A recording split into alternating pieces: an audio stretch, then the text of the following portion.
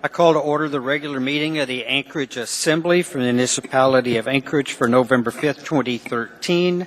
Madam Clerk, would you please do the roll call? Mr. Birch. Here. Ms. Temboski. Present. Mr. Steele. Mr. Starr. Here. Mr. Flynn. Present. Mr. Trombley. Here. Mr. Hall. Here. Ms. Gray Jackson. Honored to be here. Ms. Johnston. Here. Mr. Honeman. Here. Mr. Traney. Here. You have a quorum. Thank you. Ms. Johnston, would you listen to the Pledge of Allegiance? I pledge allegiance to the flag of the United States of America and to the republic for which it stands, one nation, under God, indivisible, with liberty and justice for all.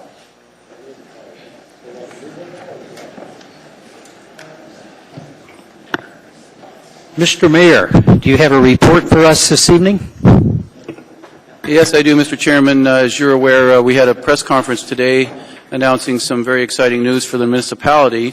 Standard & Poor's has upgraded our bond rating to AAA, which is the highest rating a municipality can get.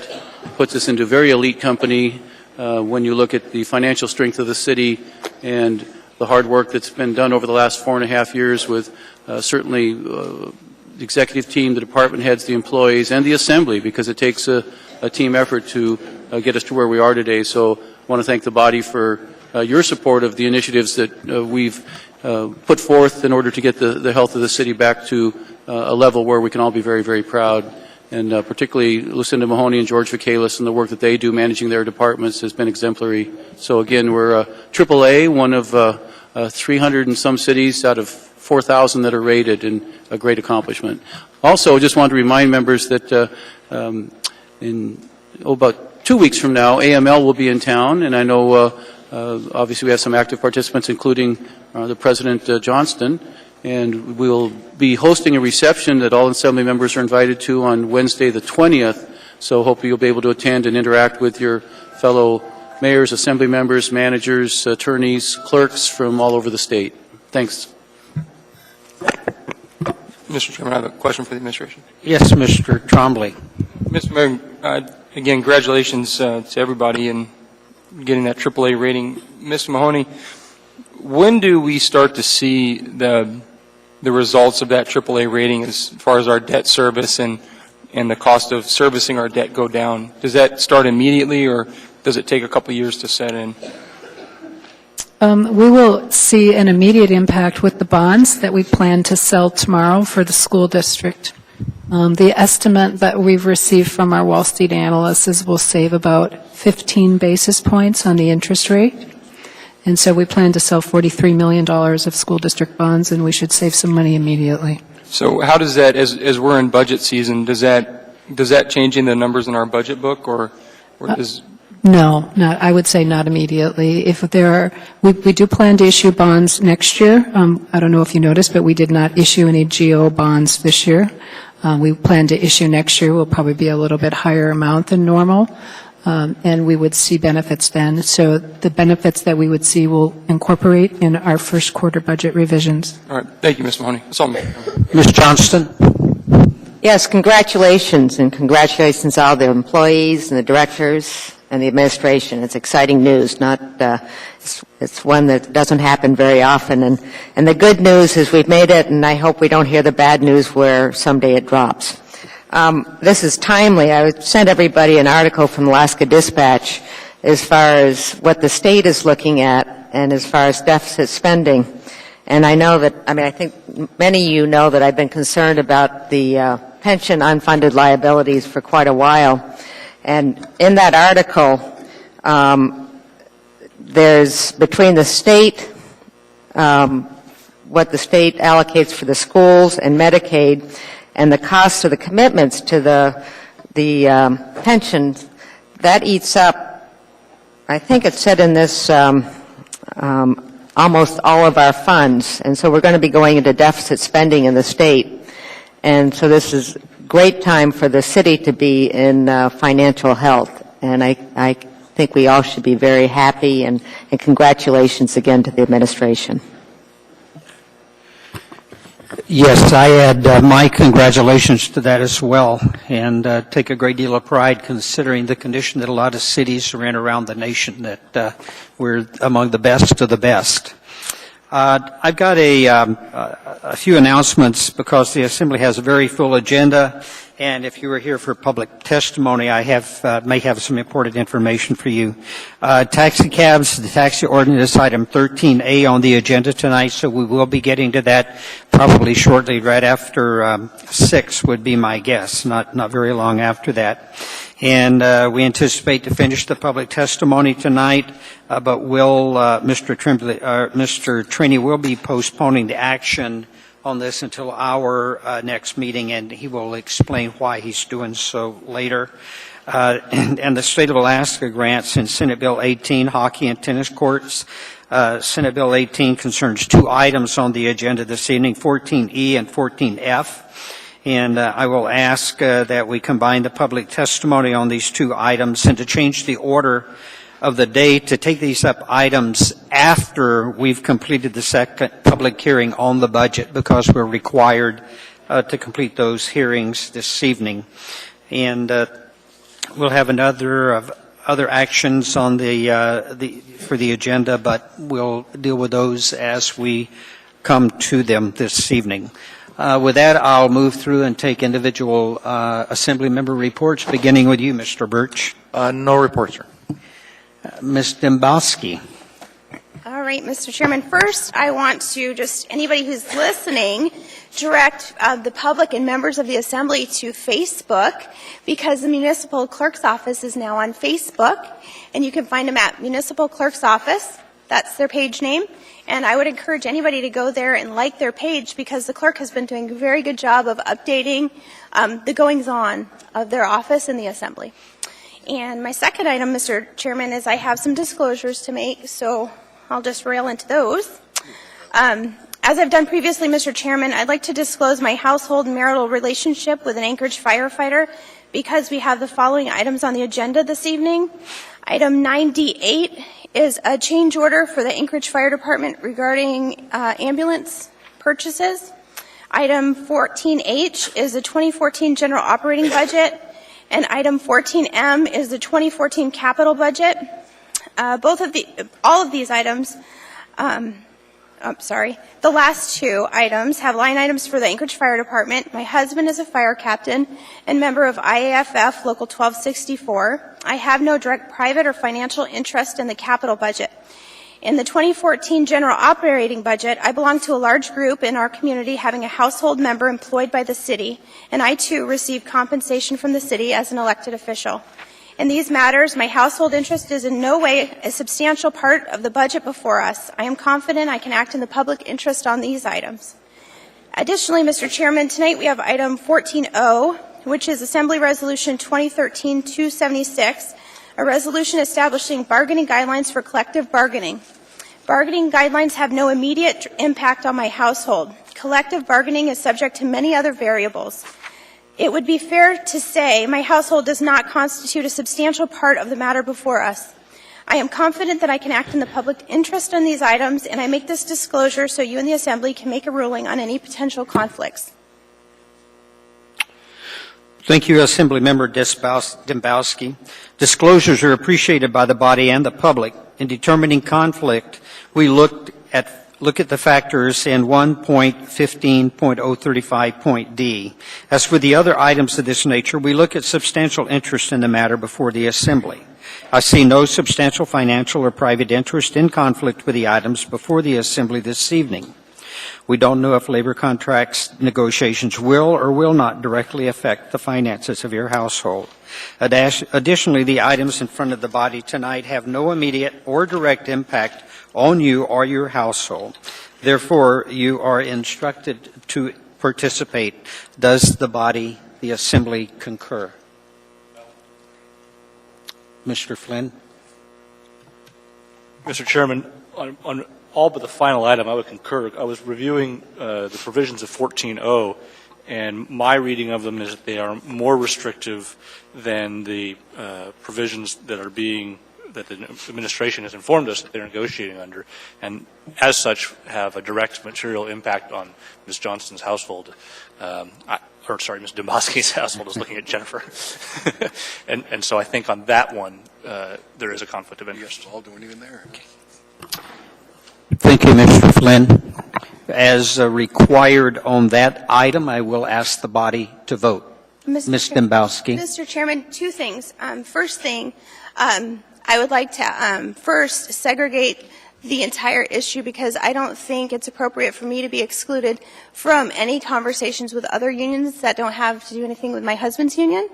But second thing, I would like Assembly Council to make a comment because there's specific provisions in code as to what constitutes a conflict, and whether it's the clerk or whether it's Assembly Council, I think it would be helpful for the body to take those into consideration before voting. Very well. Mr. Trini, I'm going to let Ms. Tucker reply, and then I will recognize you. I've got a question. Yes. Ms. Tucker? Yes, through the chair. All of you have the in your binders, I believe, the criteria to review in considering conflict. And those are part of Chapter 1.15035 on what constitutes. So what constitutes a substantial financial or private interest. So if anybody has questions specific about that, I can try and help the body out. But ultimately, it is the Assembly that makes the determination in its vote on whether there is a conflict, and it takes 6 votes to establish that there is a conflict. So the question needs to be asked, is there a substantial or a financial or private interest that would conflict and require Ms. Dembowski to not vote? And then you need 6 votes to establish that. Mr. Trini? Mr. Starr, 14-0, are you going to do well with that tonight? I thought, talking with you earlier, you were going to postpone action on it for a month or so and have a committee on it or what? Mr. Trini, that's out of order, whether we do it tonight or later. I want to know if he's dealing with this tonight or not dealing with it, Ernie. Then we can deal with it another time. No, we have to deal with it, Mr. Trini. Okay.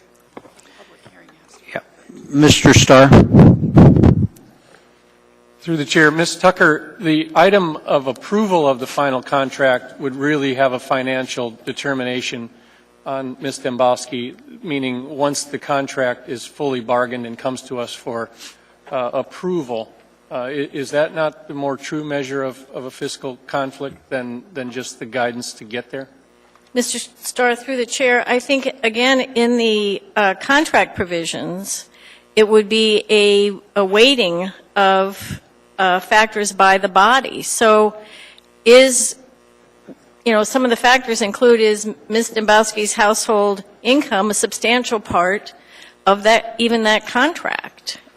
Does she belong to a significantly large portion of the population so that the actual effect to her family is one that's shared by many people in our community? Those are all factors that the Assembly gets to weigh in determining whether they have confidence that Ms. Dembowski can put the public interest above any potential private or financial interest. And the requirement that the Assembly shall tender these bargaining guidelines just duly falls still on Ms. Dembowski's responsibility, obviously, as an elected official. So your statement then is that you don't find that she's conflicted out in this particular action. Is that what I heard you say? Or did you say that's up to us to decide? Through the chair, yes, Mr. Starr. I would say that it is up to you to decide because there isn't a bright line unlawfulness or impropriety in the Assembly's action or determination. And again, the weight is that it's 6 votes to say that any Assembly member cannot participate, not 6 votes to say that they can. And so the way that not only the code but also the Assembly's procedure that predates this code, the current code, weights in favor of Assembly member participation because that's the that's sort of the highest call, and the expectation is that Assembly members will be able to put the public trust and the public interest above any potential conflict that could happen. And we're a relatively small city, state, and community to be having any potential conflict come in the way. I get that, and I guess through the chair, I've got all I need to know, and my vote will be that she participates. So when you ask for our vote, can you clarify what a yes and a no means? Yes. For us on that? Thank you. I will. And Mr. Trainor, the reason that we definitely need to do this, we do have to open this for public testimony tonight. It's noticed, and even if we have to postpone, or if we do. Mr. Chairman, the way we used to do it, okay, is when we deal with the conflict as we get to that item. She doesn't have a conflict right now. When we get to item O, then that's when we would bring up whether she has a conflict or not. We never used to do them at the beginning of the meeting and spend half an hour doing this. It's more appropriate when we get to that item. Then the individual would just say, I have a conflict or I don't. Okay. Just how we used to do it. I appreciate that. I am going to, Ms. Tucker, are you in the queue again? Through the chair, I am, and Mr. Trainee is correct that under the prior code, there were some areas that were confusing like that because, as you've pointed out, if under the present code, if a person is excused, then they're also excused from any deliberation and influence that they would have on that. You often ask that they leave the room during those items. So it's good, I think, to make the determination ahead of input. Yes. Okay, I'm going to ask the body to vote. No, she has no conflict. Yes, she has a conflict. Mr. Chairman, is Yes. this on all bargaining units? No, or ma'am. is it This is for the just fire on item 14O, AR the 276. section for the fire department? Or is it on all bargaining? That's where. Well, I guess what I'm getting to is when this Okay. comes, when the contract. Ms. Tucker apparently has the answer. Through the chair, I would have a suggestion. Procedurally, the chair may wish to divide the question on the bargaining unit. And then the second item is that it's very specific in code, the question that you asked for the vote. And so the question is, does the member have a substantial financial interest that conflicts? And that's how you would want to state the vote, the question for the vote. Okay, thank you. Mr. Birch? I would just urge a no vote. We deal with this every year with Assemblymember Trainee and his wife working with the school district, and it's typical that having it come up like this. But I would urge a no vote. It doesn't present a conflict, and in reviewing our our summary sheet here, I think we're in good shape. Urge a no vote. Thank you. Okay, very well. Yes.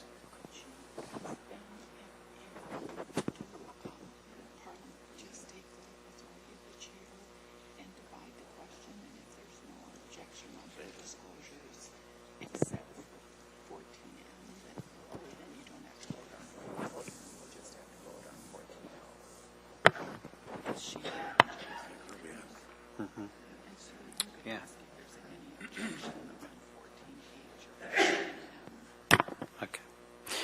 Okay, the clerk's pointed out, and I'll make a point of doing that. Does the body feel that there was any conflict on 14H or 14M? Are we okay on those? Okay on those. So the only item that we're looking at is 14O, AR 276, and the question is, do you feel that Ms. Dembowski has a substantial conflict? With that, please vote. Mr. Chairman, just to clarify, the dividing the question, or is on the entire 14O? It's on the entire 14O.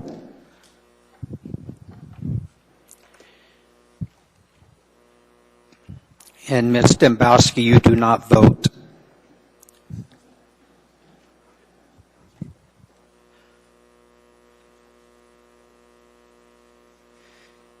That vote is 8 to 11. What have I got there? Pardon? 7-3. You will participate, Ms. Dembowski. Thank you, Mr. Chairman. That's it for my reports today. Mr. Steele. No report. Mr. Starr. Just to reiterate from the budget perspective, tonight's the last and final public hearing on the budgets, including the operating and capital.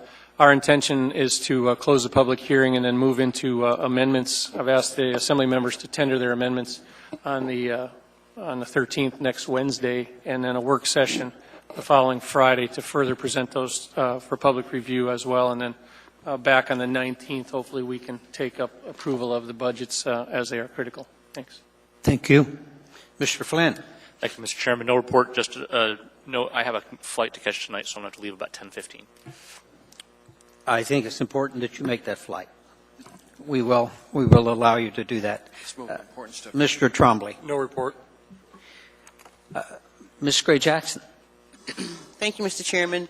I'd like to first thank the mayor for reminding us of the Alaska Municipal League Conference week after next, and hopefully a lot of us will be able to participate. And I also like to let the body know that Mr. Trainee, Ms. Johnson, and I will be attending the Mother, if you will, Organization for Local Government, National League of Cities in Seattle next week. And I just want to mention or remind folks that I'm on the board of that organization. I'm also on the Investment Advisory Committee, and I'm also on the Finance Committee. So it's going to be a really great honor to share with my colleagues from all over the country that our city, municipality of Anchorage, has a AAA rating. I'm going to be really proud of that. So I'd like to thank them for their hard work. Thank you, Mr. Chairman. Thank you. Mr. Honeman. Thank you, Mr. Chairman. Just to remind the body with the next November meeting of the Public Safety Committee will be next Wednesday, the 13th, at the conference room outside the Lusac Library. We have been meeting on the third Wednesday. However, there were 5 Wednesdays in October and only 4 in November, and it would put us like the week before the end of the month. So probably the Thanksgiving week as well. Very good. Ms. Johnston. No report, thank you. Okay. Mr. Trainee. Just the event today is group on the community councils. We're finally done with that. So you'll see that coming in December for setting public hearing whenever the chairman decides to have a public hearing. But we finally worked with the group in the community councils and have it all nailed down. And I appreciated Tim being there, and Amy's input on that helped. Now we've also got a Rules Committee meeting on the 7th of November at 1 o'clock. And what we're going to deal with the Rules Committee is the Citizens Task Force recommendations. So that'll be in probably 155. We'll all be there, yes. Unless you're gone already. Thank you, Mr. Chairman. Thank you, Mr. Trainee. We are now to the addendum to the agenda. If the chair could get a motion to incorporate. Second. Okay. Any objection? Seeing, hearing none, I will read the addendum into the agenda plus some laid on the table items. We have 9B7 AR 296, approving the design criteria manual January 2007 and directing further review and recommendation by the Planning and Zoning Commission. 9D14 AM 642, support the SAP project and post-go-live needs. 9D15, it's AM 643, and it's the Indigent Defense Council. We have 9F20, which is AR 297, letters of agreement between the municipality of Anchorage and the General Teamsters Local 959 regarding an amendment to the collective bargaining agreement for participation in the 2014 Standard Municipal Benefit Plan, and that is for public hearing 11/19/13, and that is accompanied by AM 645. We have item 14E2, AIM 125, Project 80's Renewal Appropriations, AR 2013-256. And we have 14F2, AM 644, State of Alaska Grant, and Senate Bill 18. Laid on the table items, we have 9B7A, which is AR 296S, approving the Design Criteria Manual, January 2007, and directing further review and recommendation by the Planning and Zoning Commission. We have 9F20B, and that is AM 126, and that's a summary of economic effects, enterprise activities for AO 297. We have 9F21, AO, we do not have a number assigned, an ordinance of the Anchorage Assembly reducing the 30-day period for public review and comment on AR 297, approval of a letter of agreement between the Municipality of Anchorage and the General Teamsters Local 659 to provide time for employees to make benefit selections before the end of the year. We have 9F22, have no number assigned, an ordinance approving a letter of agreement between the Municipality of Anchorage and the Anchorage Municipal Employees Association regarding certain provisions in the successor collective bargaining agreement, including participation in the 2014-2015 Standard Municipal Benefit Plan. And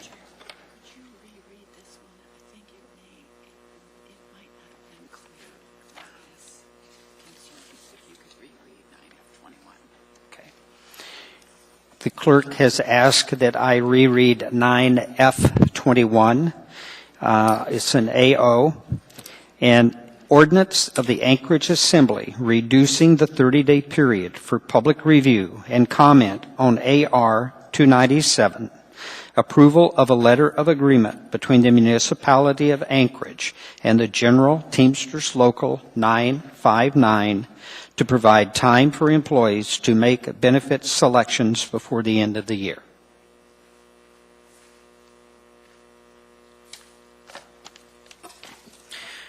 The chair would accept a motion to approve the consent agenda. Move to approve. Second. Mr. Chairman, Yes. are we going to move into the agenda items without the AO numbers, or are we going to get those as they come up before the... We get those assigned later. Mr. Honeman. Thank you. Yeah. Okay, I'm going to begin with items to be pulled. Starting with you, Mr. Birch. No item, sir. Ms. Dembowski. Items 9 Delta 8 and 9 Bravo 7. That's Delta 8 and Bravo 7. Mr. Steele. Come back to me, if you will, please. Mr. Stark. 9 Alpha 1 for presentation. Mr. Flynn. Item 9, 9 Delta 9. 9 Delta 9. Mr. Trombley. 9 Echo 1, 9 Delta 15.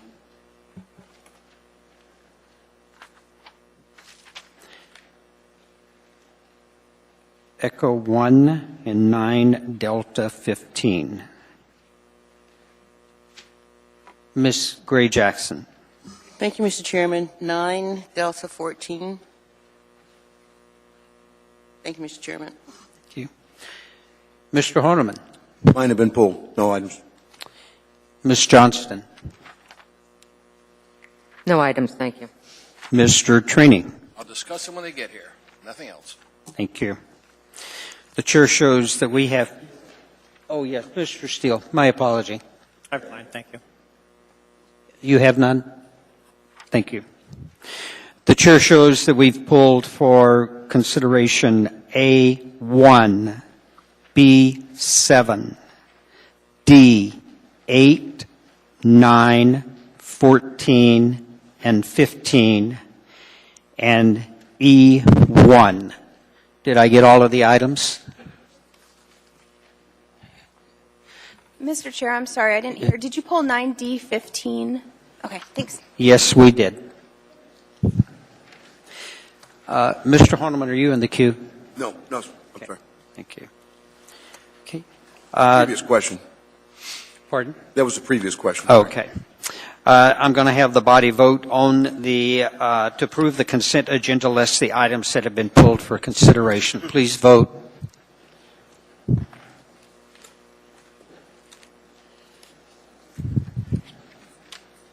Ms. Dembowski, you can vote now.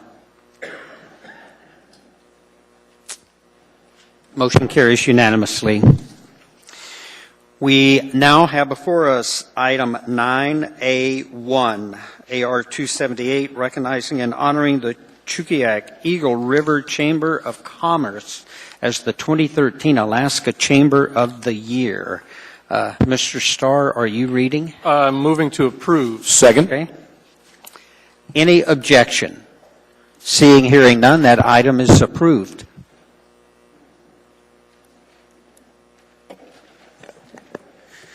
Is everyone here to receive that, Mr. Starr? I hope. Come on down. Oh, they're both presenting and you're reading, Mr. Trombley? I understand.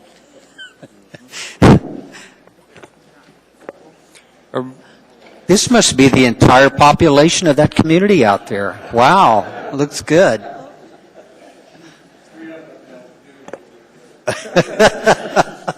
A resolution of the Anchorage Municipal Assembly recognizing and honoring the Chugiak Eagle River Chamber of Commerce as the 2013 Alaska Chamber of the Year. Whereas on October 21st, 2013, the Chugiak Eagle River Chamber of Commerce was selected from over 40 local chapters to receive the prestigious 2013 Local Chamber of Commerce of the Year Award as presented by the Alaska Chamber. And whereas founded in 1970, the Chugiak Eagle River Chamber has been a focal point promoter of this vibrant and growing region. And whereas the Chugiak Eagle River Chamber has developed into an action-oriented alliance of businesses, nonprofits, government, and individuals committed to ensuring Chugiak Eagle River is the most livable and unique hometown in Alaska. Whereas the Chugiak Eagle River Chamber has duly earned this honor through consistent year-round efforts, including organizing the annual Bear Paw Festival, Merry Merchant Munch, Winter Wonderland, and many monthly business forums. This organization has also served as the area welcome center, providing daily staffing to a well-organized resource center. And whereas the Chugiak Eagle River Chamber actively and effectively engages its 25 board members and numerous ambassadors in conventions with government representatives at all levels, ensuring issues receive accurate review and local area advocacy, thus having a positive impact on public policy and quality community development. Now, therefore, the Anchorage Assembly recognizes the importance of local Chamber of Commerce involvement in our state and hereby honors the Chugiak Eagle River Chamber as the 2013 Alaska Chamber of the Year, passed and approved by the Anchorage Assembly this 5th day of November 2013.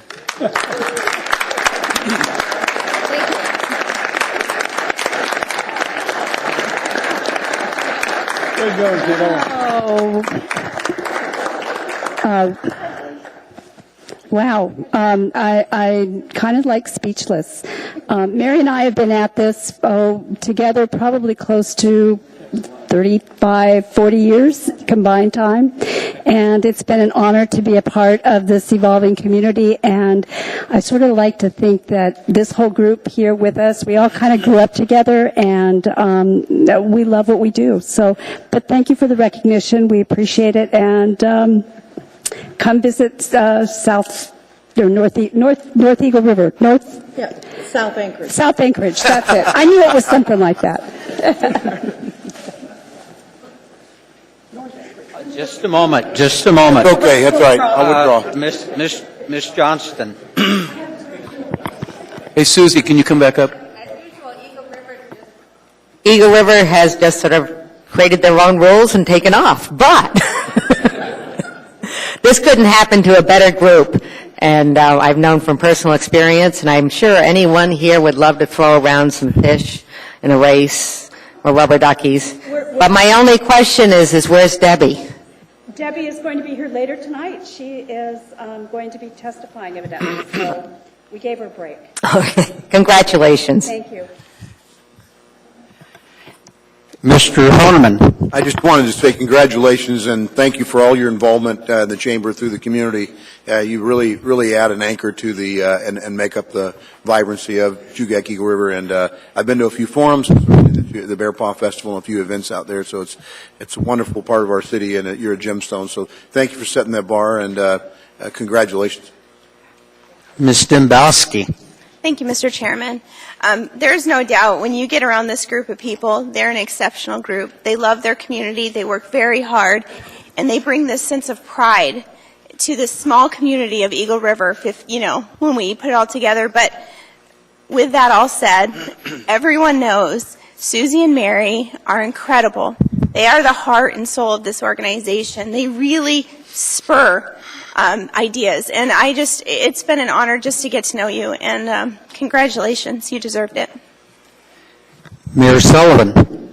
Yes, thank you. I want to also lend my congratulations. I, as many of you know, spent 3 years of my life out in Eagle River with this same group of people 17 years ago, putting together a world-class event of international proportions, the Arctic Winter Games, and the amount of effort and dedication that every one of the people I see here was involved, and it was just tremendous community support for what is a very complex and difficult but so rewarding an event. And you guys were tremendous and started my appreciation for this group of folks those almost 2 decades ago, and the appreciation hasn't waned one iota. So it's been great to call you friends.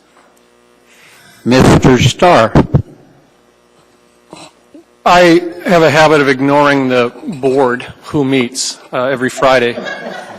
And I don't do it on purpose, but I find that I don't bring much to the table of that work group. And I'd say that in a lot of seriousness, actually. One of the chamber functions, of course, is to link businesses and the resources to the consumers. And I find that's a very intriguing aspect of community development for me. But what we have, and you can just see the number of folks in the back of the room, it goes way past that. It goes to writing letters, telling us as legislators what to do, lobbying efforts, moving forward. And I think that's the truest element of a solid community. And I am so thankful for the Chamber to link all of that together. There's so much work that requires all of us, whether it be up here or out there or in the streets. But because I don't hear it Fridays, I hear it and I see it. And I wrote this tonight. I'm proud to write it because I think it's truly illustrative for that. And I can only say in 20 years of watching it happen, I'm not certain I could bring much more to the table. You're wonderful all. Thank you. And now in wrapping it up, you bring such warmth to this room. You don't know what those smiles mean to us. We would love to have you sit down, stick it out with us till 11 o'clock tonight because I know you're going to leave anyway. Thanks for coming.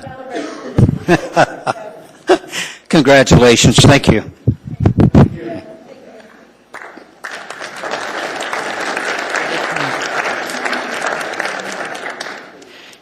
We now have before us item 9B7AR number 296, approving the design criteria manual January 2007 and directing further review and recommendation by the Planning and Zoning Commission.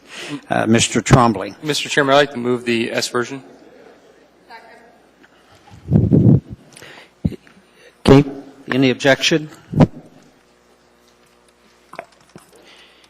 Very good. Thank you.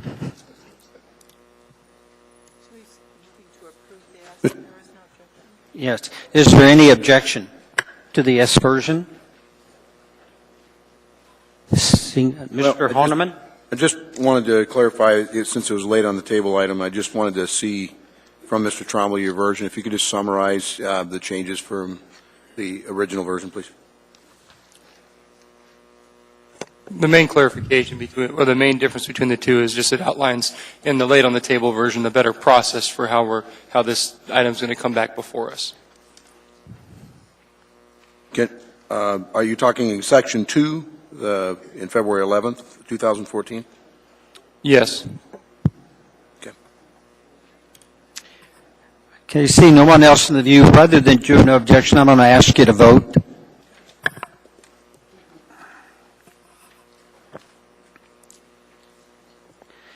That motion is approved unanimously.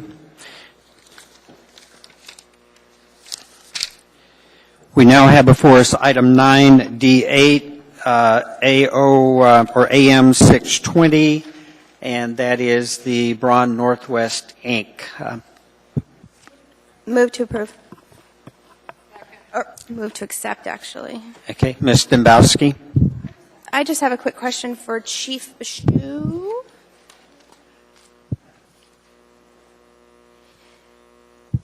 Chief, I'm assuming this is the same outfit that you had the challenges with in the previous ambulance purchase. Is that correct? No. Oh, it's That's a different company.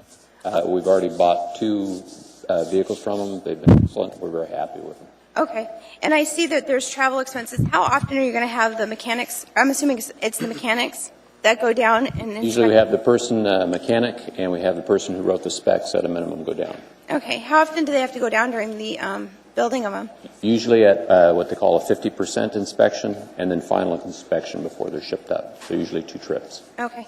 And the only other thing I'd like to point out, I thought it was refreshing to see that the cost of these ambulances are actually going to be cheaper than the previous. Yeah. It looks like they're just a couple $1,000s cheaper when you divide them by 3. Yes, so, and that is with the assistance of the purchasing department, because we had such a good luck with the last 2. Essentially, we just did a change order and added these 3 ambulances on. They've already tooled up to make them, so it makes them a little bit cheaper. Yeah, well done. You never see things in government get a little cheaper when you go to the next version, so it's kind of nice to see.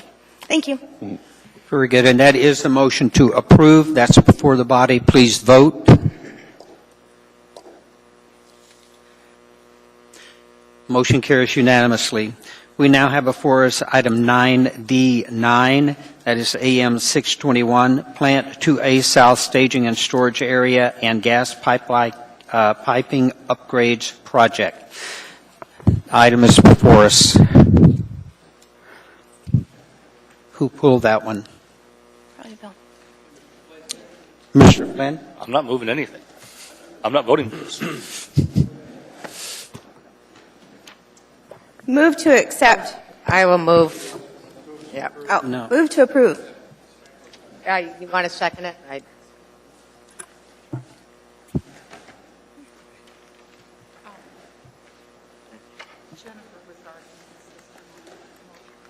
Yep. Okay. Ms. Gray Jackson? Thank you, Mr. Chairman. We had a work session on this, and we heard a lot from the administration about the situation. But I guess I'm wondering what the contractor has to say or had to say about all of this. And I really appreciate if somebody from MLMP would answer my question before we approve this. Thank you, Mr. Chairman.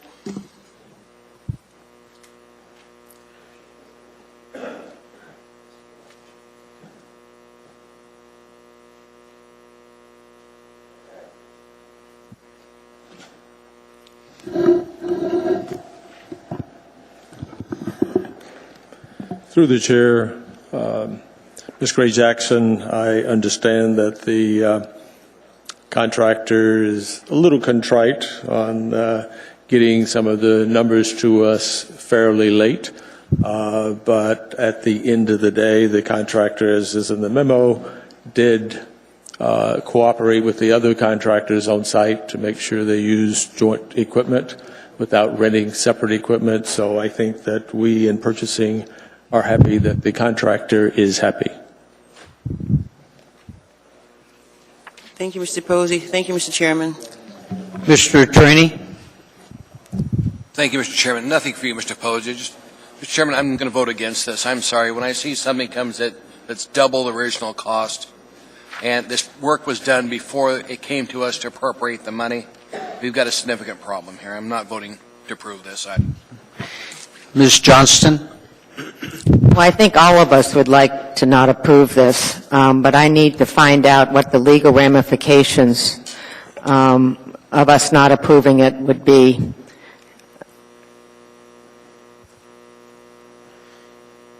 Mr. Wheeler, Mr. Posey. It's Ron Hadden and legal.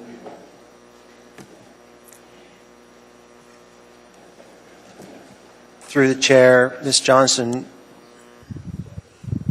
my understanding is that the contractor has operated in good faith to perform the work that we expected to be performed, and I would suspect that the contractor would have a valid claim to be paid for the work completed to date. I have no idea what that amount would be at this point. I don't know whether the entirety of what's proposed here has already been completed or not, but I would assume that we would have significant exposure. And if we don't approve this tonight, there's no other way of appropriating these funds, so we have no legal exposure. Is that correct?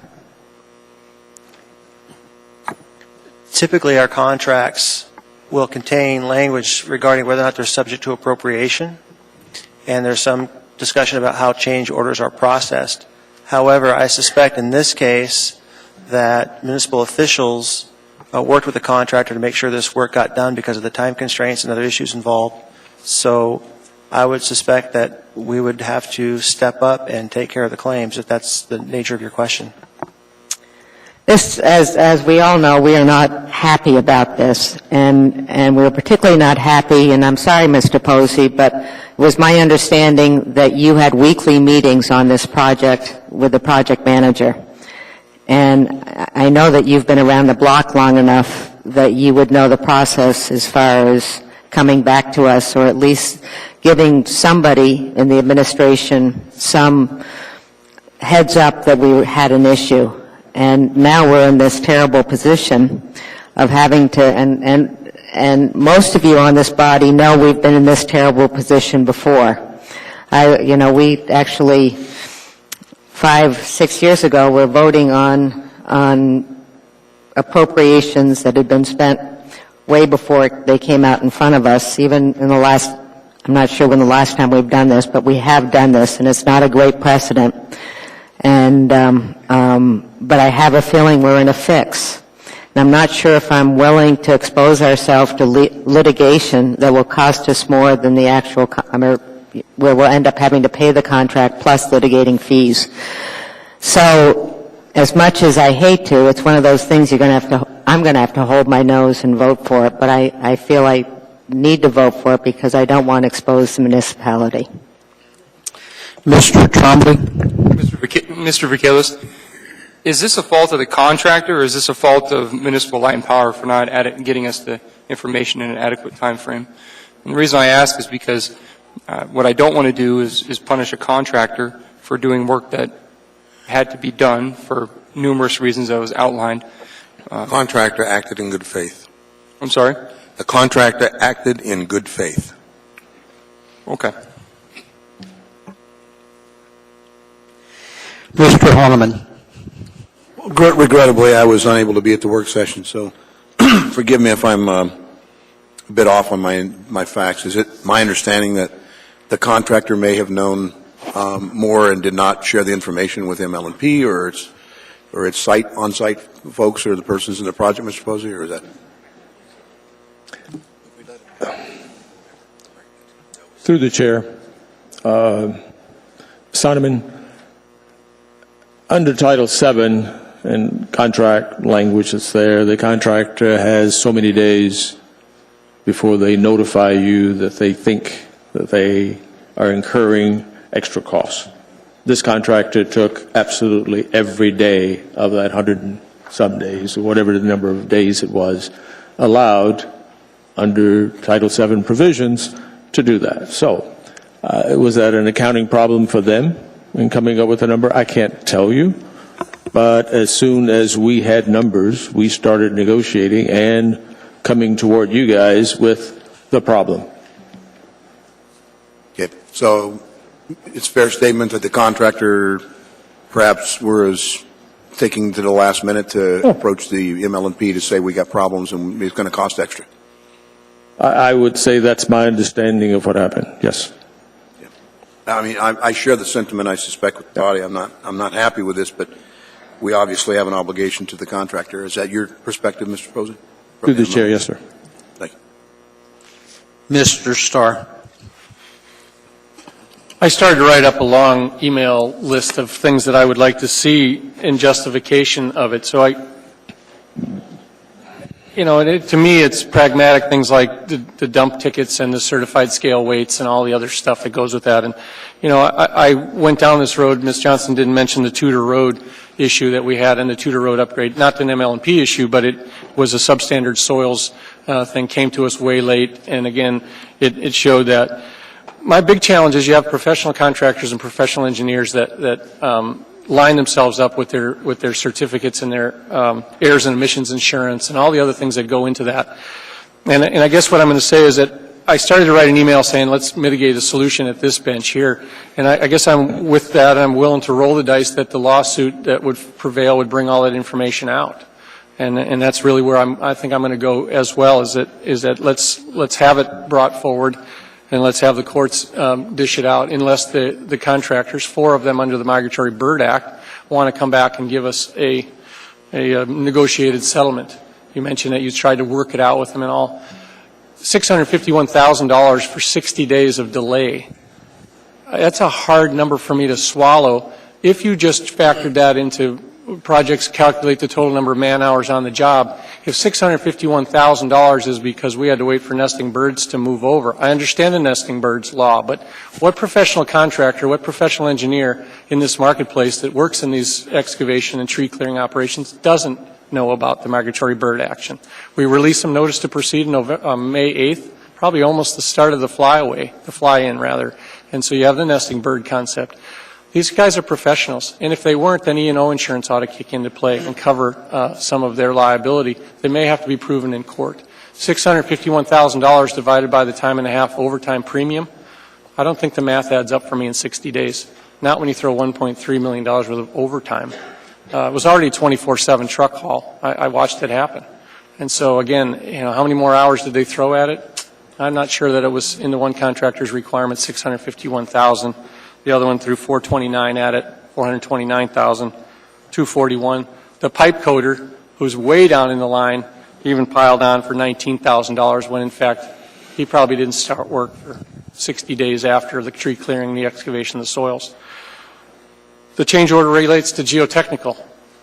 When do we move dirt that we don't do test borings, the test holes, all that? Now we're seeing logs and rocks and things like that because it was maybe an old dump site or an old landfill. I think we're more professional than that. It may be painful to sort it out, but I didn't send my email because there's so many things on there that I would want to do, but then it puts me in the mitigating solution. We've gone to court for a lot of other things, and I'm afraid that if they sue us, that's what will have to come out in court. Thanks. Thank you. Ms. Dembowski. Thank you, Mr. Chairman. Mr. Wheeler, do you have any idea what a lawsuit like this would cost?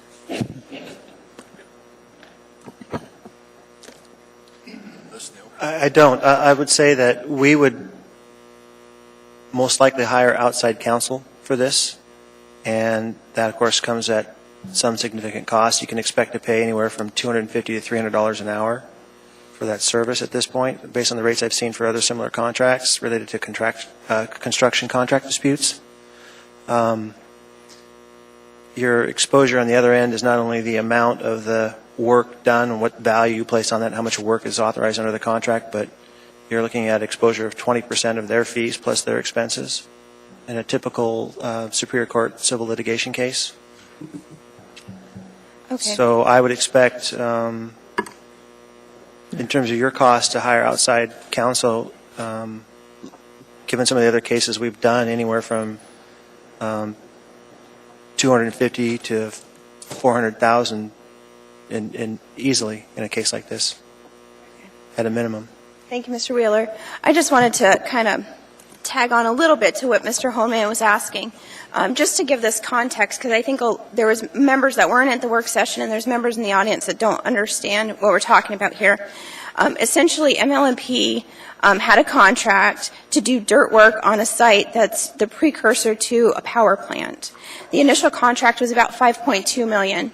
And 6 weeks into the project, Mr. Honeman, the contractor notified MLMP that there was going to be at least a $3 million overrun. MLMP knew that and did not tell the Assembly. So, I think it was Ms. Gray Jackson alluded to, there were weekly meetings with the project manager and Mr. Posey, so MLMP was aware. And after the power plant we had brought that up at our last meeting, then the next week, then they tell us about the phase 1 overrun. So the problem I have is not with the contractor, because as Mr. Haddon indicated, the contractor did notify MLMP. They've done the work in good faith.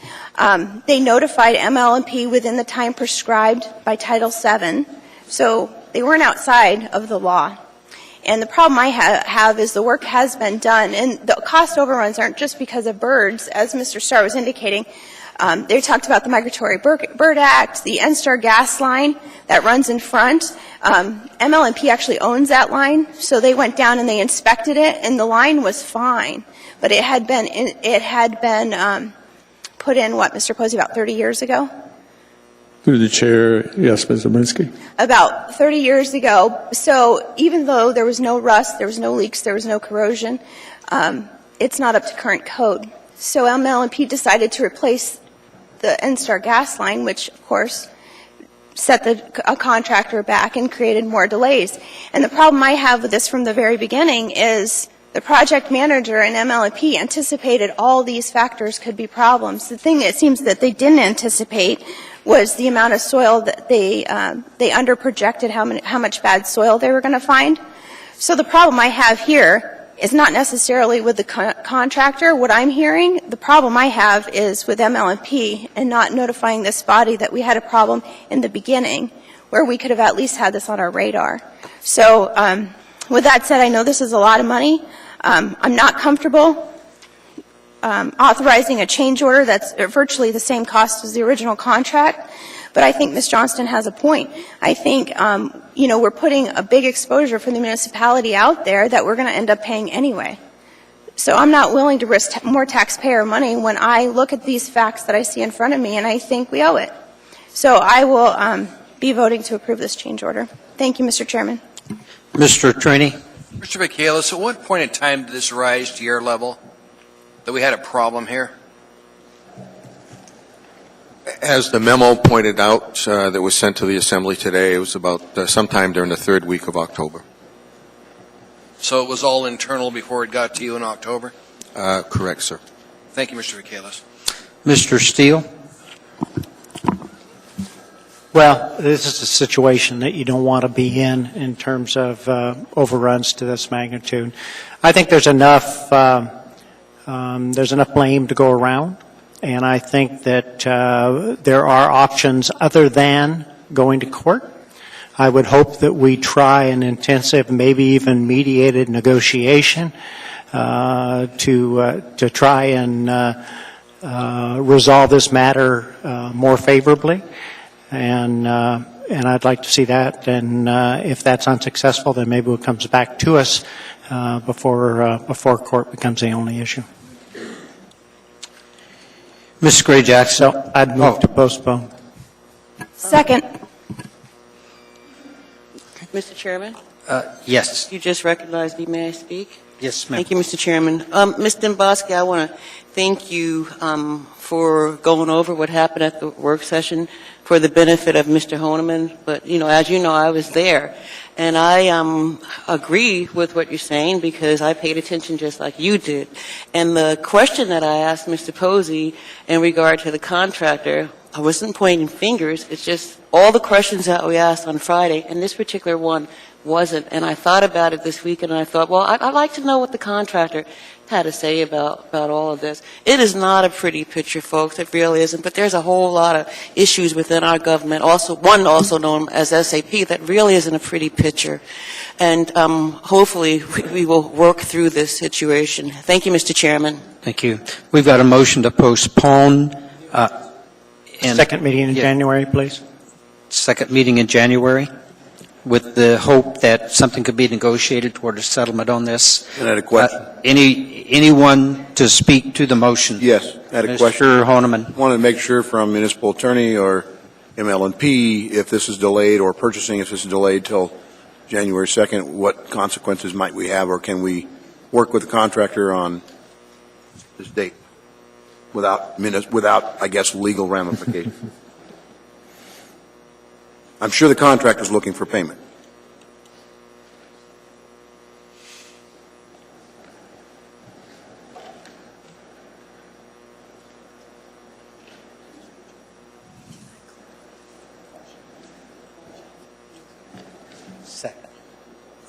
Through the chair, my understanding is that the work anticipated or contemplated under this amendment is done. Assuming that it's done, it's just a question of the payment. The delay would presumably cause us to pay potentially some interest charges, but other than that, I think, unless Mr. Posey has other information regarding the completion of the work, you could postpone this to January, understanding that the delay would trigger some costs. Do we have an estimate, just so we're clear? Mr. Haddon? Through the chair. Chair. Mr. Honeman, I don't have an estimate at this time. However, from my perspective at this point, and correct me if I'm wrong, Mr. Posey, that negotiations have occurred, and this is, at this point in time, they pretty much negotiated settlement. And based on that, my recommendation is that we would go ahead and approve this amendment. Thank you. Mr. Trombley, you had a comment? Mr. Wheeler, what would be the incentive for the contractor who acted in good faith, as Mr. Kalis said, to negotiate for something lower when this isn't their fault? Wouldn't it be more beneficial for them to just take it to court, and then we can pay their attorney's fees, our attorney's fees, and any interest that we're due on them, on this amount? Through the chair, Mr. Trombley, going to court's not the first recourse that anybody wants to consider. There's a time delay involved in that. You typically don't recover your full attorney fees, so going to court's not the best alternative for either side. Do you really see this contractor who acted in good faith negotiating for a lower amount? I don't understand the reason for postponement if the contractor acted in good faith. What are they going to settle on? Yeah, we'll take $1 million less for doing the job that we were supposed to do. And by the way, we'll take $1 million less. I don't see the point in that. Through the chair, Mr. Steele, could I please clarify that your motion was to postpone until the second meeting in January, which is January 28th? Okay, thank you. Yes. Anyone else on the motion to postpone? Please vote. Yep. I've got to get my button pushed here. Is it showing up? I'd ask her to speak on this. I'm speaking against it. Go ahead, Mr. Birch. For some reason, it didn't come up in the queue. Okay. We had an extensive work session that most everyone in the Assembly was at last Friday. We peppered Mr. Posey and his team with a number of questions. It is an unfavorable situation. However, we have a reputable contractor who's done the work. It's been completed. I think by all accounts, there's been a good faith effort on all parties to minimize the cost, including, as was discussed last week, round-robin trip efforts with the haul out of the bad material and the haul in of the replacement material. It's basically a changed condition. You can argue all day long about maybe you should have done more exploration work or more detailed work. That's all happened. The project's moving forward. This work has already been done. It's been negotiated, and I speak against postponement. I think we need to pay our bills, and I think we ought to do that this evening, and urge a no vote. Thank you. Anyone else? Please vote.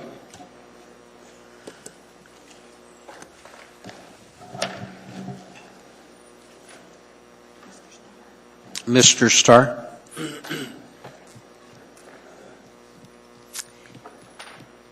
That motion carries 8-3. We now have before us item D14, AM number 642, support the SAP project and post-go-live needs. Ms. Gray Jackson. Thank you, Mr. Chairman. I don't want to make the motion to approve because I'm not going to be approved. Move to approve. Second. Thank you, Ms. Johnson. Thank you, Ms. Dombrowski. Just real briefly, because I talk a lot about SAP, and several meetings ago, I brought forward a resolution that would have cost about $175,000 for independent management review of this very, very costly project. It started out at $9.8 million in 2011. 20.6 a month ago, and this body just approved another 7.5 million a few weeks ago. And I cannot comfortably vote for any more change orders or anything else to do with SAP until we have an independent management review, because I just feel really uncomfortable, and I'll be voting no on this and any other SAP change order that's brought before this body for the reasons stated. Thank you, Mr. Chairman. Thank you. Mr. Honeman. I'd have to agree. We just had a discussion reference things that are either known or unknown. And in this particular case, there's a lot of unknowns in this ongoing project. So I would encourage an audit. I would encourage a closer scrutiny of where we're at and what we're doing. And I think to do anything less is really not responsible government. So I'm not going to be in support of it. Mr. Trainee. For the same reasons, I won't be supporting it. As told you before, I'm done with SAP. We need an independent outside study, so you keep bringing these. I'm going to keep voting them down. Thank you, Mr. Chairman. Ms. Dembowski. Thank you, Mr. Chairman. Yet again, I would just like to comment that Peloton was an independent review of this project. But additionally, Ms. Mahoney, I have a question as far as what can we expect moving forward as far as more of these change orders, or what money do you expect that we're going to have to, is going to come back to this body that we're going to have to approve? Do you have anything on the horizon? Through the chair, this is not a change order in regard to the total funding that you approved. This is simply a contract within that budget that has already been approved. And as you know, with Title VII, whenever we change our contracts, we need to bring those forward. That's all this is. We are not asking for additional money. We're just asking to spend the money that you already approved. I appreciate that clarification. Thank you. Ms. Gray Jackson. Thank you, Mr. Chairman. Ms. Mahoney, this is that contract that was for, I think, $175,000, and with Optimum or whatever the company's name is, and then Peloton did their review. Am I correct?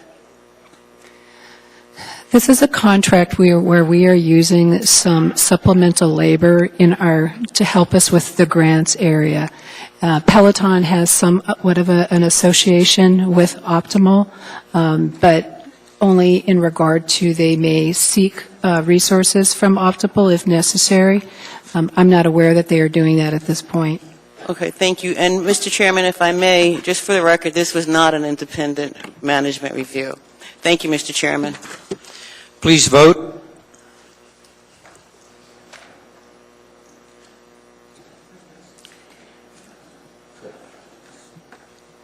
Motion carries 8-3. We now have before us item 9D15, AM 643, Indigent Defense Council. Mr. Trombley. Mr. Chairman, I'd like to move to postpone to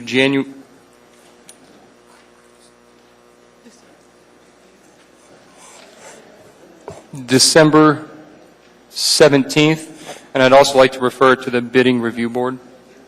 Second. 17th. December 17th. Mr. Trainee. Mr. Chairman, do you know if there's been an action filed against this bid? Is something coming in front of the bid review board? Can they get it done and back to us to meet your deadline, Mr. Trombley? I'll refer that to Mr. Vacalis. We believe so. Purchasing will go ahead and form the bid review board. They'll review this and then get back to you. Thank you. I wanted to know. Please vote. there a second? Yes, there was a second. Great, thank you, Bill.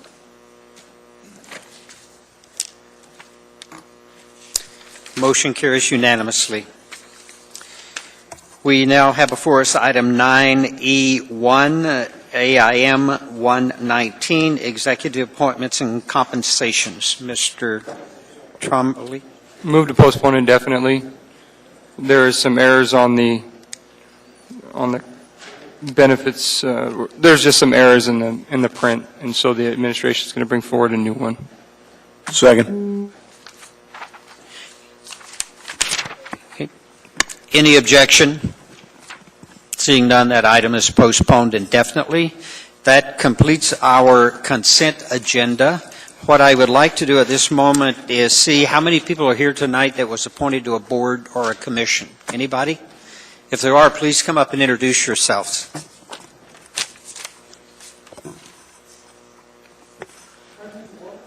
All right. Any students here this evening Absolutely. would like to recognize?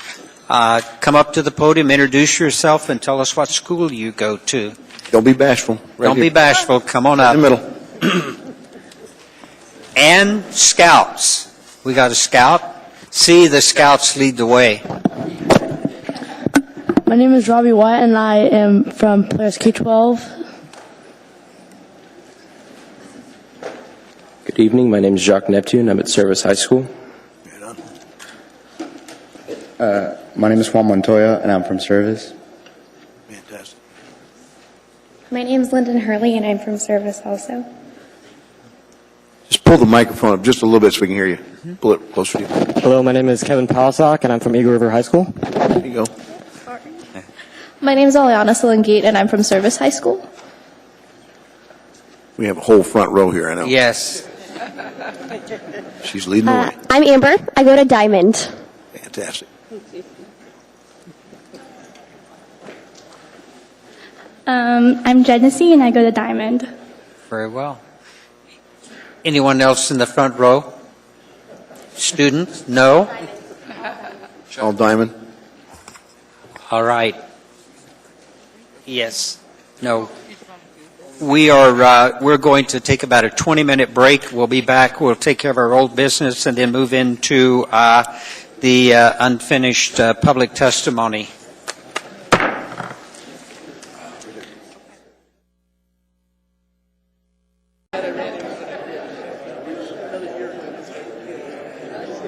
I'm going to call the meeting back to order.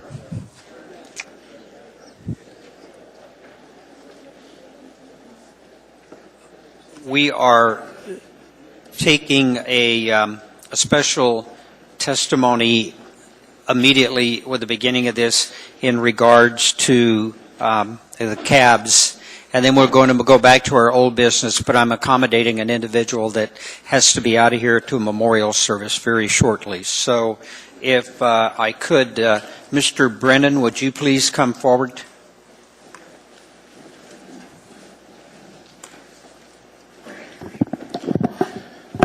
Thank you, Mr. Chairman.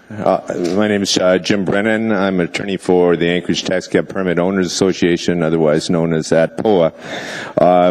And here to address, of course, the rewrite of Title 11 that's before you tonight, 2013-109S1. This is the most, I've been representing people in this industry for quite some time. This is the most substantial rewrite of Title 11 since 1999 when there was a 62-page ordinance, and you've exceeded that record with this one.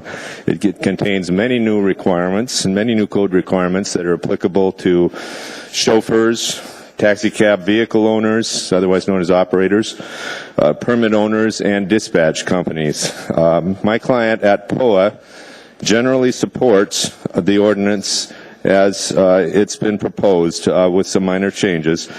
We're appreciative of the fact that the sponsor of this ordinance took the time to meet with and discuss this with both the regulator and the regulated, and to get into the actual nuts and bolts and details of what is a complicated regulatory scheme.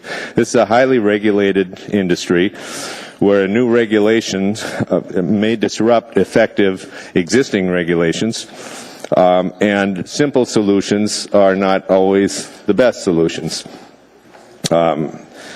Our understanding of what triggered this year's effort to reform Title 11 taxi cab and regulated vehicle codes are three, with respect to taxi cabs, three specific issues. One, a poor service to Eagle River, which has been a perennial issue. Secondly, service to our disabled community. And thirdly, taxi cab service during bar break hours. All of these are now being addressed and will be addressed if the ordinance as proposed is passed. With respect to the Eagle River issue, there's a change proposed at page 40 of the ordinance. This is an 1120-070E, which would facilitate the startup of an Eagle River cab, taxi cab, with limited geographic rights. Under the ordinance, it would authorize taxi cabs to operate under a different color than the dispatch company that dispatches them. It's been proven in the past it's uneconomic for an Eagle River only dispatch company to be economic. It's been tried twice and failed. What this ordinance would allow is for one of the existing dispatch companies to dispatch to a different color cab. It wouldn't have to be an Alaska yellow or a checker. It could be an Eagle River cab with trips which must originate in a geographic area. This would allow the Transportation Commission to let out limited taxi cab permits. We propose that it initially set out 2 taxi cab permits, which would have taxi cab permits which had trips which would originate in Eagle River or Chugiak or Peters Creek. They could take trips to the Anchorage airport, take customers to Anchorage, but not vice versa, because if it's vice versa, it looks like just another Anchorage taxi cab permit. We think this is the best means of addressing the problem, to have taxi cabs that are based in Eagle River, and with the Eagle River markings, so people know that there is such a taxi cab available. And we think this would be the best opportunity in years to address a long-standing problem. We are interested in that problem being solved, so the finger is not pointed at us. Because under the existing system, it's often not economic for taxi cab chauffeurs who are independent contractors to feel like they can risk driving all the way to Eagle River with expensive gas and then find a no-show fare there. It would be better to have a system based in Eagle River. Thank you, Mr. Brennan. I've got it. Your 3 minutes are up. All right. Okay. And I have no one in the queue. Thank you. All right. I'm going back to item 11A. It is a AM 592, subject Mayor, Community Development Authority Board of Directors appointees, Larry Baker, Lucinda Mahoney, and Lottie Michael. Move to approve. Second. Okay. We've got a motion and a second. I see no one in the queue. Please vote.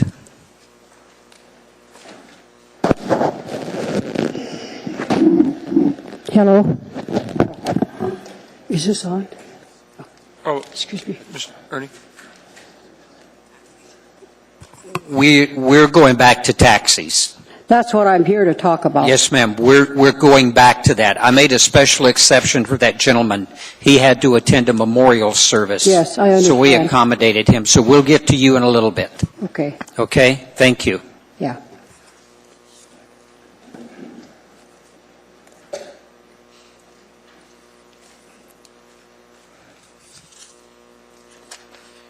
That motion carries unanimously. We now have before us item 11B, AM 593. Subject is appointments to the Planning and Zoning Commission. Appointments, Tyler P. Robinson and Gregory J. Strike. Move to approve. Oh, sorry. Yep. Okay. Please vote.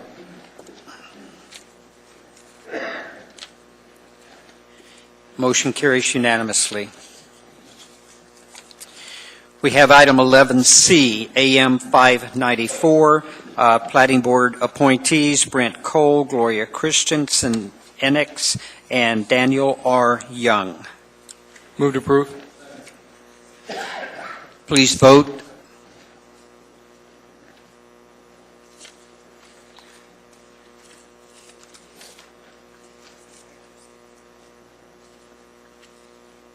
Motion carries unanimously. We now have before us item 11D, AM 595, Urban Design Commission appointment, James W. Sawhill. Move to approve. Please vote.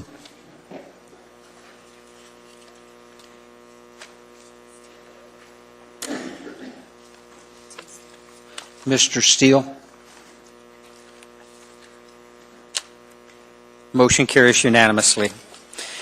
We now have before us item 11E, AM 596, subject Zoning Board of Examiners and Appeal Appointments, J. Ellen McKay, Jeff Ron, and Deanna Wald. Move to approve. Please vote.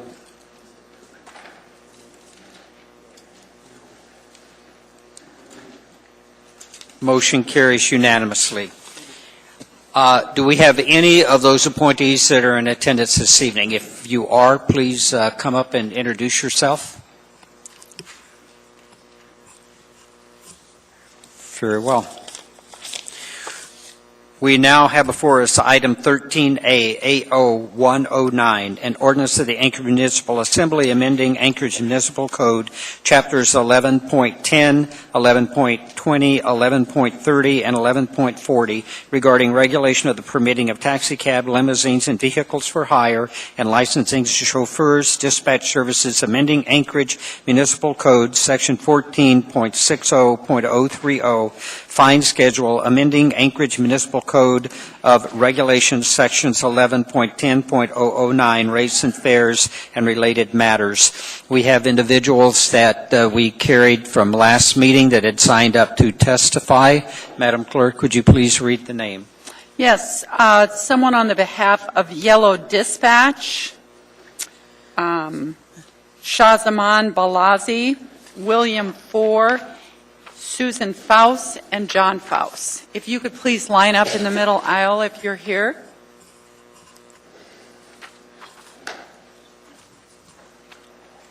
Yes, sir. Are you ready? Yes, sir. Dean Paul, Alaska Yellow Dispatch, LLC. As Mr. Brennan stated, this is a pretty significant change to Title 11, and I think it's very important that we think all these changes through very carefully.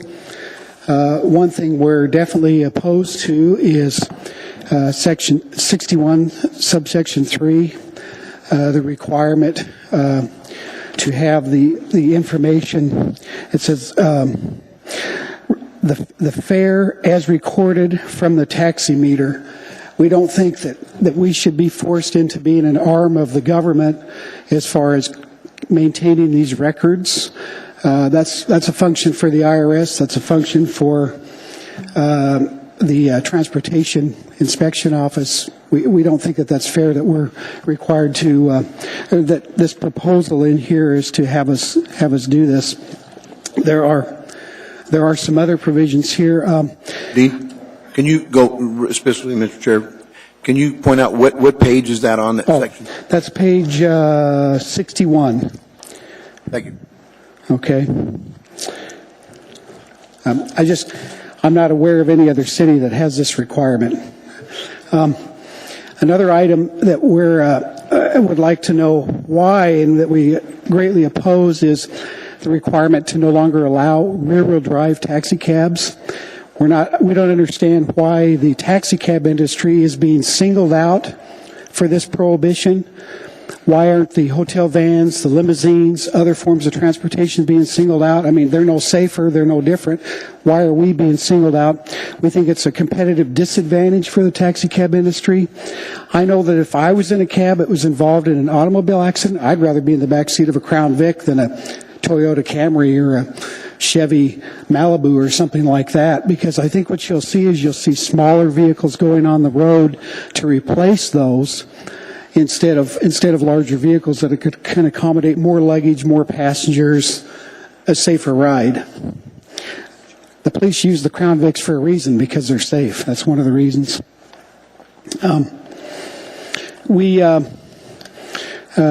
We're also in favor of the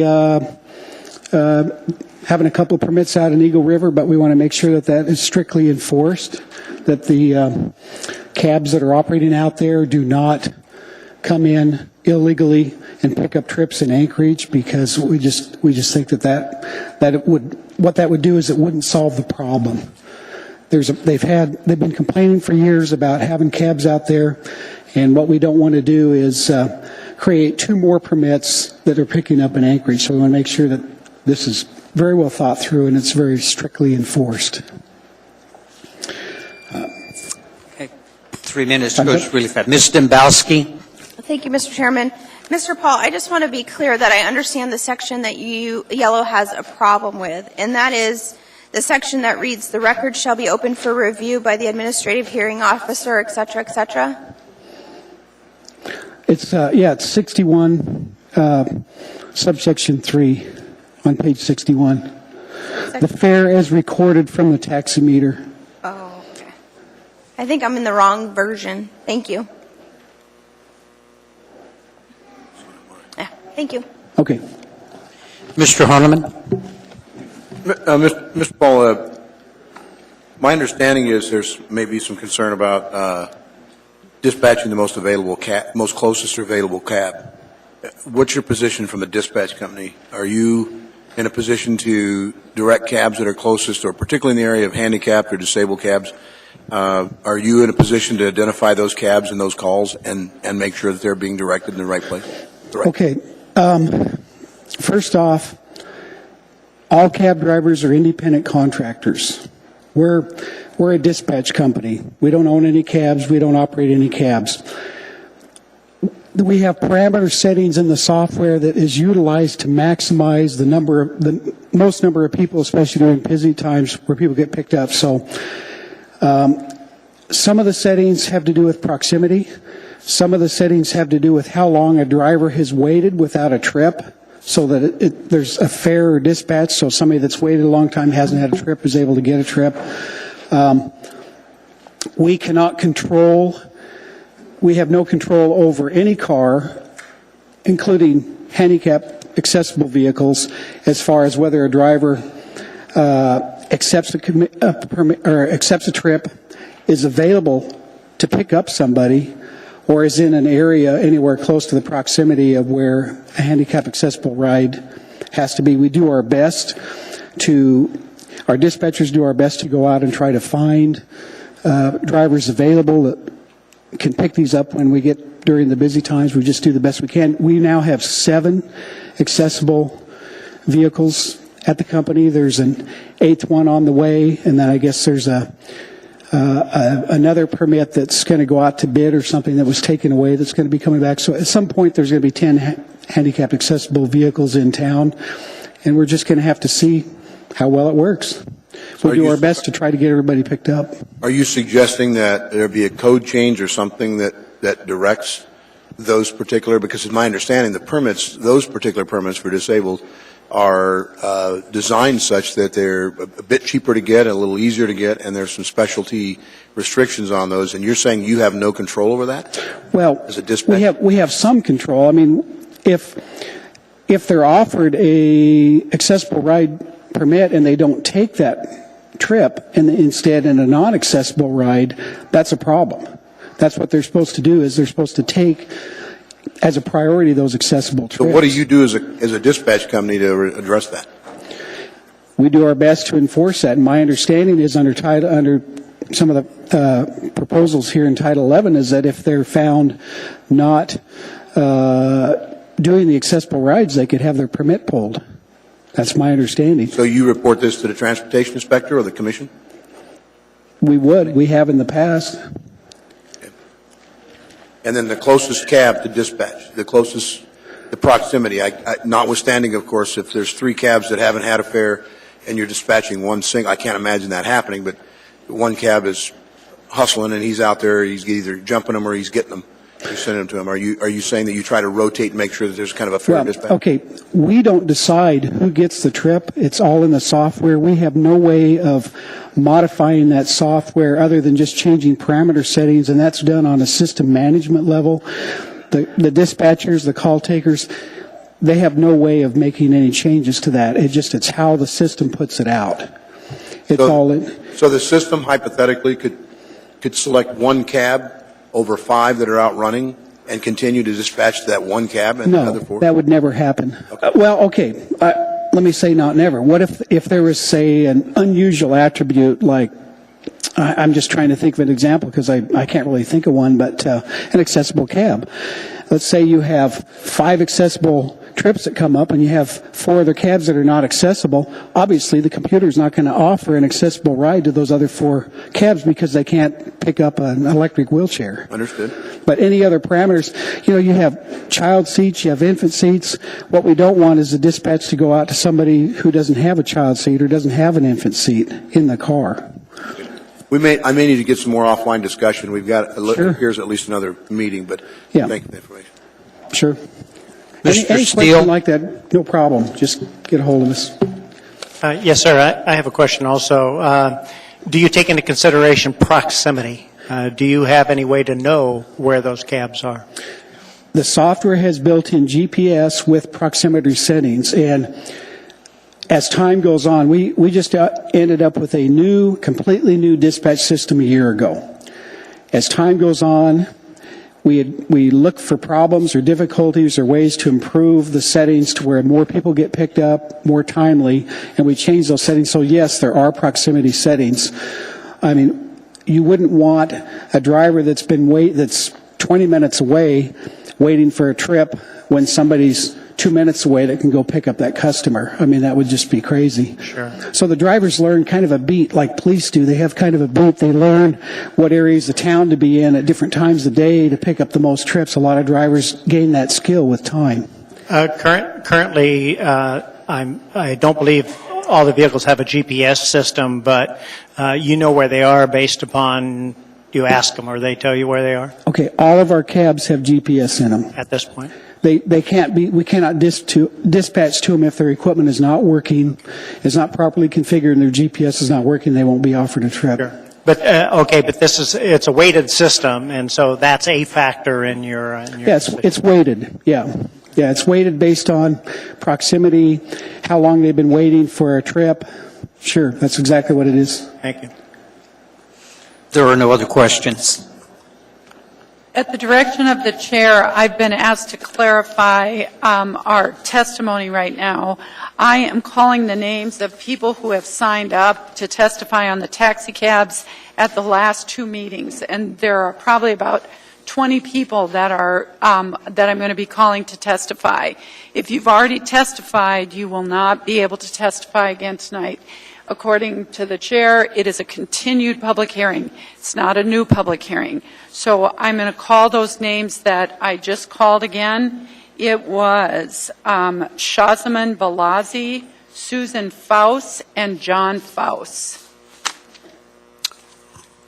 And we're looking for people that we're calling their names. Okay. If your name's been called, please. If it's not, I would ask that you please sit down for the time being. We're going to go through those that are signed up. Yes, ma'am. Okay, thank you. So Assemblymen and women, thank you for the opportunity. I need your name for the record. Oh, my name is Susan Faust. Thank you. I own 907 Tours and hold vehicle permit numbers 59 and 60. So I would like to thank you for the opportunity to speak tonight. It may seem that tour operators and tour vans are underrepresented in this issue, but I'd like to point out that there's only a handful of companies that are currently permitted. My concern regarding these changes in the taxicab ordinance is especially Section 1110-185 regarding surveillance systems regarding for regulated vehicles. It states the system shall have cameras facing the front and rear and positioned in a manner that provides views of the regulated vehicle interior that are visible to passerby and does not violate privacy rights. Frankly, I'm not sure how a surveillance camera does not violate privacy rights, especially in a private tour vehicle. Guests come to Anchorage from all over the world, some from oppressed countries, to relax and enjoy themselves on their very expensive vacations in a stress-free environment. They have an expectation of privacy. They are not prone to negative behavior and should definitely not have a camera in their face. What kind of impression does this give of Anchorage? That we are snooping into the vacation lives of our guests? Could the placement of cameras in tour vehicles be construed as a fishing expedition, looking for crimes when there is no evidence? Is it legal to target people who have no intent to commit a crime? Even though it may be within the rights of the municipality to require cameras, should you?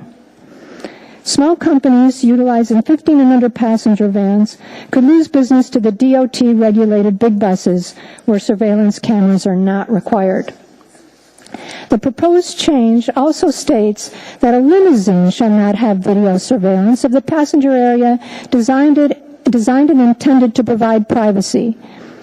This same courtesy for the private space in limousines needs to be extended to the guests in our tour vehicles. In the current proposal, there is not a mechanism to exempt a tour vehicle, since there is not a stated definition of what a tour vehicle is. In my email to you all a few days ago, I suggested definitions for tour vehicles as opposed to shuttles. Also, the following two issues hinge on the definition of a tour vehicle. One is Section 112320, the posting of rates, where every vehicle for hire shall post the applicable rates charged for service. Tour vehicle rates are predetermined, contracted and paid for in advance of the tour, and do not need to be posted. Also, the complaints section, 1110-055, which requires that all regulated vehicles except for limousines display a commission-approved 6x8 notice for telephone numbers for the filing of complaints. If these signs are accepted for limousines, they should also be accepted for private tour vans. Thank you. Mr. Birch? I just wanted to thank you for your testimony, your email, and our phone call. I think it was very helpful. I've actually made a request that we make some of those modifications or advance those modifications in the final version of this ordinance. Thank you very much, Mr. Bursch. You're welcome.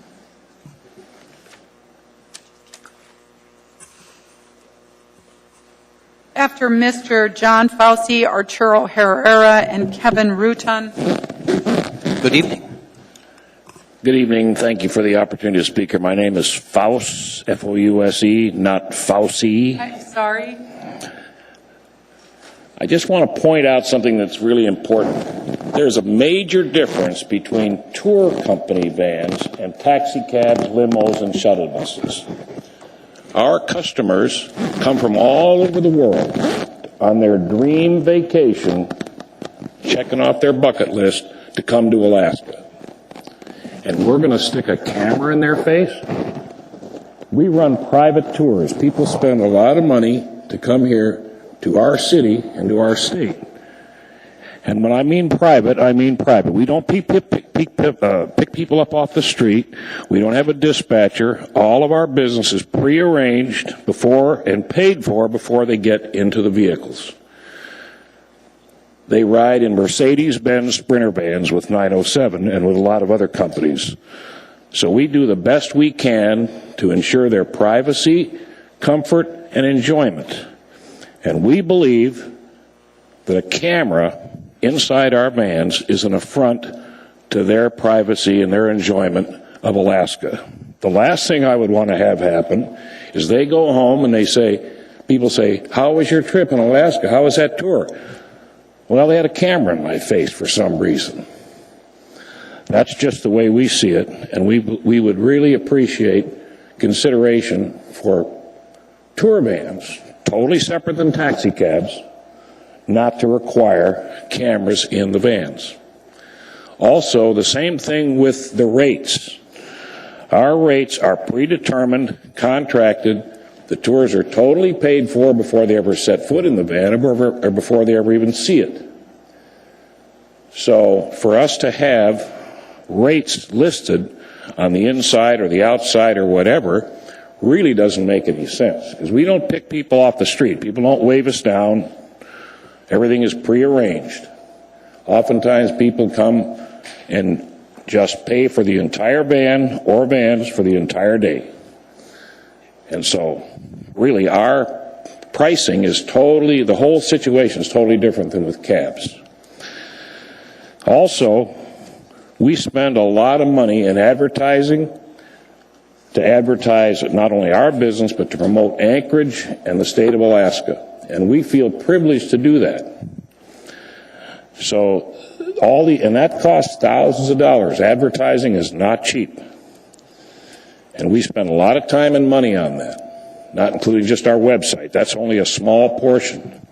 And then we have all these fees, some of the highest in the nation, 3 times better than that of New York City, to just permit one van to operate. And then we've got to put in, then there's cameras and there's all this other stuff. So we would like to have the tour vans looked at as a separate category in the rewrite. Thank you very much. Thank you. Yes, sir.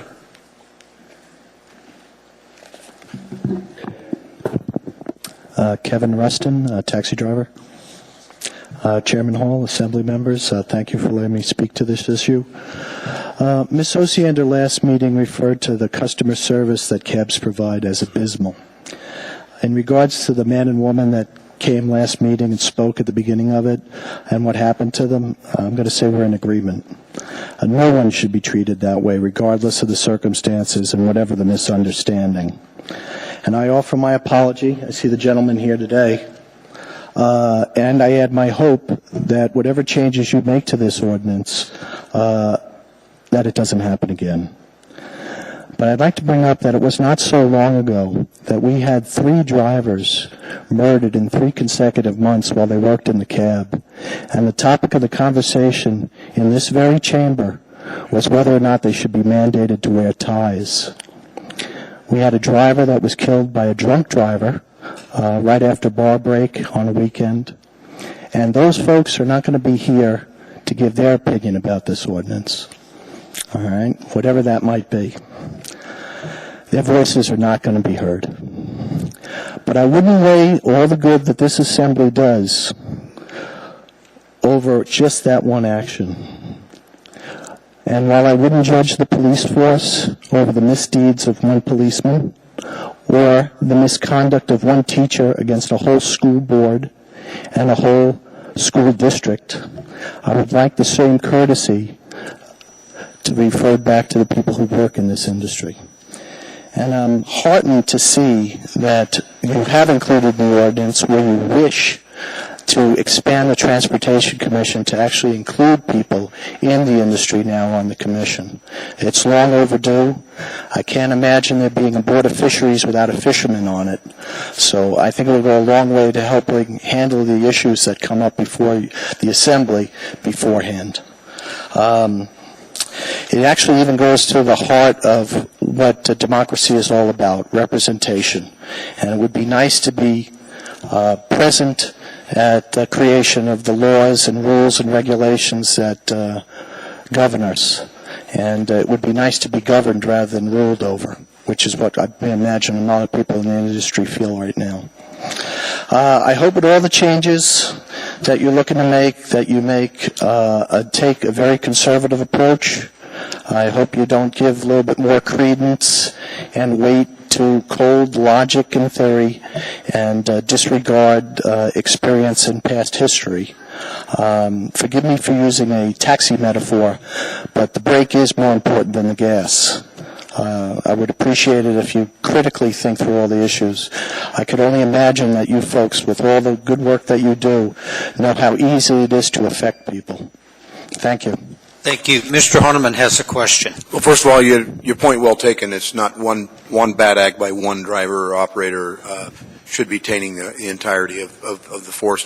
Frankly, I've taken cabs in this city and other cities, and I pit our professionalism up against any. And I just was in another city, and I guess I'd ask your question specifically to the changes involving video systems in the car and being able to dispatch closest in proximity through the dispatch company. Does that seem problematic to you as a driver? I would say, unfortunately, I think quite a bit of the ordinance is flawed. If I would point to where I would say even the good ideas happen to be bad, with the cameras, I would think most of the taxi drivers are very much in favor of them. I can't imagine where a customer would be opposed to them, especially when they're aware of them. But I will say this, we get people in a lot of inopportune moments when possibly they're not either on their best behavior or they're going through a crisis. And I would hate to see videos of that somehow finding themselves on the web like we see so much happening in the world now. I don't see anything in the ordinance that addresses something like that it would be kept personal and it would only be used for in case there was incidents or accidents that did happen. And that it wouldn't be Anchorage gone wild now, all of a sudden finding its way on a website. It's a point well taken, and Thank you. Speak very eloquently. Thank you. Please submit any more follow-up suggestions in writing to us all. I look forward to hearing some input. All right, thank you, sir. Sylvia Villamides, Bob Wins, Ivan Romos, Veronica Evans. Please, first person up to the podium, please come and testify.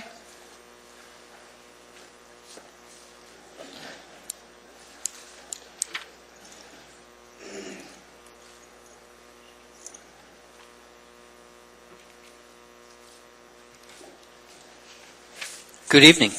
Good evening. We're all going to speak at the same time, if you don't mind. My throat's a little bit sore. You need to pull the mic closer to you. My name is Sylvia. I'm the director of Anchorage Char. Ivan Ramos, president of Anchorage Char. Bob Wynn, a board member of Anchorage Char.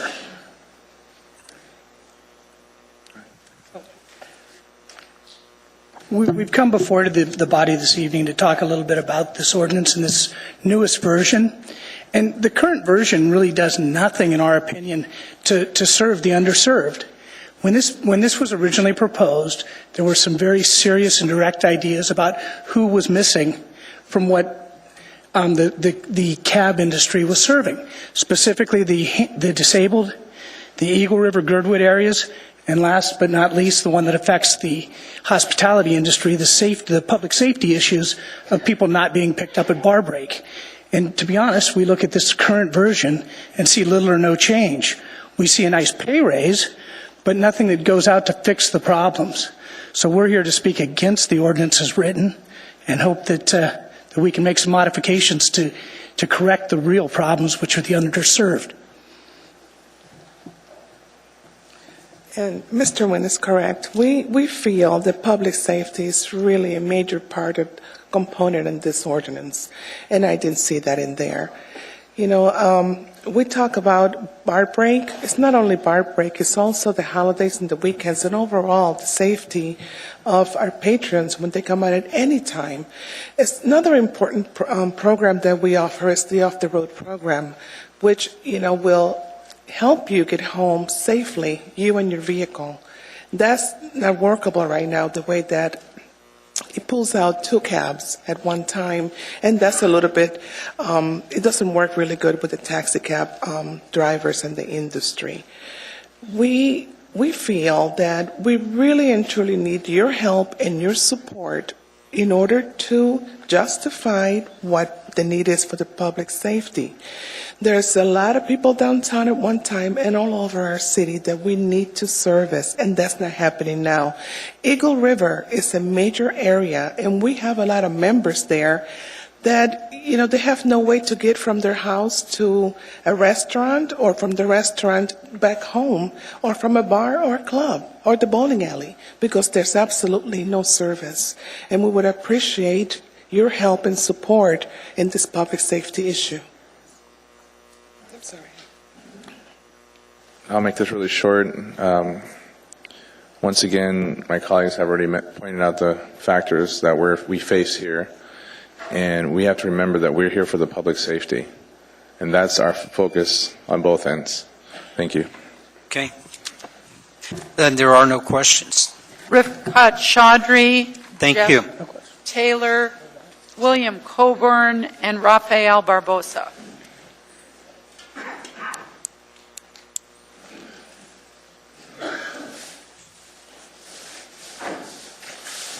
Hi, my name is Rifat Chaudhary and I am owner of the cab 169,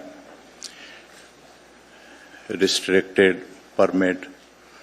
So I am asking Assembly, the taxis is same, doing the same work, and all regulation we are obeying the same, and I don't know why this restriction is on the cab, non-transferable.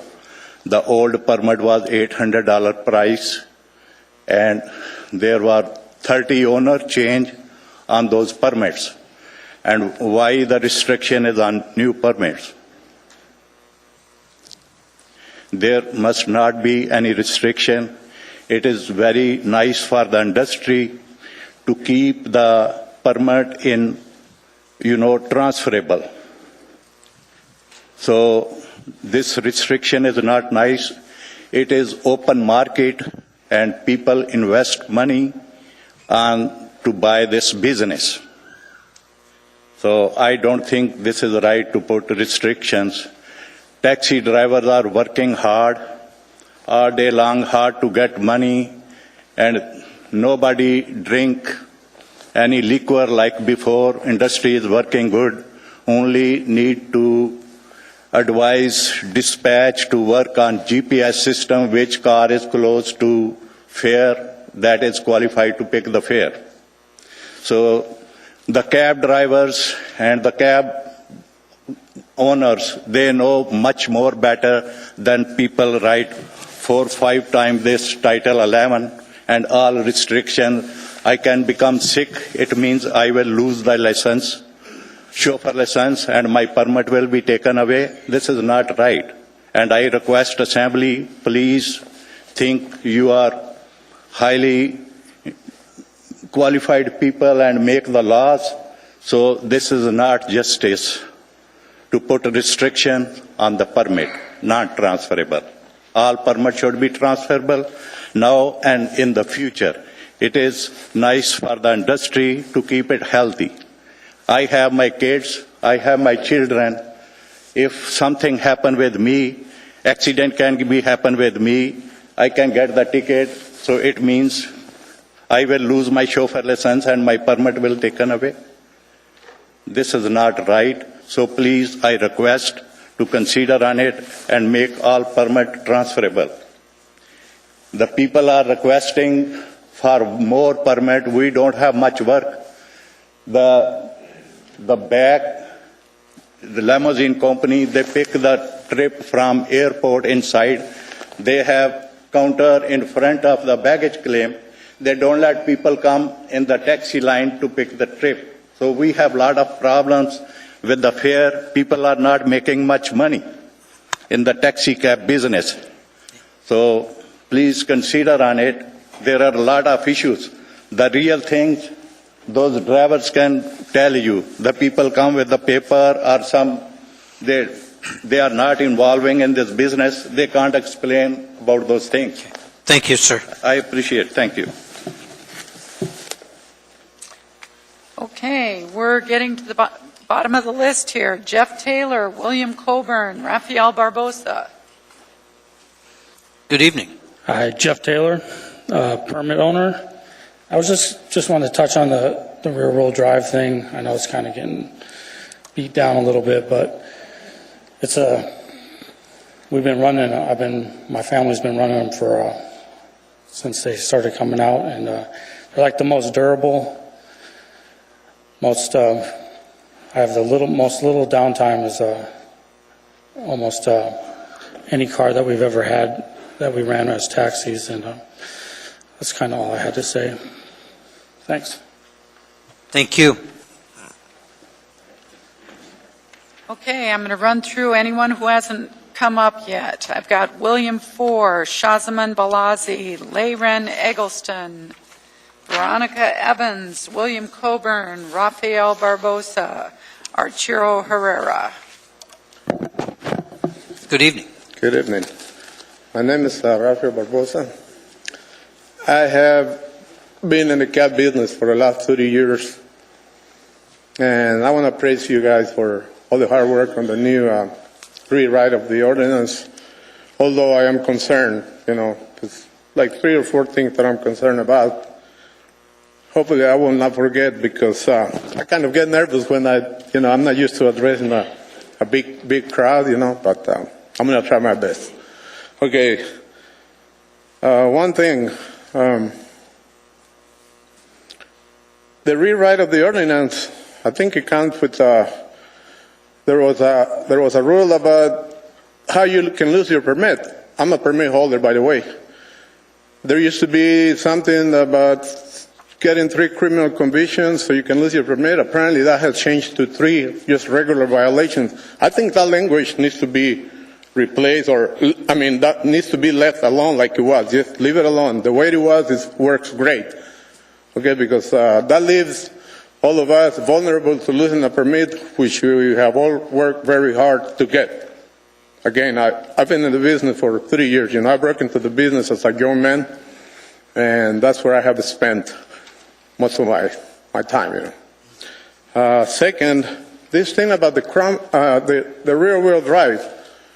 I mean, for the last 30 years, we don't want to stay in the old ways, but for the last 30 years, rear-wheel drive has worked great. Why? Just like that, all of a sudden, overnight, they're no good. Law enforcement use them. We have been using them. I myself work on these particular cars full-time, the whole time. They're great cars. Okay, the third one, I think I already forgot. Char. There are some people here that are trying to come and cover their backs by trying to stick it to the permit and cab drivers. I think that they had the opportunity to get a permit. 15 permits were issued, within the last month or so. How come they didn't buy any of those permits? They want free permits. I never got a free thing. I never got a free meal. Why should someone just come and say, hey, we got a problem with alcohol? The problem with alcohol is not going to be solved by throwing a bunch of permits and destroying a business. We all have to make a living. Nobody works for free. That's my understanding. Right? So, I appreciate it. I forgot about the last question, but thank you very much, okay? Mr. Honeman has a Quick question. sir.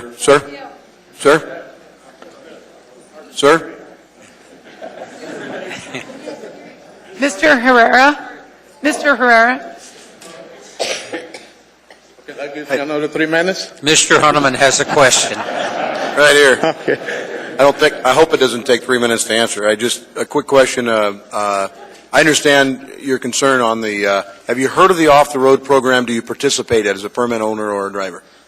The off-the-road program that CHAR has been running. Do you operate with that? You know what? The off-the-road program, I think I would work, I don't know, is it something new? Or I think it was old. In the old days, there used to be a system. I thought that was working great. I didn't see any problem with that. Do you participate in the off-the-road program? Huh? Does your permit participate in the off-the-road program? Will it participate in it? Yeah, like I'm pretty sure. If you get dispatched to go, it takes two drivers, 2 cabs, and then a thing. Okay. Since I'm already here, I remember the fourth one. Okay. The dispatch. You know what? I heard Mr. Dean say that the dispatch works great. I tell you something. I was in the cab business when we were on radio. The radio system worked great. We were able to cover more and more calls than we're able to cover with the computers today. The system is just full of problems, and they're going to have to excuse me for saying that, but that's the reality. The system doesn't work like it is supposed to, and it appears to me that the dispatch office has the mentality of dominating these cab drivers instead of making it a very effective system. And that is, I think there can be a lot of people that can back me up on that right here. Okay. That needs to be changed. I'm sorry that there was nothing on the new ordinance that can regulate the cab companies and make it fair for all of us, all the people that are involved in the cab business. Okay. Thank you very much. Thank you. Okay, that completes our list of individuals that have signed up to testify. Is there anyone else here this evening that wants to testify on cabs that have not testified? Please get in the queue. Yeah, if I may, just on behalf of Arturo Herrera, he wanted to testify but had to be out of town. Okay, thank you. Yes, ma'am. I did ask to sign up, but they weren't taking any names tonight. My name's Harriet B. Leal.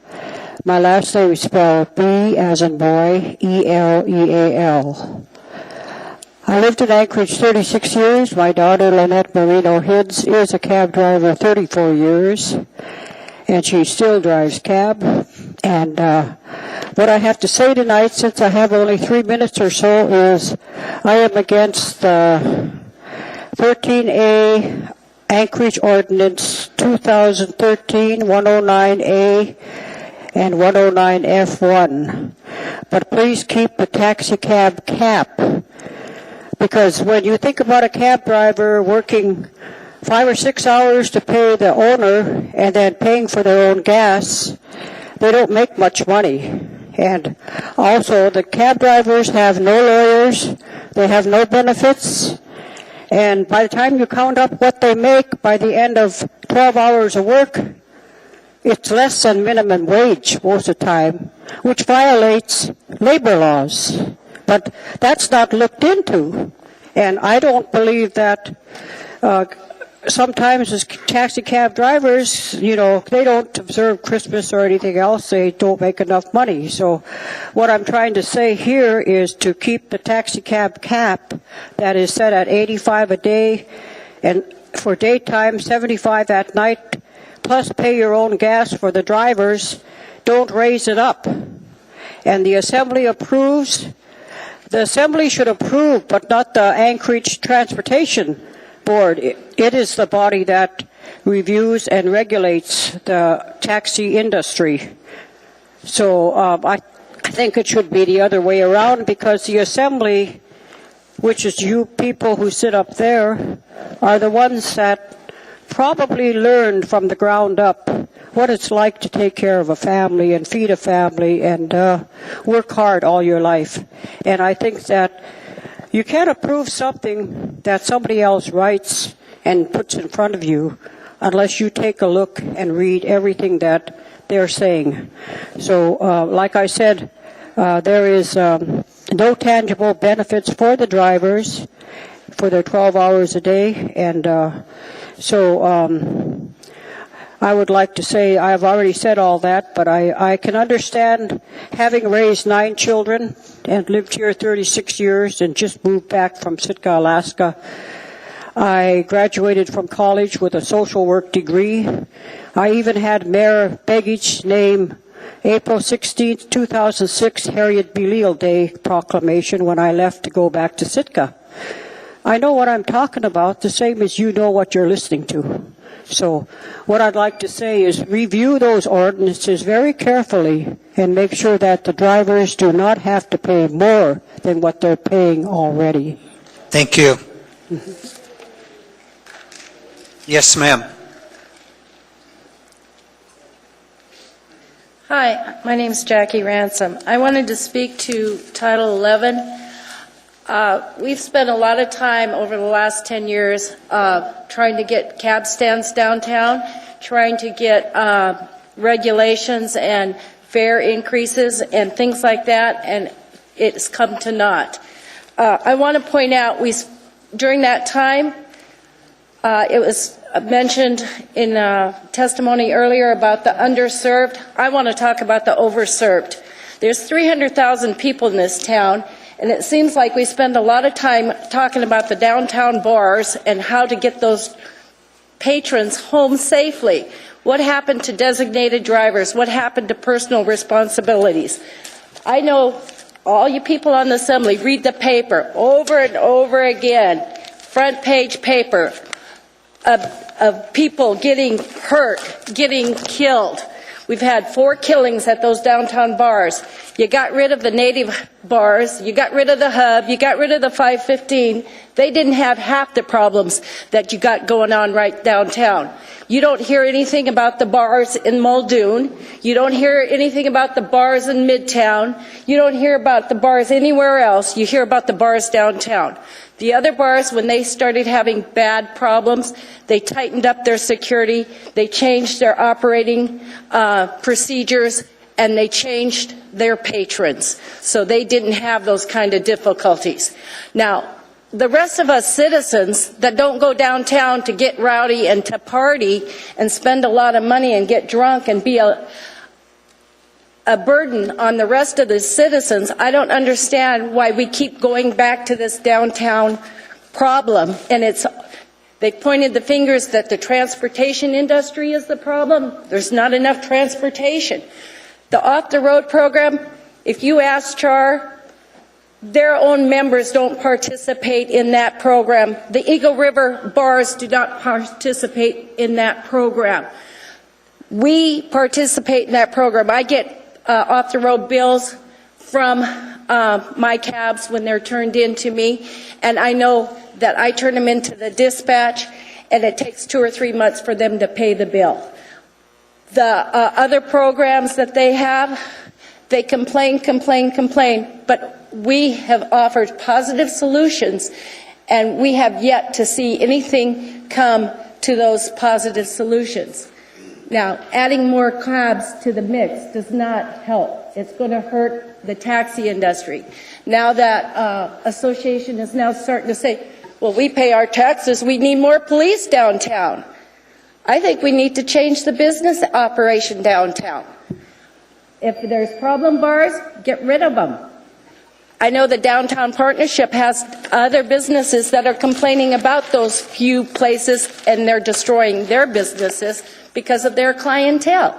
I think they need a new business operation. Thank you. Oh, do you have any questions? No, ma'am. Yes, ma'am.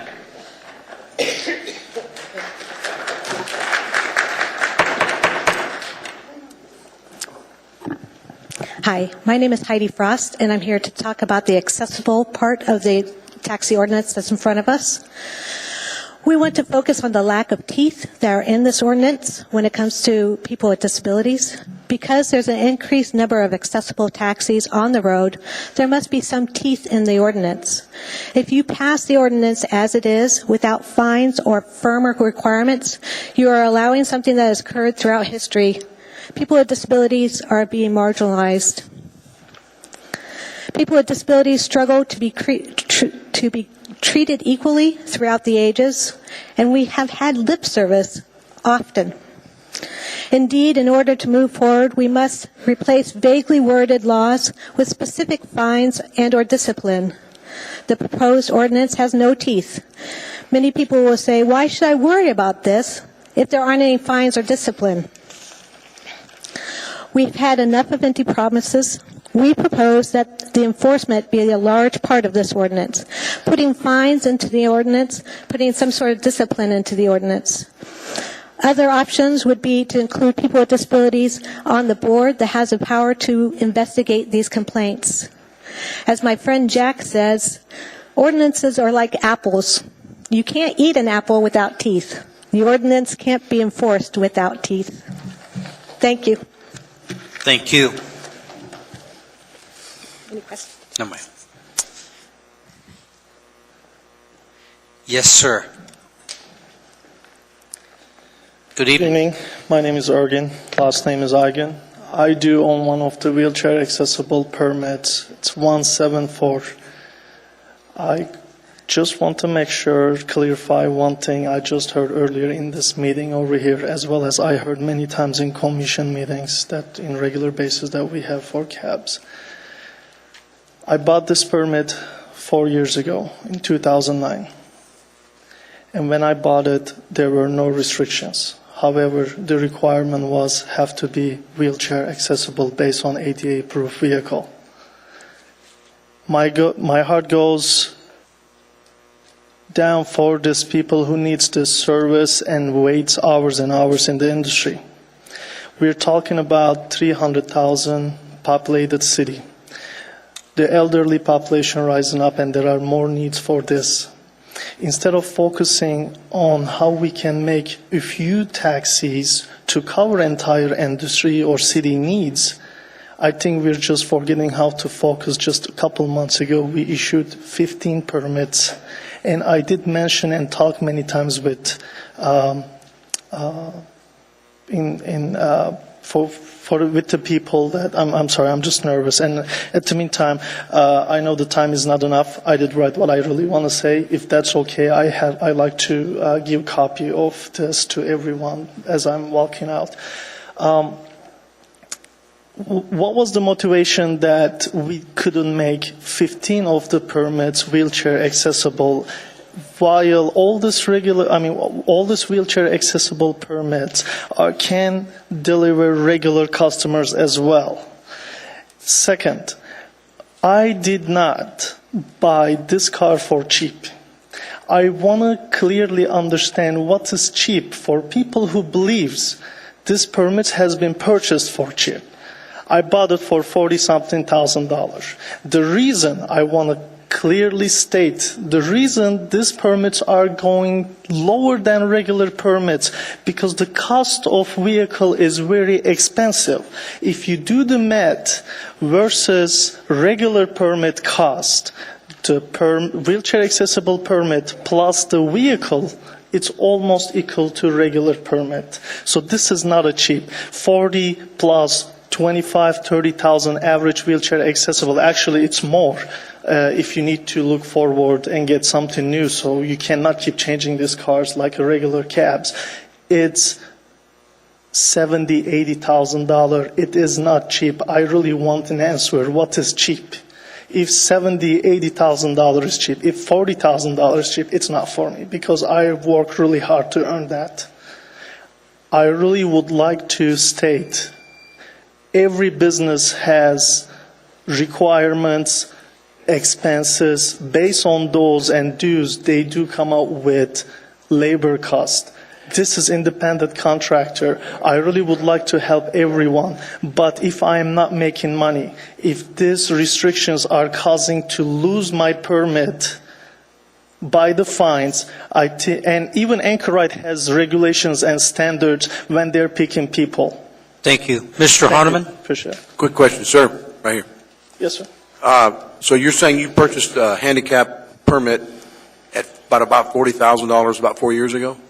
And yes, sir. And 2009. And it was your understanding that did not have restrictions that would place you to have to respond to a disabled or handicap call as a priority over just a standard fare? Sure, I can clarify that for you. Dispatch office breaks the city map into the zones. If you are nearby the zone, that's automatically you should take it because it's closer to you. But if I'm at the airport, if I'm in Diamond Center or south side of town, and there is a trip across town, with those restrictions, you're forcing me to drive all the way across town, which is time is money, gas is money, and there is at the other end question mark. Is there still anyone waiting there for you? Basically, I'm losing money as I get beyond the regular system. Well, I don't want to argue with your debate, but I've heard testimony at Public Safety Committee and before this body from the handicapped and disabled community waiting hours for a handicapped disabled vehicle to respond to their concern, their call. So I don't care if you're at the airport and the call's in Eagle River. Waiting 3 and 4 hours for a taxi cab when you were sold the permit at a reduced rate for that purpose. It's not reduced rate. Well, that's my question to you. I ask you specifically, did you not purchase this handicap or disabled permit at a reduced rate with the understanding that your priority or primary call? I don't want to get into a huge debate. We're taking your information. Maybe we'll take this offline and I'll talk to the Transportation Commissioner Inspector. But it's my understanding that those permits did go out at a cheaper rate for the primary reasons, because you stated the vehicles, the handicap accessible vehicles were more expensive. But as far as the rate goes, if you go 20 miles with a handicapped person or 20 miles with a regular passenger, the fare is about the same, if I'm not mistaken. So the permit purchase is cheaper, and their intent, that was my understanding. If I'm wrong, I'm wrong, but I'll You check think with you're wrong, sir. You're looking at it from one perspective. Okay. I am not even looking at the business. I'm looking at it as a driver point. I work 12 hours as a driver to make a lease and gas. And What I'm going to stop. ask is you two have this We'll take that conversation offline. I would offline. like to talk Thank one-on-one, you. and I would like to. Can I just pass those up? Give it to the clerk. Good evening.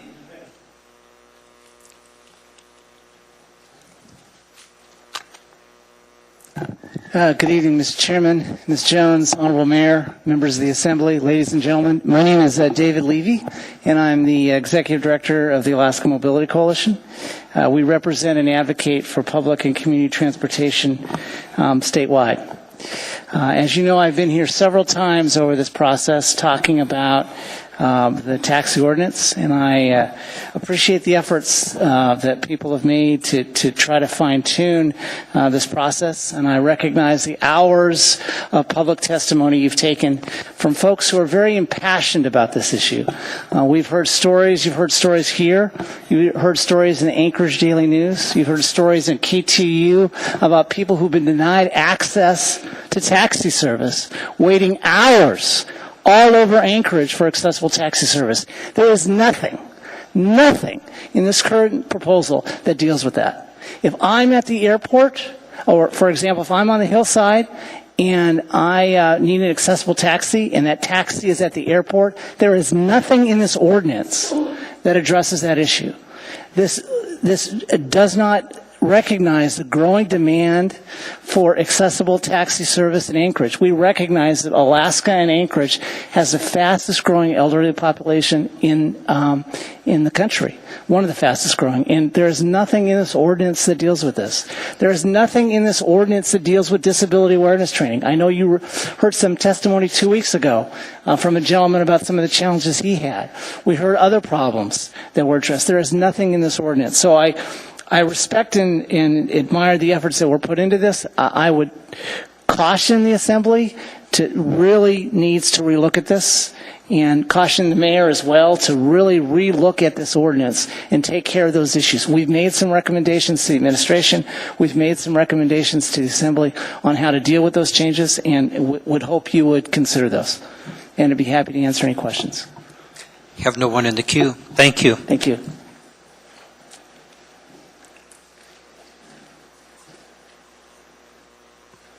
Good evening. Good evening.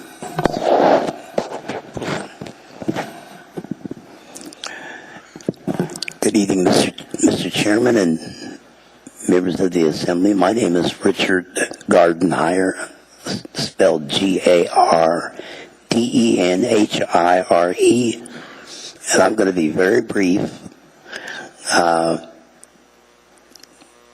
I'm currently the president of Alaska Independent Blind, which is a consumer advocacy organization of blind people throughout the state of Alaska. My concern over the past few years since the enactment of the Americans with Disabilities Act, there's been an ever-increasing number of drivers who have refused blind and visually impaired passengers on the basis that they have guide dogs. Their excuse, more times than not, is either they are allergic to the dog or they are afraid of the dog. We are those of us who have guide dogs are trained intensively to not only ensure that we're safe and that safety issues can be addressed, but that in turn these animals are there with us to guide us safely throughout the community. I would urge that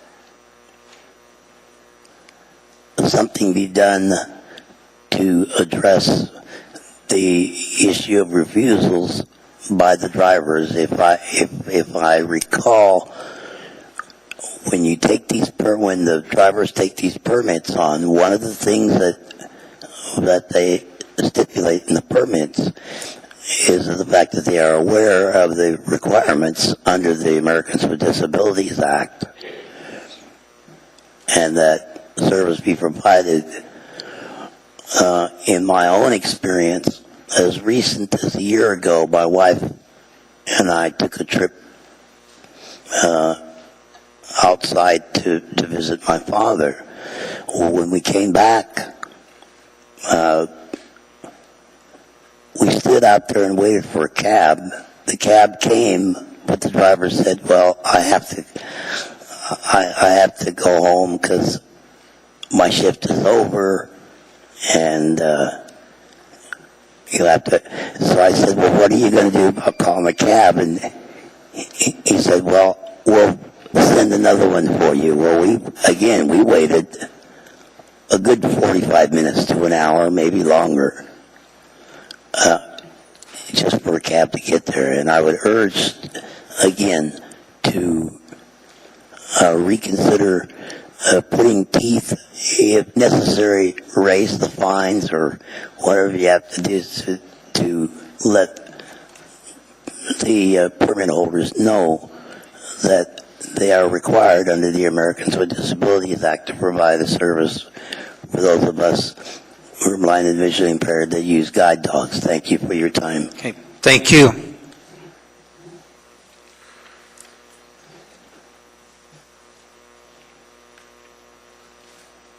Good evening. Good evening. I'd like to thank you guys all for all your time on this. I know this has been a lot of work, but we have different versions coming out every meeting. It seems like we have an S version now that I'd like to address. We talked a lot about the bar break and the handicap situation. We have 5 new cabs that are handicap designated, so that's still in the works to see how if the community is served better with these new 5 handicap cabs. Could we have your name for the record, Oh, I'm sir? sorry, Bob Ransom. I'm a driver and an operator of 3 cars. But anyway, Mr. Ransom, didn't you testify previously? yeah, but not about the yes version. I'm going to let the chair make a ruling on that. You get to testify one time, sir. Even if there's a new version out? Yes. You cannot testify again? Okay, I was just going to give my opinion about the GPS dispatch, not the... But you are more than welcome to give us in writing any opinions that you've got on that, and encourage you to do so. Okay, I'll give you my opinion and my dispute of Mr. Paul's testimony about GPS and other dispatch methods. Okay, thank you. Is there anyone else?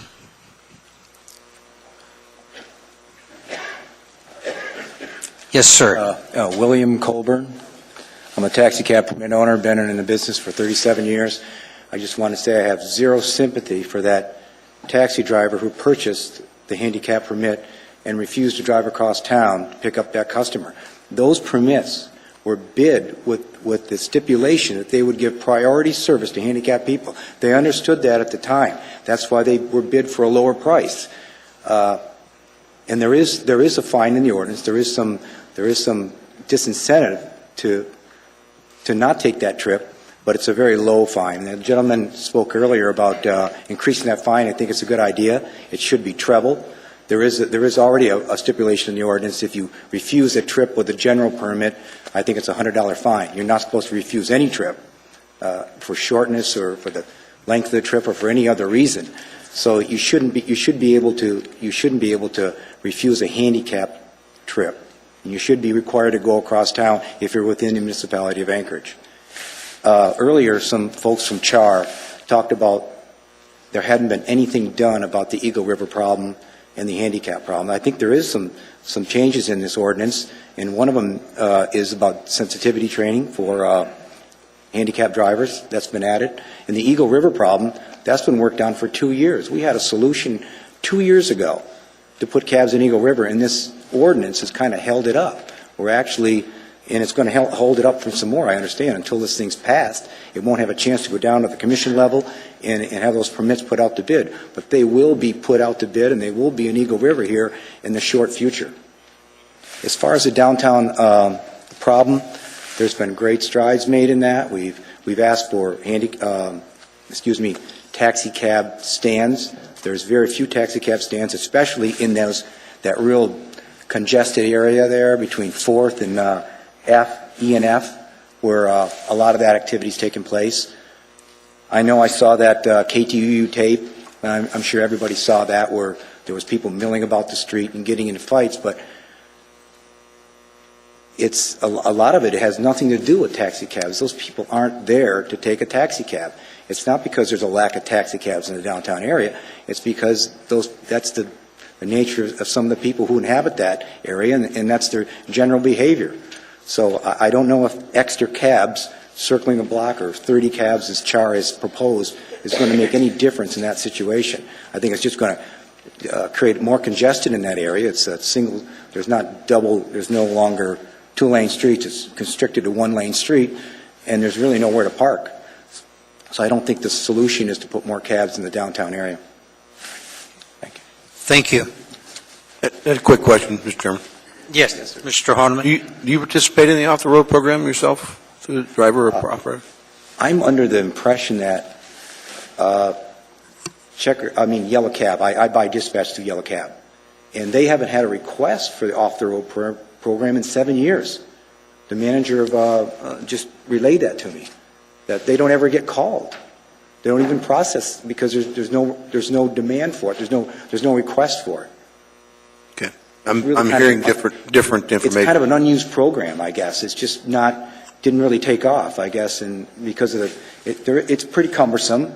It takes a long period of time. It requires 2 cabs, and it hasn't really worked out for that reason. Thank you. Thank you. Is there anyone else? Yes, Far right. Eustace Regis, Cab 162. Get it? Okay, I've been hearing a lot of things about. Also, I drive a wheelchair van, also own a wheelchair van. I've been hearing a lot about be cheap on the permit because for one reason or the other, you get it for cheap. It's bid. I want you guys to get it. It's bid is not getting it cheap. It's the highest bid one. And the next thing is everybody is giving on the permit on the wheelchairs. They are not doing this. They are not picking up. They are not getting this. Not there on time. But the thing is, the good we do, nobody talks about it. When I had to wait a whole night to wait for a wheelchair person because they had no way to get to the airport in the early morning, I had to sleep in the gas station, wait there in the gas station until 5 o'clock to go and pick them up in winter time to make sure they make their flight in the morning in the airport, to take them to the airport. Nobody talks about the good that we do. All they talk about is they were not there to pick them up. They take 2 hours to get them. I'm with Checker Cab, and that's the only wheelchair van that's with Checker Cab. And the other thing is, people call Yellow because it's 22222 and they like it. So that's the reason, another reason. When they can't get them, that's when they call Checker Cab, right? If the dispatch can't get me, they call me on my phone, and I go and get them. But it's not just blasting and saying the wheelchair van does not go and get the people, the wheelchair van does not go and get the people.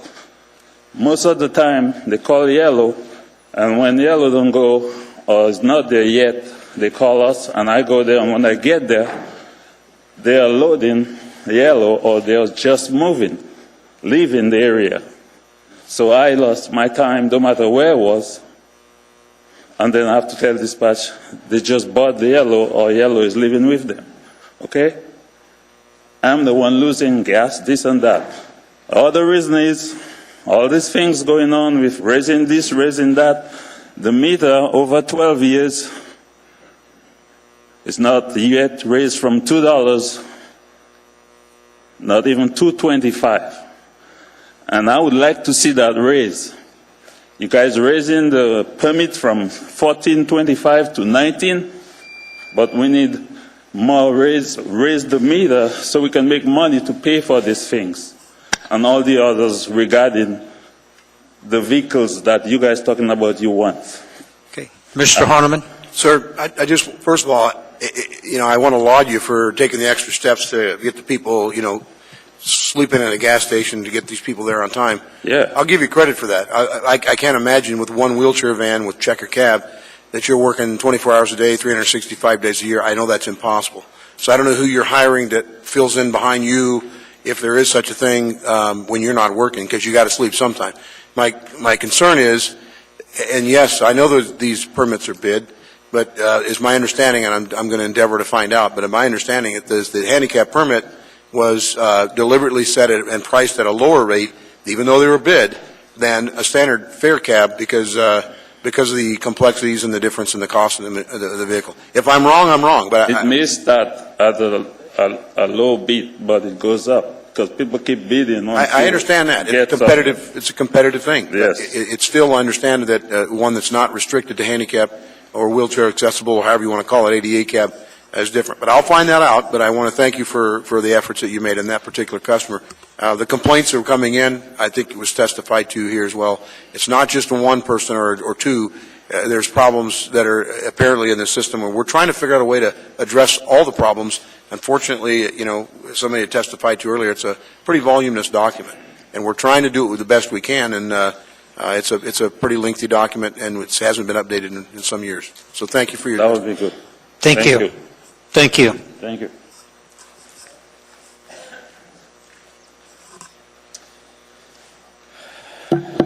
Hello, my name is Michael Thompson. I'm the owner of Checker Cab. I'd like to confirm what Mr. Regista just said. He actually does do that. He varies his schedule. I call him on a regular basis, and we have a 3 o'clock or a 6 o'clock or whatever particular time, and he adjusts his schedule so he can be there ready for them. So, and he's correct. We only have one vehicle, so it kind of makes it a little tricky with scheduling at times. There's a few things about this ordinance that I do like. There's a lot of it that I do like, but the cameras in the cars, I think that's a good safety item, not only for the drivers but for the passengers. I applaud that. There's been changes back and forth, so I'm not exactly sure. And I think it was changed as far as the type of dispatching, whether it's zone or closest cab dispatching. The system that I'm using does not allow me to switch to closest cab. It's zone only.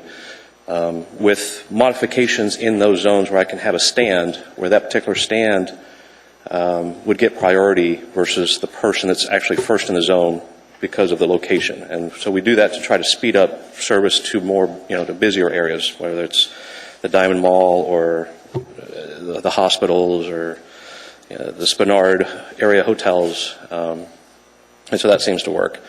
Prior to the system that I have now, I had another system that was strictly closest cab. And that works when it's busy all the time.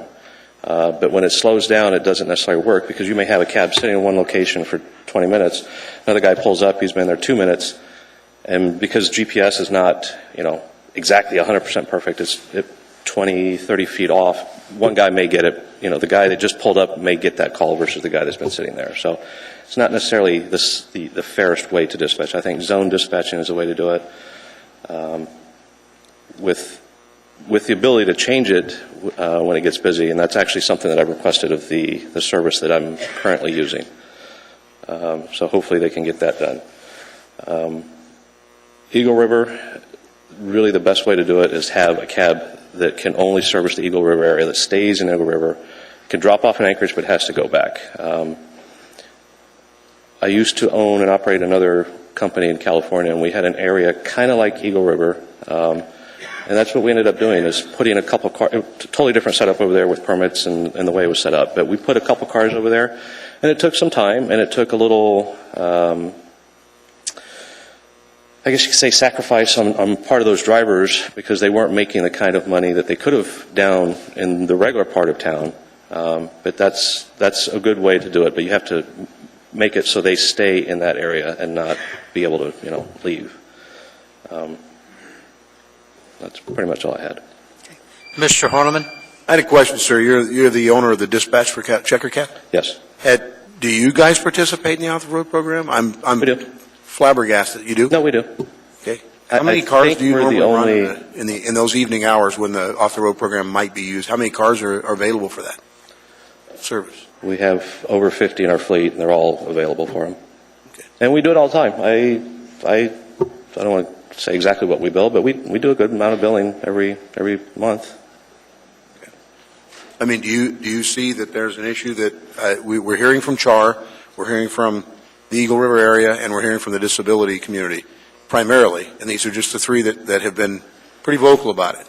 Do you see the need for, and I can take the information offline, but do you see the information in here? We heard earlier that it's not being addressed in the ordinance that's being proposed. Well, like I said, Eagle River, if you have some cars that stay there, I think that would work. You have to get some participation from the public. I mean, if they're not getting used over time, they're going to go out of business. That's just the fact. They have to be able to make a living. As far as off the road, it's a good concept. What actually happens is we send 2 cabs over. One guy gets out, drives the car, the passenger's car, and the passenger gets in a taxi. They both go, and then they both ride back in the taxi. So you're using 2 cabs to service one person. And then you have 2 cabs driving back that can't service another 2 people for servicing one person. So you could do 4 trips with the time that you're doing a single trip. And that's kind of the shortcoming of that. I know they don't want to leave the cars parked downtown overnight, but honestly, that would be the better way to do it, I think. Give them a voucher so they can grab a cab the next day and come pick up their car, versus the way they do it now. Megan. Thank you. Anyone else? No, sir. Anyone else? Seeing, hearing none? Mr. Chairman? Yes, I've got a gentleman comment. If there's anyone here to testify, you need to move up. My name is Nasser Chima, and thank you, Mr. Chairman, to have me opportunity to speak here. I have an answer. Sir, could you state your name, please? Nasser Chima. Go ahead. I do participate that off the road program before. The only concern I have, did they check what about 2 of us driving, one of the customer car, and I'm driving cab. If the customer have no insurance, who's covering that? Who's liable for that? That's the only reason I quit doing it, because I was not sure anybody checking their insurance or if that car is covered under or not, so I quit doing it. And the other thing I have about that downtown people, on downtown bars, I almost don't pick up anymore. I drive 12 hours. If I pick up 10 trips from downtown bars, those 4th Avenue bars, 5 times I never get paid. Because they never ask them, they call the cab for them, but they don't ask them if they have money to pay the cab fare. That's the main concern I have with them. They overserved, they have no money to pay. If they check with them, ask them if anytime they check with them, when they call the cab for them, sir, did you have a fare to pay the cab? I don't think they do that. Because half the time I never get paid from the downtown bars.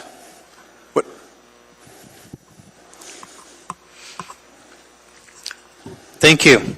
Just real Mr. Honeman? Yeah, sir, I think there's some things in this ordinance that would address that, but I hear your concern about the insurance, and that's a very valid one. Yes. Have you ever picked up at bars under the vouchers where they pay you back for the fare? Yes. Is that a better process, you think, than, say, the off-the-road? Yes. Chilkoot. Prime example. They never have cab problems because they hand you the voucher. They bring the customer to you, and they ask the customer, where are you going? Muldoon. They ask me, how much you think is cab fare estimately? I tell them $20 or $15 or $25. That bouncer write $25, even $5 extra what you told him. He say, okay, take him there. Thank you. You're welcome, sir. Thank you.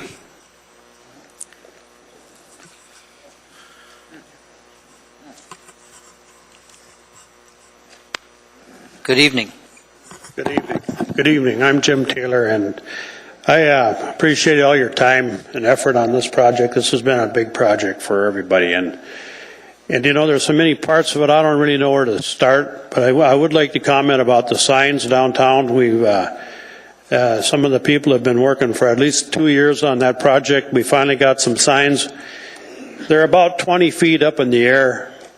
The people are parking in them and getting ticketed by the municipality. I think there was a letter to the editor the other day. There was 85 citations issued, and it must have been just over a week. That's one thing, and I just wanted to point it out. I was glad to see the progress they made, but I didn't think we did a very good job on it. Thank you. Thank you. Anyone else? Anyone at all? Seeing, hearing none, this item is before the body. Mr. Trainee. Mr. Chairman, I move to postpone Assembly action on AO 2013-109 S1 and maybe an S2 if we have it with all the amendments in until our next meeting on November 19th from 8 o'clock to 10 p.m. I'll need a second, then I'll explain why. Second. Time frame. We have to have an interpreter here for Mr. Gates. So what we'll do is have the interpreter here from 8 to 10 so he can talk to us and we can understand what he's saying relative to this item, sir. Very good, Mr. Trainee. Any objection from the body? I just want to clarify, does this mean we're having a work session too? We'll have a work session about an hour one I've got set up for the 15th. Thank you. Okay? Okay, thank you. This item will be continued to the meeting of the... Action is postponed. Yes, action is postponed on this item. And make sure we've got everybody's amendments in. Yes. We now have before us item 14A, AO number 116, an ordinance of the municipality of... Is there a 13B?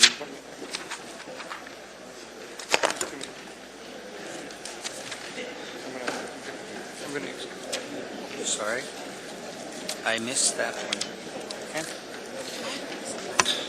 We have before us item 13B, AO number 95, an ordinance to the Anchorage Municipal Assembly amending Anchorage Municipal Code, Chapter 23.10, Anchorage Administrative Code, Section 104, permit requirements to provide the option to exempt all residential and commercial construction from plan review by municipal building officials and for code compliance and building safety when a registered design professional designated by a permit applicant certifies the plans were reviewed and comply with applicable building codes. This item is before us. Anyone to testify? Anyone at all? Seeing, hearing none, it's an item before the body. Mr. Trombley. Mr. Chairman, I'll move to postpone indefinitely. I'll have instead of going down the S version route, taking the advice of our recent Citizens Commission on S versions, I'll just submit a different ordinance under a new name. Very good. Do we have a second? I second it. Okay. Thank you. That item is postponed indefinitely. We have before us item 14. Yeah. Let the record show that there was no objection from the body. We have before us 14A, AO number 116, an ordinance of the municipality of Anchorage amending Anchorage Municipal Code, Section 17.30.070 and 17.30.080 to provide exemption from quarantine for police dogs. The item is before the body for public testimony. Anyone to testify? Anyone at all?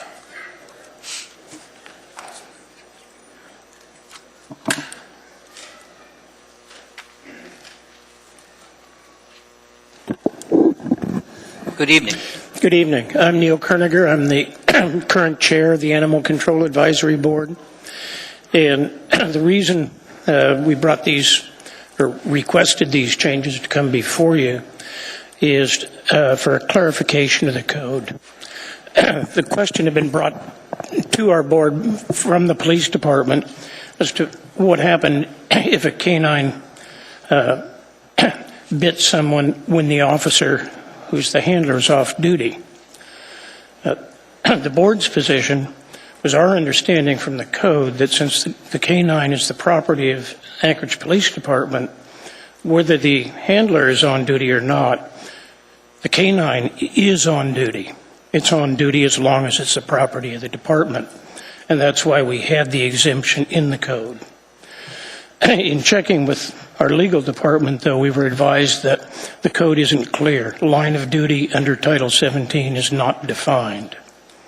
So to make our position with respect to that issue clear, we're recommending deletion of the line of duty and simply have the code read that if an APD K-9 bites someone, it does not have to be quarantined. We don't have to take the dog out of service. The department follows a very strict vaccination protocol on their K-9s. The dogs all are current on their rabies vaccines and they don't lapse. We do want it to be observed, which is what we already had with the line of duty provision. We just don't want to take it out of service to be quarantined. We don't believe that's necessary. Okay, thank you. Mr. Trainee? Neil, so how much longer do you have on the board?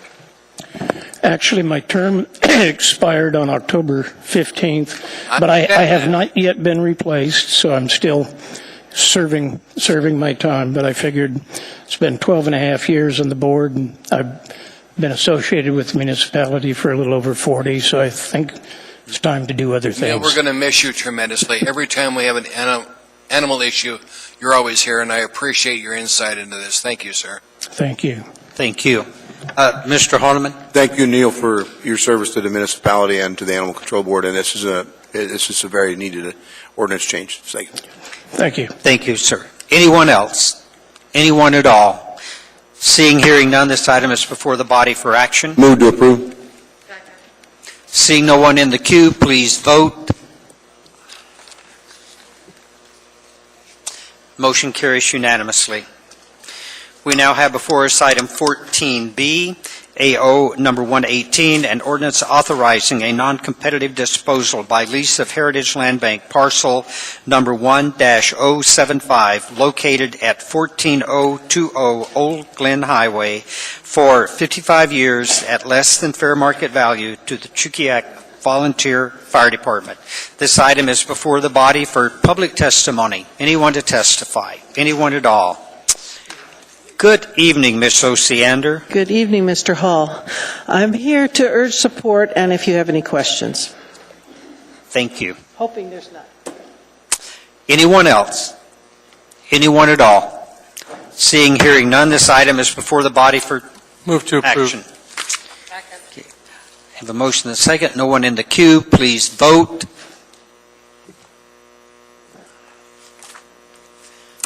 Item carries unanimously. We have before us item 14C, AO number 119, an ordinance approving a non-competitive disposal by lease of Heritage Land Bank parcels number 6-048, 6-049, and 6-050, located in the old Girdwood town site for fair market value to AT&T Alascom.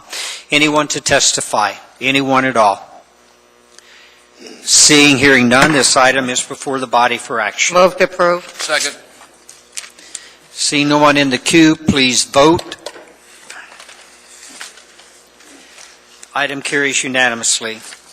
We have before us item number 14D, AR number 269, a resolution of the Municipality of Anchorage appropriating $392,943 from the U.S. Department of Justice Office of Grant and Appropriation of Justice Programs, Edward Bryan Memorial Justice Assistance Grant, and appropriating $8,641 from the Anchorage Metropolitan Police Service Area Fund 151, Anchorage Police Department 213 operating budget as a contribution to the budget funds number 241, Anchorage Police Department, for the purpose of underwriting projects reduced to crime and improve public safety. Item is before the body for public testimony. Anyone to testify? Anyone at all? Seeing, hearing none, this item is before the body for action. Move to approve, Mr. Chairman. Second. Mr. Chairman, Yes. just to beg your indulgence, just to clarify for the record, it's the Edward Byrne Memorial Justice. Thank you. Seeing no one in the queue, please vote. That item carries unanimously. Mr. Chairman, Yes. I'd like to move to reorder the agenda and take up items 14G through 14M. And that reason we have to do that is because we have to get through the second public hearing of the budget.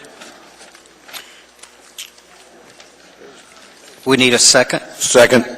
Any objection? Seeing, hearing none. And Mr. Chairman, Yes. I'd also like to move to combine the public hearing on 14G through 14M. Thank you. Any objection? Hearing none. Mr. Starr? 14G through what? M. M. All of the municipal budgets. Anyone to testify? Anyone at all?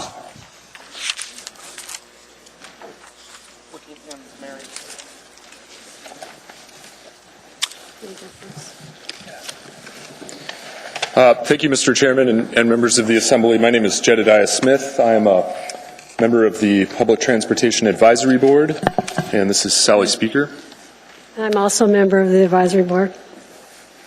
We're here to speak in favor of the proposed 2014 general operating budget and with qualified support of the proposed fare adjustment. In the 4 years that I've been involved in public transportation and a user of public transportation in Anchorage, this is the first year that we're not talking about a decrease in service. So a big thank you to Mayor Sullivan for that, and also a thank you to our department manager, Lance Wilbur, for all of his work, and also tremendous thanks to you, the Assembly, for continuing to support public transportation.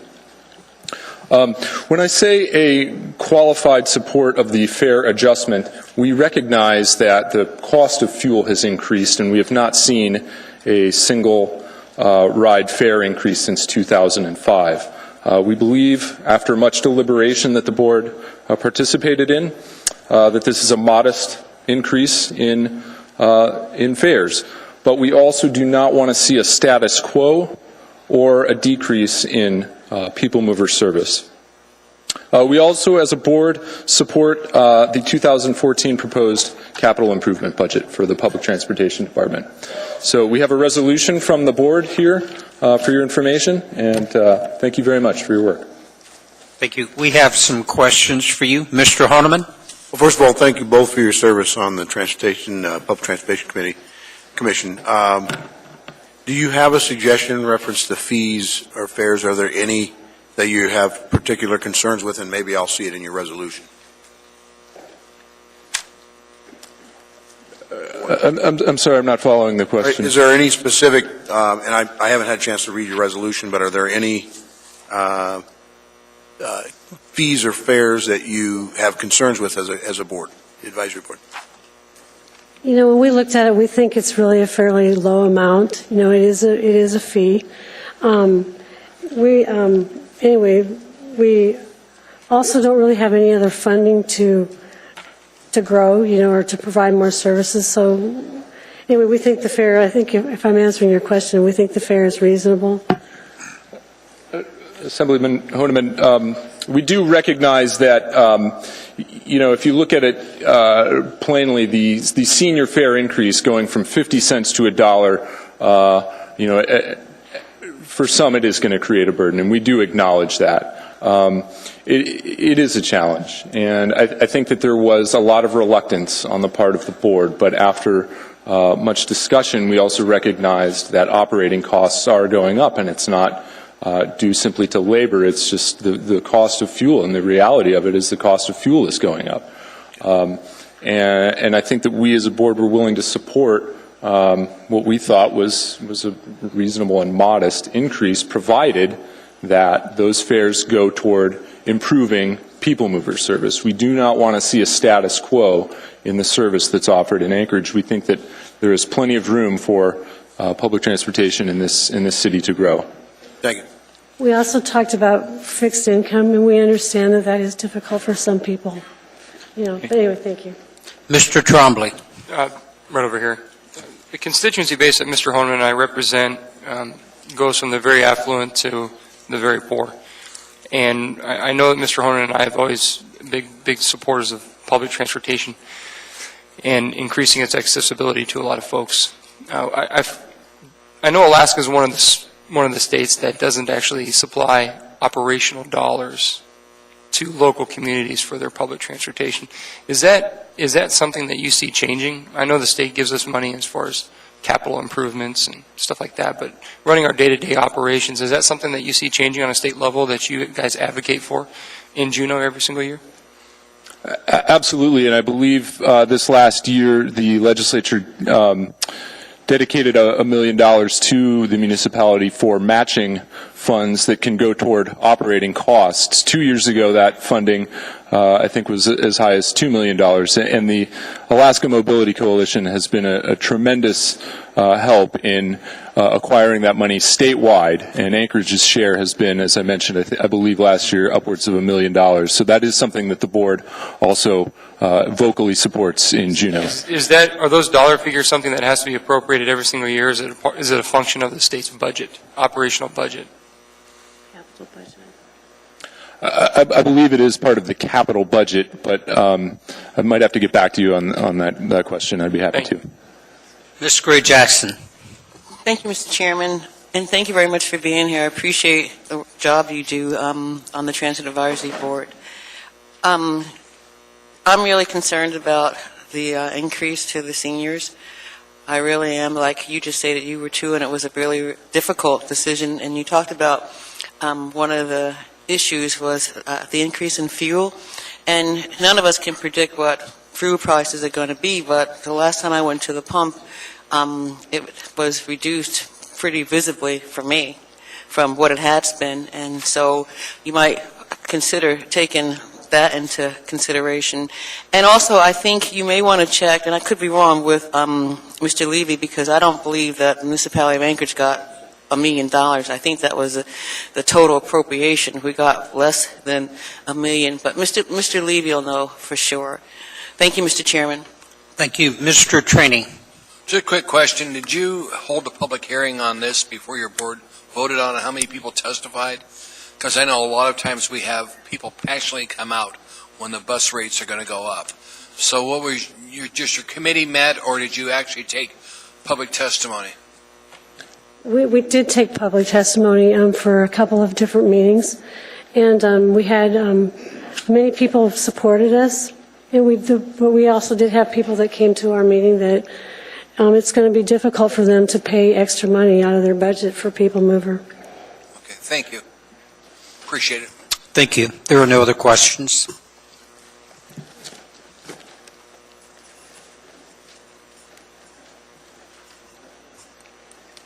Good evening. Good evening. And I do appreciate the change in order. I'm a very jet-lagged person, and so I'm going to be reading my comments and hope I will make sense. My name is Sue Sheriff, and I thank you for considering our budget requests. Mine is a substantial increment of $200,000 to the Anchorage Public Library budget to upgrade and maintain our library's technology. Our libraries serve a wide spectrum of our population, and over time, our community has made a substantial investment in library service. However, in the past decade, our libraries have experienced serious cuts and have suffered some benign neglect. The result is that the library system is falling behind in several areas. One of them is public access technology. Thanks to the efforts of the new library director working with the state and with vendors, bandwidth has improved, and there have been new computers for the public throughout the system.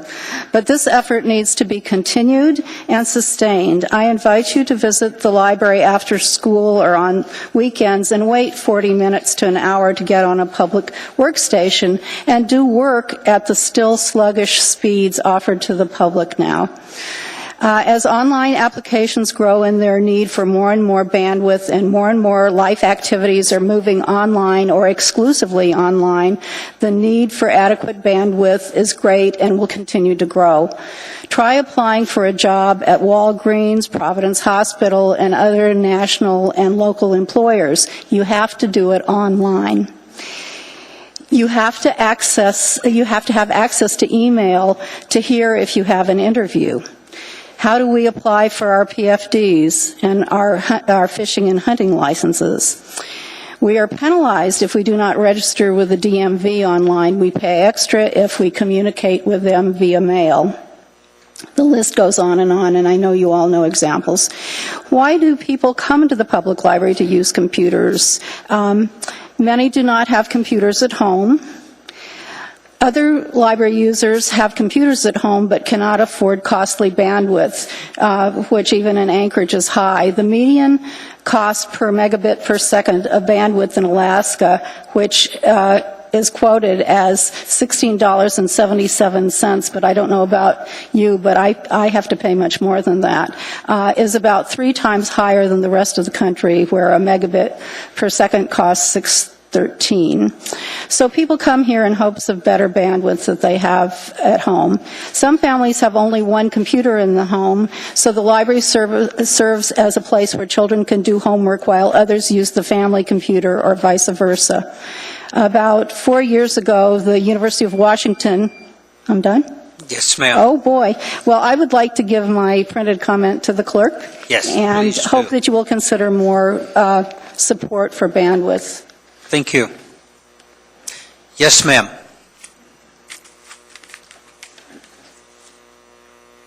Thank you. Good evening. Good evening. I'm Cheryl Lovegreen, last name Lovegreen, and I'm also speaking in support of the library. Thank you for the Assembly for supporting our library system in the past, including adding $200,000 to materials and technology last year. The Anchorage libraries play a vital role in many residents' lives. I visit the Lusac branch at least once a week and have been in the Mountain View and Muldoon branches on occasion. I'm always struck by how many people of all backgrounds and ethnicities are there, reading, using the computers, and checking out multimedia materials. New programs like the Innovation Lab help adults improve their lot in life. And youth programs like Teen Underground give kids a safe place to hang out and do their homework. Our library is a municipal service that is important and needed. In the proposed budget, there is some money provided for the library, but more is needed. An additional $260,000 will allow the library to restore $60,000 for materials that were cut in the mayor's proposal and add $200,000 for technology upgrades and increased broadband. This modest addition will make a huge difference to the library and its patrons, and will help it work to serve our residents for years to come. We also need to increase the capital request for the Lusac Library renovations so that we can maintain the aging building and renovate the failing entrance area. Anchorage deserves a great library for education, for recreation, and for economic growth. It is up to us to make a small investment now for our current residents, especially our kids. When I volunteer in Teen Underground, I see students who are seeking a quiet place to do their homework or read. We owe it to them and to our community to provide the best library we can. I encourage you to add $260,000 to the library budget and increase the state capital request for the library. Thank you. Thank you.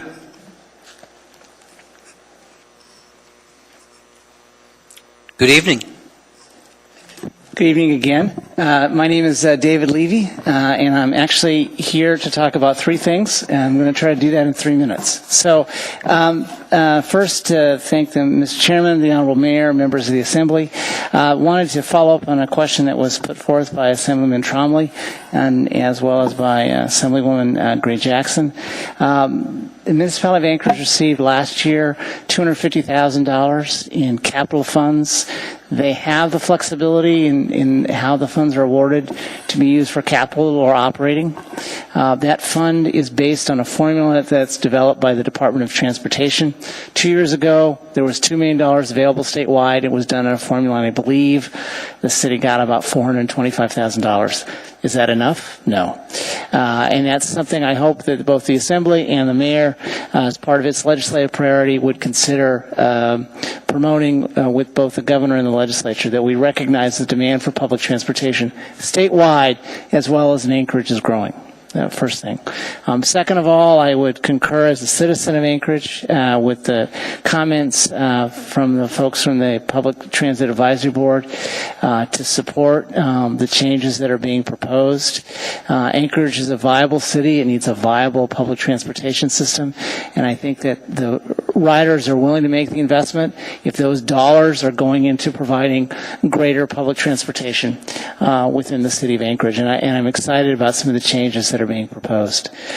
Lastly, I am also the chair of the Library Advisory Board, and first of all, I want to thank all of you who took some time out this summer and the fall taking a look at our building. This is the People's House, and if you have a chance to walk around the People's House, it needs some help.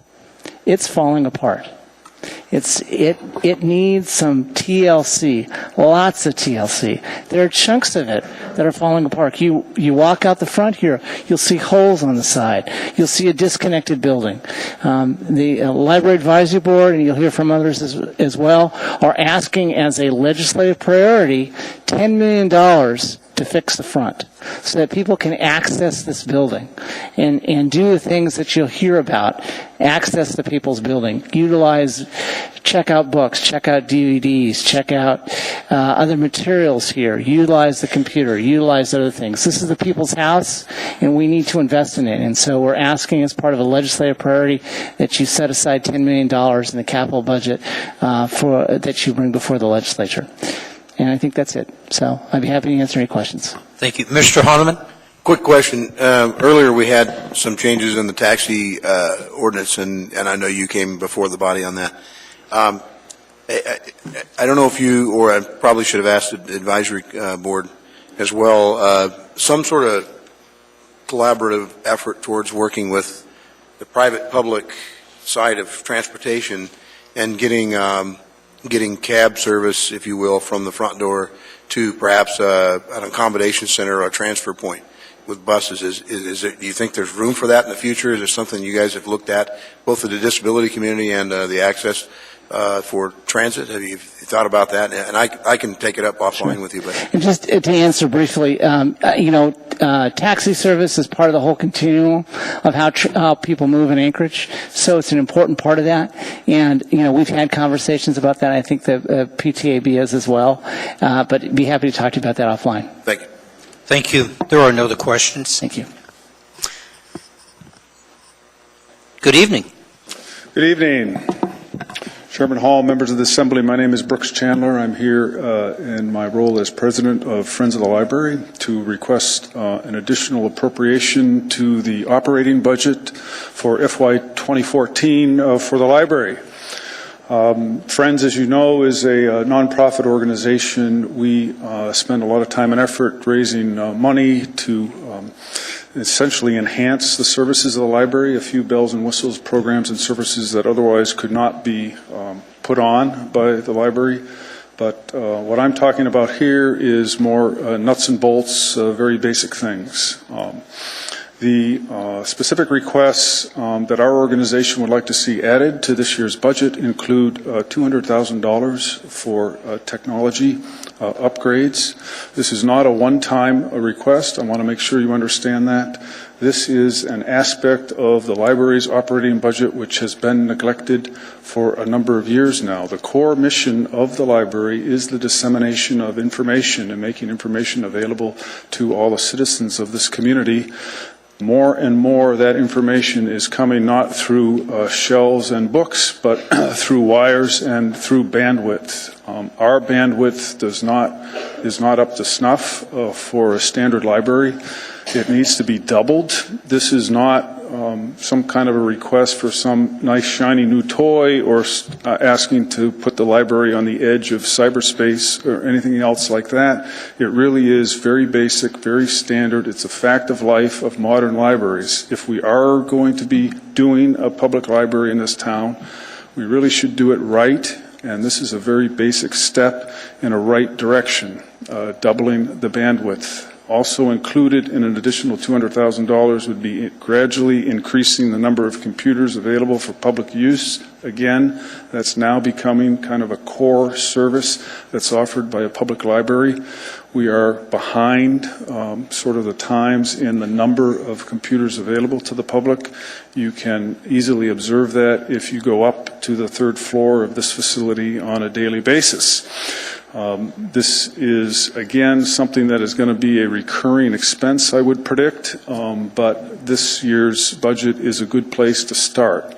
The proposed budget in front of you has a cut of about more than $100,000, so what we're asking for, in addition to the $200,000 for technology, would be an additional $60,000 for materials, just traditional library materials.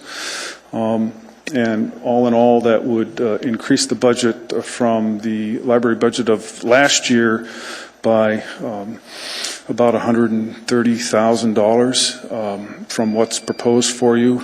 These are additions to the budget that are well worth making, and I urge you to please amend the budget to add them. Thank you, and I'll be happy to answer any questions. Ms. Johnston. Yes. Do you know if the library has a technology master plan as far as either replacing or improving technology? And this is just hardware. Let's talk hardware. Thanks for the question. There's a couple of plans here. There's a community plan, which was done several years ago. This problem or issue was prominently identified in the community plan. Whether it went to the step of, well, we need to do a very specific piece of equipment or a very type of system, I don't think it went into that level of detail. So it's not, purchasing X amount of PCs every year and replacing X amount. In other words, do you have an IT plan? An overall IT plan? Yeah. The Friends of the Library does not. But do you know if the library whether the library does? director does, that would be more appropriately addressed to her. My belief, I've been waiting to ask somebody. My belief is that there actually is a very specific plan by the folks running the library to gradually increase the number of personal computers available to the public. Not all at once, but a little bit every year. Because you're the first one that's saying this is a recurring item. The other, I've been aware for a time now that there might be a chance for a private-public partnership as far as bandwidth. Are you familiar with that? No, I'm familiar that you can get deals if you're a public library on bandwidth that a private citizen cannot make, but whether that's a nationwide partnership type of an arrangement or not, I'm not aware of. Okay, thank you. Mr. Honeman? Well, I think part of my question was answered with a suggested amount, and I'm not sure if I've seen it in an email, but if you haven't, could you perhaps spell out how you'd see the appropriations and what they'd be used for? Maybe you could submit it to all of us. That would be helpful by way of just communicating to us. I didn't see anything personally. Maybe you already have, so I apologize in advance if you have. Secondly, do you know if the Library Foundation is also attempting to seek funding for capital improvements for the coming year, perhaps helping, assisting and communicating with our legislature for the coming year? I don't know if you work with them at all on any events. Yes, I work very closely with the Library Foundation, or Friends of the Library does as a whole. Library Foundation is, in fact, planning to make a significant push, probably first in front of this body, to make sure a capital request for library improvements is included in the bundle of projects that get sent down to Juneau. And secondly, with their own advocacy efforts as private citizens with the legislature. Good, and I look forward to that collaboration because we could all use all your help, so to speak, all hands on deck trying to get that information to the appropriate legislators. Thank you. You're welcome. Thank you. You're welcome.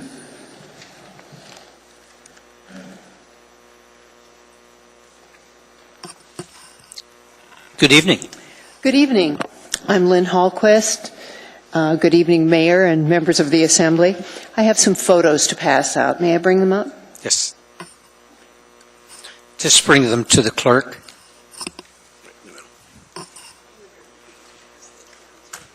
Thank you.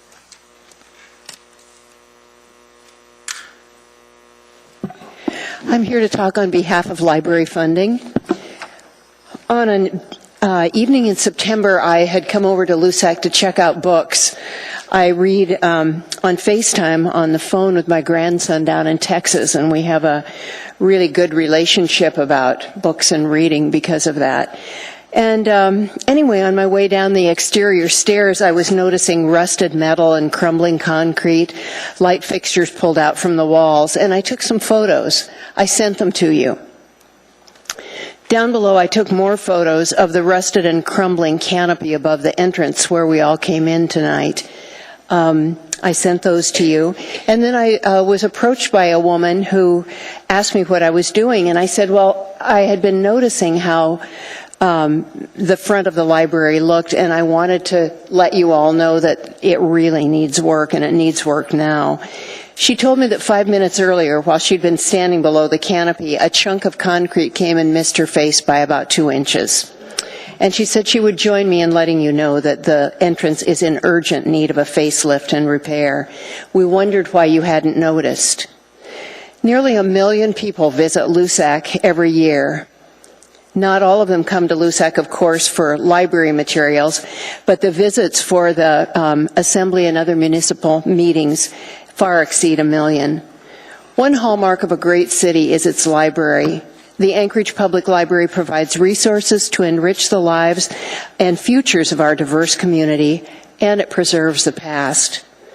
Like other library patrons, I've been told that funds had been earmarked for Project 80's buildings needing upgrades, and that included a facelift to the LUSAC entrance because its condition was deplorable.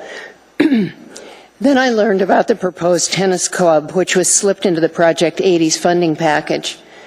A new entrance was designed in 2009, and funding was supposedly available then. I have heard repeatedly that funding is there, and this is the year when a new entrance will be constructed. Nothing happens. Tawny Klebsidel from the mayor's office assures me that the newly designed library entrance project will begin in the spring of 2015. That's 6 years from when it was first announced to the public. But we're here tonight to talk about funding of new indoor tennis courts, not libraries, not public safety, not repair of a heavily used Project 80's building that serves the whole community. I ask you to consider priorities. Thank you. Mr. Horniman? Ma'am. Well, first of all, thanks for being a terrific grandma and reading with your grandson, even if it's through FaceTime. Secondly, I appreciate the photographs. Some of us do need reminders. Look in our face at the items. I mean, it's not without pause. I've looked at this failing and crumbling entryway and several other items within this library facility that's needed upgraded for years.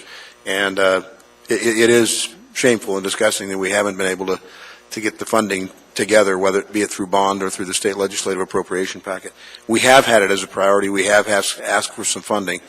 Legislature hasn't always funneled that funding back for that purpose, but that doesn't give us a satisfying excuse. I mean, it just doesn't. So thank you for reminding us, and you're absolutely correct. Thank you. Ms. Johnston? Yes, just quickly, in my discussion with the legislators as far as the library, I think what we really need is a library mafia, and it's going to take everybody sending many, many letters, many, many emails, any opportunity going to Juneau. That's really because there really is a disconnect as far as the library and the legislature. There's a number of legislators that do appreciate the library, but not enough. And I heard last year that there really was no interest in the library funding in the legislature. So it's an educational process, and I use that word, but I do think we need a library mafia. Used to have one, as a matter of fact. Thanks. Ms. Dembowski. Get that going. Thank you, Mr. Chairman. Ms. Holquist, I appreciate the email that you sent earlier with the pictures. I want to point something out, though, because I've heard multiple people say it. I have the legislative form in front of me with Project 80's deferred and critical maintenance. Nowhere in there does it reference the library. So we can't reappropriate the money from tennis courts to the library. It wouldn't be legal. We can't do that. You have to comply with legislative intent. So that's my understanding. That's the legal opinion that I had received too. So I know it's easy to say that library was built around that time. It should be in the Project 80s. It makes sense, but that's not what the legislature had put in there. So just for your own. It's simply hard to understand, though, how Project 80's upgrades can include a brand new building. Oh, I totally understand what you're saying, and it doesn't make sense that it doesn't include something like the library that was built around the same time. But the legislature was clear in excluding it, so I think that speaks volumes to what Ms. Johnston had mentioned. And it's an educational process, and I think pictures like yours will speak volumes. Thanks. Thank you.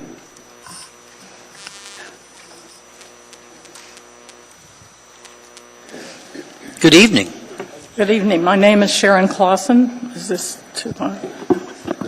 And I've waited 74 years before I ever testified before this august body or administration. I'm here to support what Lynn Hallquist just said.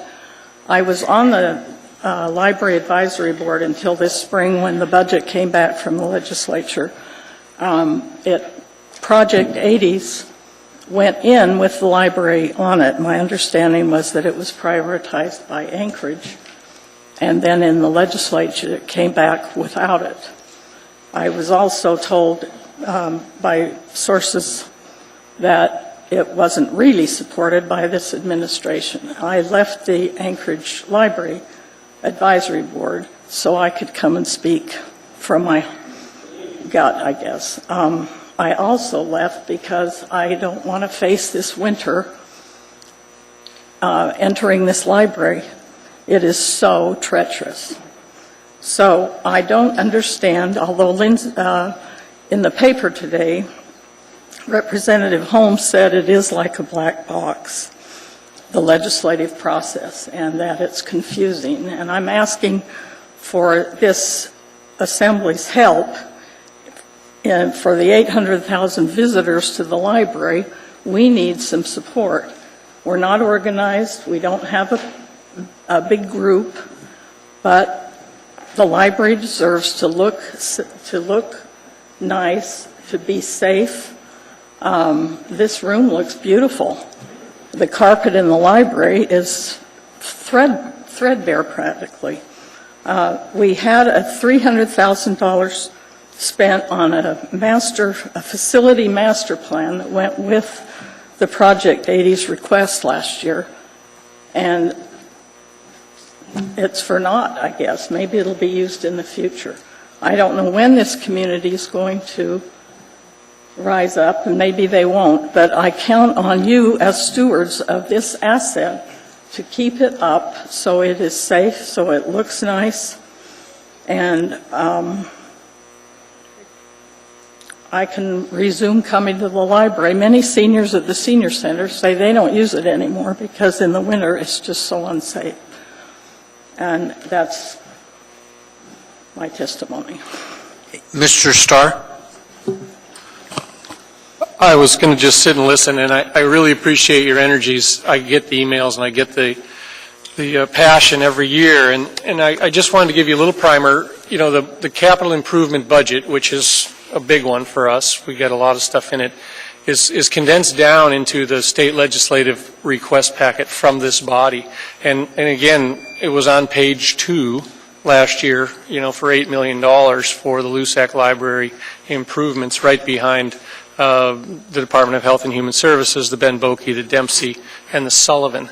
The Project 80's an acronym was made up down in Juneau. We don't reference it in this book. It sort of became a catch-all phrase where Juneau, I think, adopted it. And so we don't reference the Project 80's packaging, so to speak. We lay it out there for what we think we need, and so the legislative packaging occurs down in Juneau, and it is convoluted in how they could take, a number 4 priority on us and leave it completely out, and then yet go down deeper into the book and grab something else that may find that. So it's challenging for us. We try to send clear messages. This we don't take lightly. This assembly body works hard to make sure our priorities are mentioned, not only by district but by function, and we'll do it again.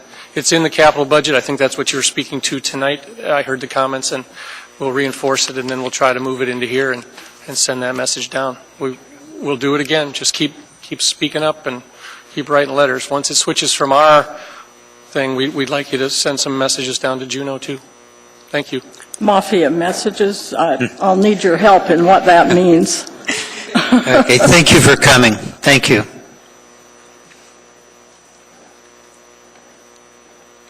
Good evening. Good evening. Thank you for letting us talk here. My name is Michael Wendland, and I'm a life skills special education teacher with the Anchorage School District, and I'm here tonight to represent the life skills classes at the middle school, high school, and post-secondary levels. The municipality's current proposal for the People Mover system includes the elimination of the reduced fare bus passes for individuals with disabilities and the option of a half-fare pass for individuals with disabilities at a rate increase of 50 cents. I'm here tonight to advocate on behalf of our classrooms to keep the rates consistent at 50 cents. A large focus of the life skills programs are to improve the quality of life for our students with significant cognitive impairments by increasing the rate at which they can access their environment independently. This includes accessing their environment with the People Mover, and if the funds are doubled from 50 cents to $1, that means that the funds that we need to raise for our class also double. We don't get a lot of funds from the school district, and so we have to do our own fundraising and grants. And furthermore, once our students transition to adults, they rely on fixed incomes from government programs, and so if their expenditures are doubled for transportation, they might not be able to afford that. So I would just like the Assembly to consider keeping the reduced fare rate the same at 50 cents. Thank you. Good evening. Good evening. My name is Sam Dubois, D-U-B-O-I-S. Mr. Mayor, members of the Assembly, thank you for an opportunity to talk to you. I agree with what he said. In addition to that, your Criminal Justice Department, the Cook Inlet Tribal Council, 9 Star, several other programs that work with gentlemen that are getting out of prison, also has fees that will raise because they try to provide bus passes for these gentlemen.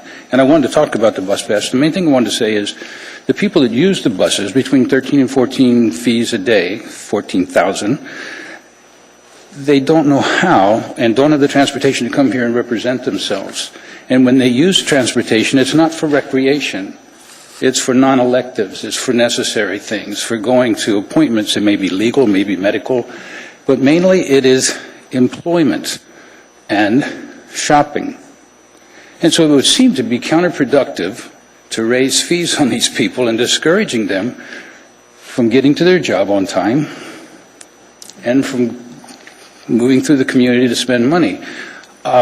It seems like on some level we're taxing people or giving them a penalty or a fine because for whatever reason they're unable to afford a car and the insurance and things that go along with that, or they choose not to use a car. And so on the same line, it would seem to be more productive long term if we kept the fees the same or even lowered them to encourage people to use public transportation. 1, air quality control. Fairbanks will testify to this. They're spending money to try to get more people to ride in public transportation and have not raised their fees because it is a growing problem in our communities with so many cars on the road. And having public transportation, it goes without saying. Second, I would say that downtown congestion is at least diminished somewhat when we use public transportation. So both of these things we save money considerably, not even considering people that employ people, depend on them getting a ride there on the bus, and people that have shops depend on us getting there using public transportation. So I would encourage you to think about, I know you have, the budget and the long-term ramifications, and consider maintaining the fees or even lowering them if possible. Thank you very much for your attention. Thank you.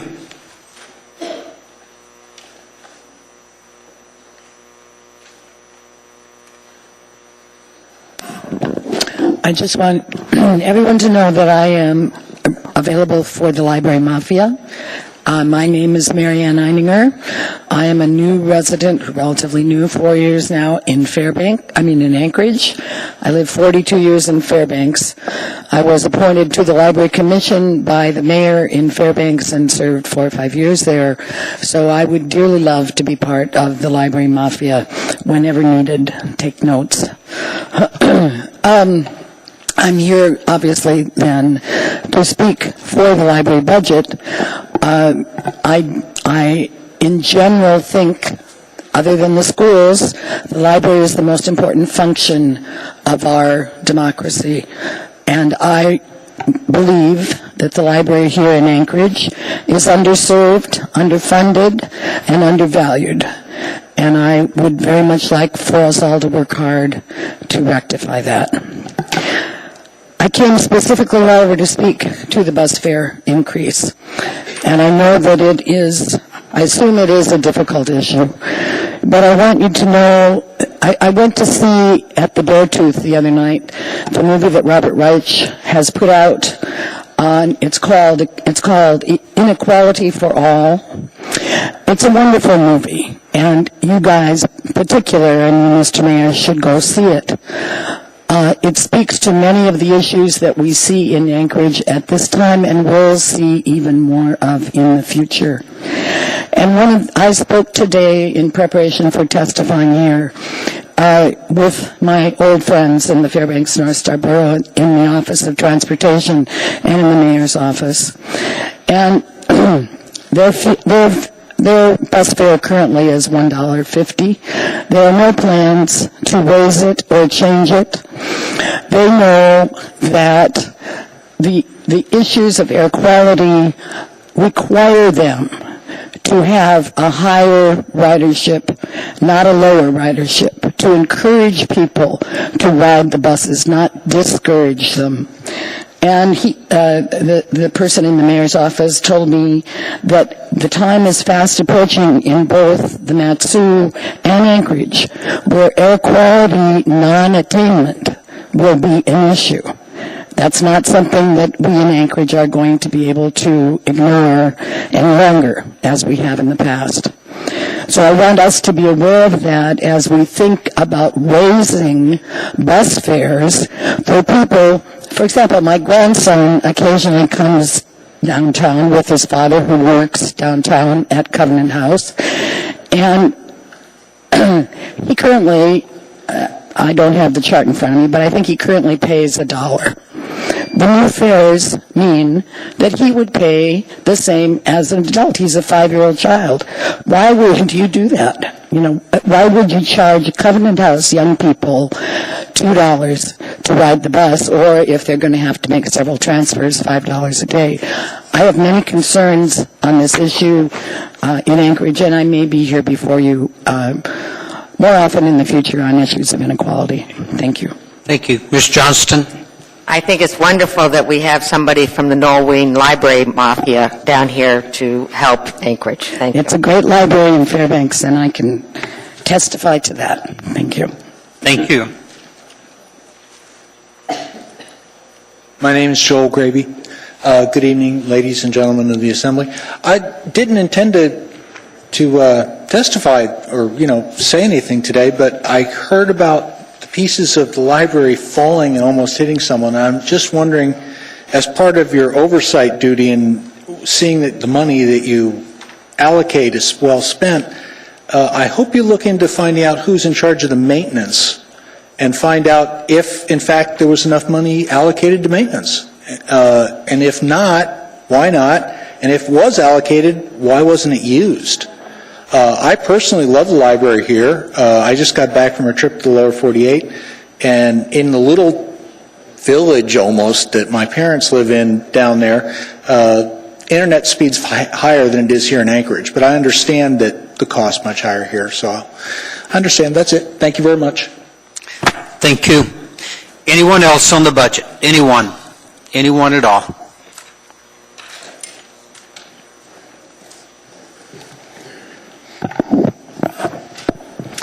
Chair, members of the Assembly, my name is Kathy Gleason. I'm president of Turnagain Community Council, and I wanted to encourage you to support the Federation of Community Council delegates' position with regard to an increase in grant funding to run the center, the FCC Center, from $80,000 to $105,000. The $5,000 would be added to the printing and mailing budget to allow for more council surveys and other council area-wide or geographically targeted mailings for specific issues to be covered. And the $20,000 would go to an increase in staffing, which is part-time at our center.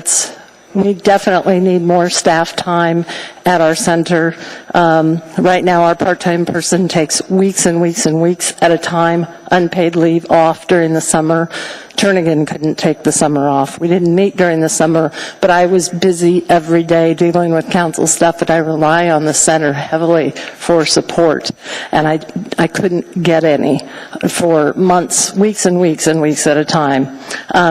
He also takes unpaid leave at 2 to 3 weeks in chunks throughout the year. It's very difficult.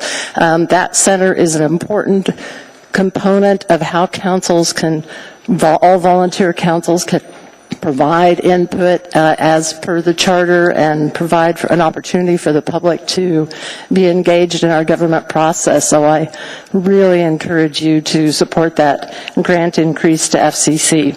And I just wanted to briefly say that I appreciate the administration's inclusion in several projects, both Parks and Rec and Public Works projects, that Turnagain has had on its CIP priority list for quite a few years. And they are slowly rising to the top, and they're slowly getting funded, and we really appreciate that. In particular, under Parks and Rec, funding for Earthquake Park, the Balto Sepulveda Trail connection and park improvements, Margaret Egan Sullivan Park at Westchester Lagoon, the Point Warrenzoff, it's listed here as Point Warrenzoff Park, but actually it's Overlook, the park itself, which is west of the airport, where the coastal trail runs through. Is not being funded. It has no need for funding. We just need some signage, which Turnagain has been asking for years. But the point where people look and view the sunsets and the beautiful views of our inlet, that does need a lot of help. So just a clarification on that. Fish Creek Trail surface rehabilitation and safety improvements, as well. I guess that's it for Parks and Rec. And then the Public Works projects, some upgrades to Dempsey, but that will be perhaps dealt with depending on what the Assembly chooses to do later. Fish Creek Park improvements, and traffic calming, and Turnagain Boulevard upgrades, and West Northern Lights upgrades. So thank you very much. Thank you. Anyone else? Anyone at all? Seeing, hearing none, this concludes the public testimony on the budget for 2014. Mr. Chairman, I'd like to move to combine public testimony on items 14E and 14F. Any objection? Mr. Chairman, just a point of clarification on that action. It doesn't preclude the changing of the order of the day. Then when we actually come down to taking action on the items, we'll take them in order on the agenda. That's correct. Thank you. We now have before us items 14E, and I'm going to read both of these, but we are combining public testimony on them. 14E, AR number 256, a resolution of the Municipality of Anchorage appropriating State of Alaska grant in Senate Bill 18 when tendered of $10,500,000 to the Public Works Department for various facility improvements. And we have before us 14F, AR number 277, a resolution of the Municipality of Anchorage appropriating and reappropriating State of Alaska grant in Senate Bill 18 when tendered of $37 million to the Public Works Department for various facility improvements, including funds for a new multipurpose facility. Anyone to testify? Anyone at all?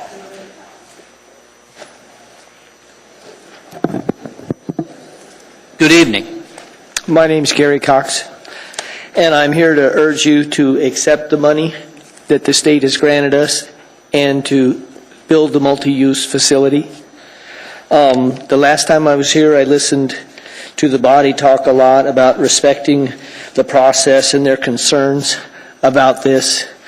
I've noticed that the Harry McDonald Center got $4 million, but technically is not part of the Project 80s. The ATA worked very hard to get $10 million appropriated for this. One of the Assembly members was quoted in the paper as saying, "We are the process."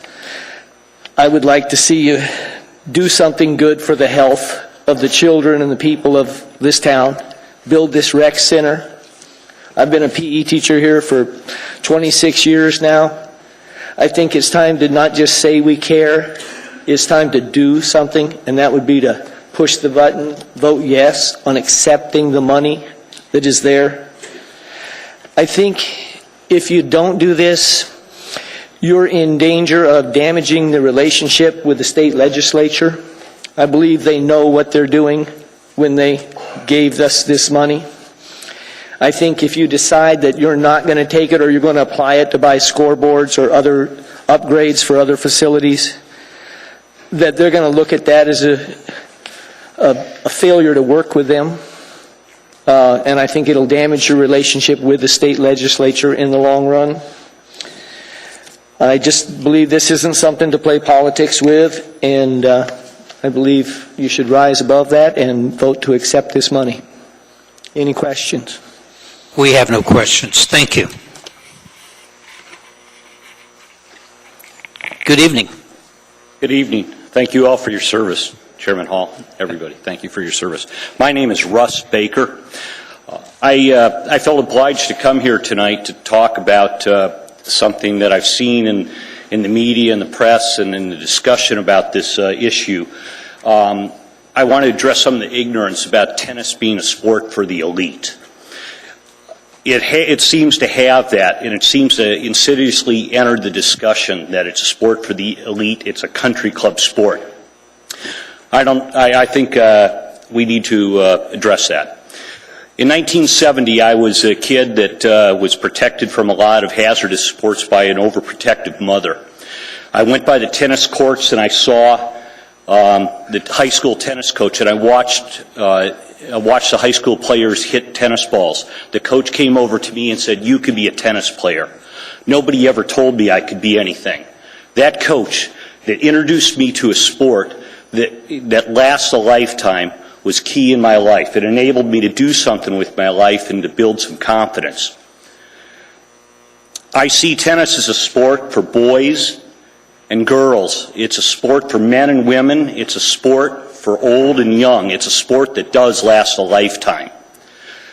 I think we need to rise above budget envy and some of the process issues that are here and think about this in terms of what it can do for the community, what kind of people it can develop.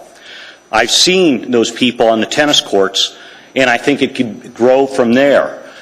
I feel real good about tennis in Anchorage as a sport that does good for our youth. I see them hit the balls. I see them off the streets. I see them doing something.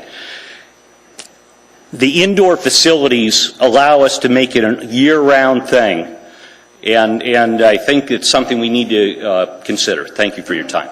Thank you.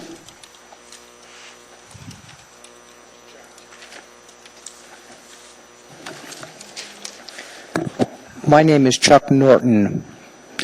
I don't think that we need a library mafia.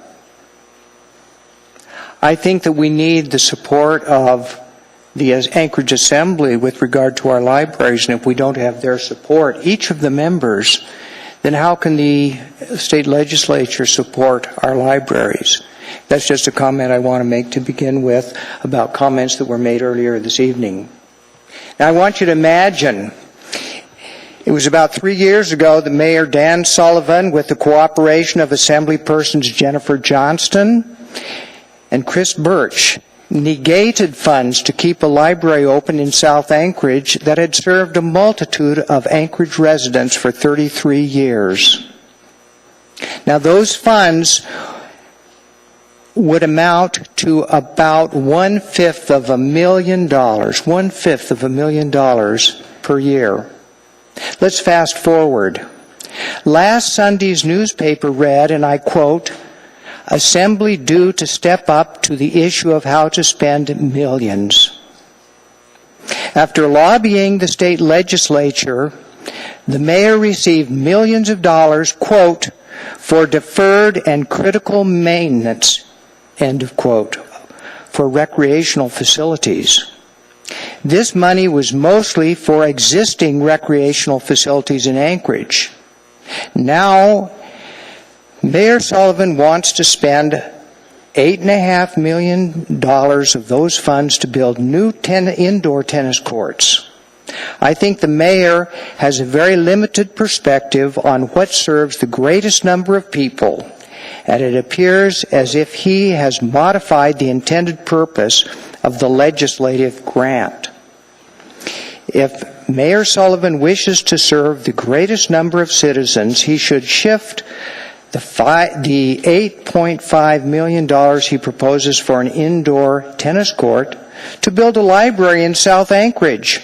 Surely with his skilled tongue, he can divert funds from the indoor tennis courts to a desperately needed recreational reading and media center in South Anchorage. It is high time that we receive funds, perhaps capital funds, for a South Anchorage library that serves a lot more people than an indoor tennis court. Thank you. Thank you, sir.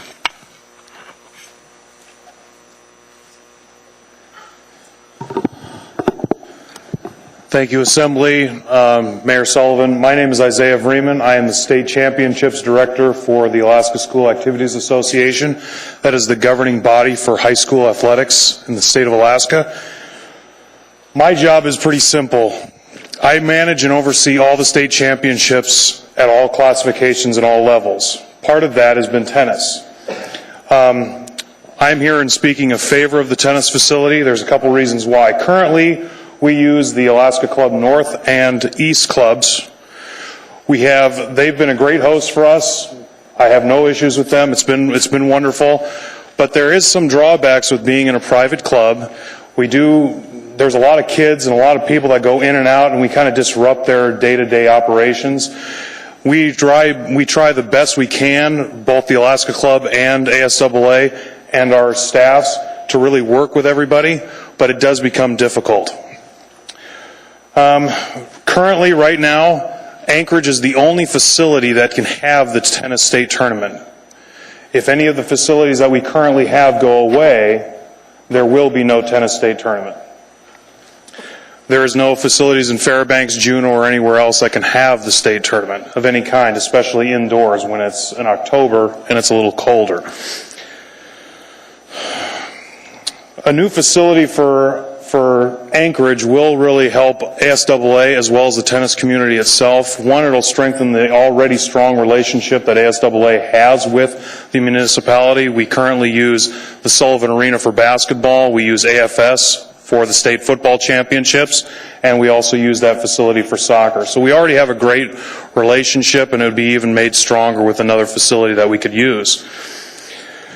With a new facility, seating, courts, all that stuff will also lend us to really highlight the kids much better than what we currently do.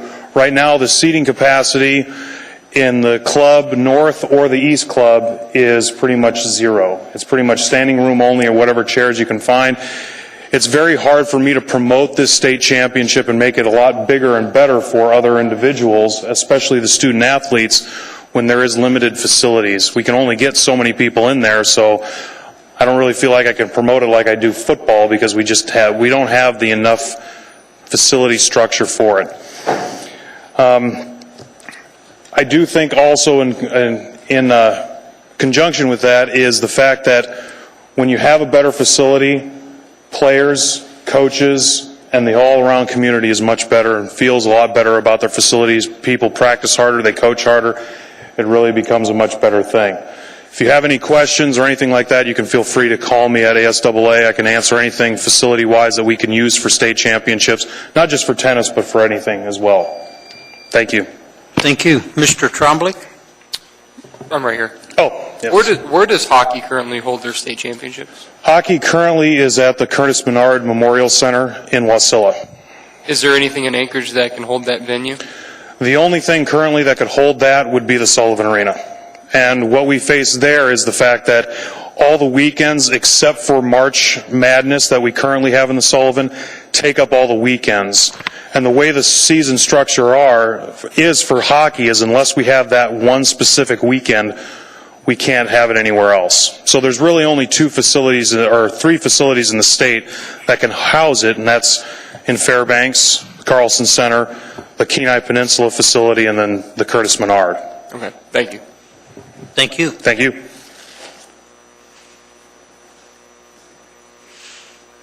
Good evening. Hi. My name is Leah Filippi. My last name is spelled F as in Frank, I-L-I-P-P-I. And I'm testifying this evening regarding what was originally, I believe, 14E, AR 2013-256, and specifically I'm testifying in opposition to it.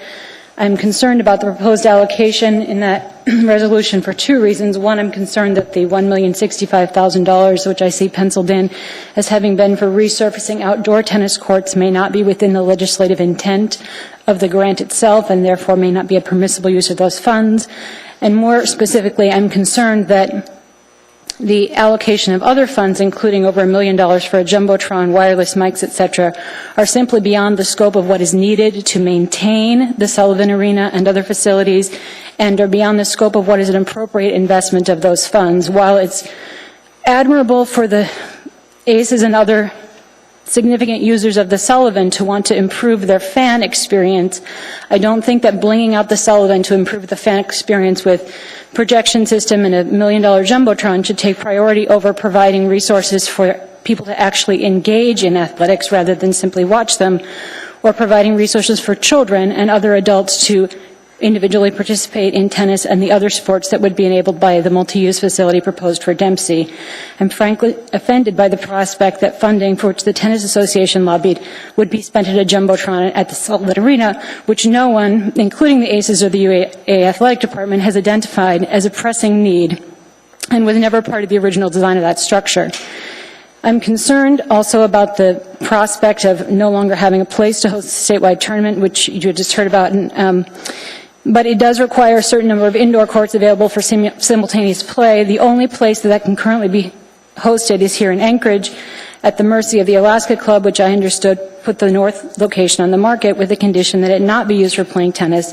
And I also understand that the Alaska Club has indicated that it may not have the North Club available for the state tournament in 2014, but would only be willing to commit to providing the East Club, meaning that if we don't move forward, we may be in a position of not being able to host the tournament here at all. I urge you to accept the funding granted by the legislature, but not to waste it on the frivolous improvements to the Sullivan Arena beyond the maintenance and repairs which are truly needed for that facility. Thank you.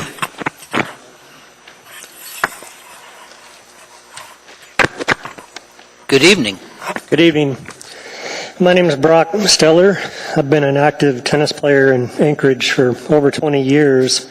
And in this time, I've really seen how tennis helps the community. I have a weak left knee, and it limits me in the amount of sporting activities that I can do. But playing doubles with a brace is something I can do well, and I really enjoy playing tennis. I've seen an increase in tennis players in Anchorage throughout this 20-year time period that I've been active in tennis. And there's been a lot more people, or there really are a lot more people that could benefit from this indoor facility because it would be more affordable to them than the Alaska Club. The North Alaska Club, which currently has 5 of the existing 9 courts in town, is due to close any day now. The remaining 4 courts at the East Alaska Club just aren't enough with our population.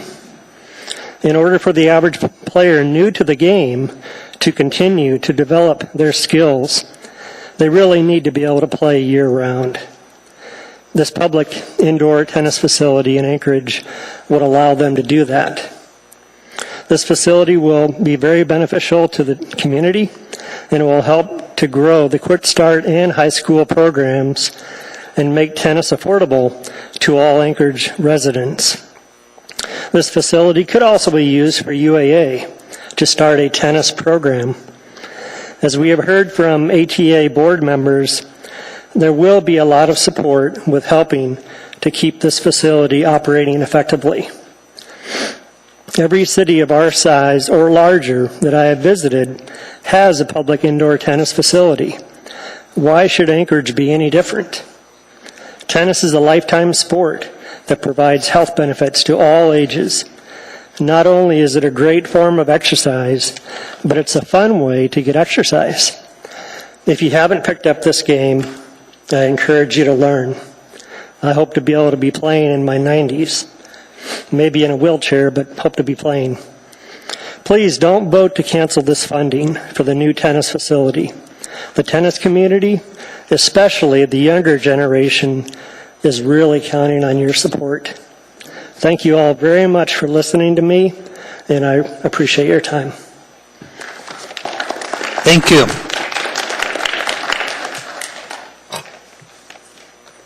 Good evening. Good evening. May I present this to the Assembly? Yes, please.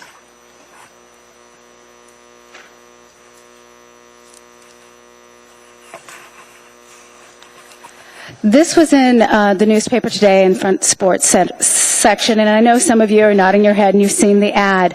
I think this illustration makes it simple. It's simple what we're trying to say here. We're asking for affordable tennis and more tennis, and not to have to make a choice between one sport or another.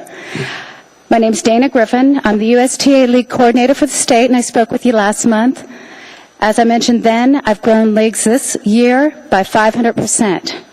The USTA League system, recreational league in the country, has 800,000 participants every year. It's huge. And we can continue to grow this recreational league in Alaska if we have more courts, and affordable courts.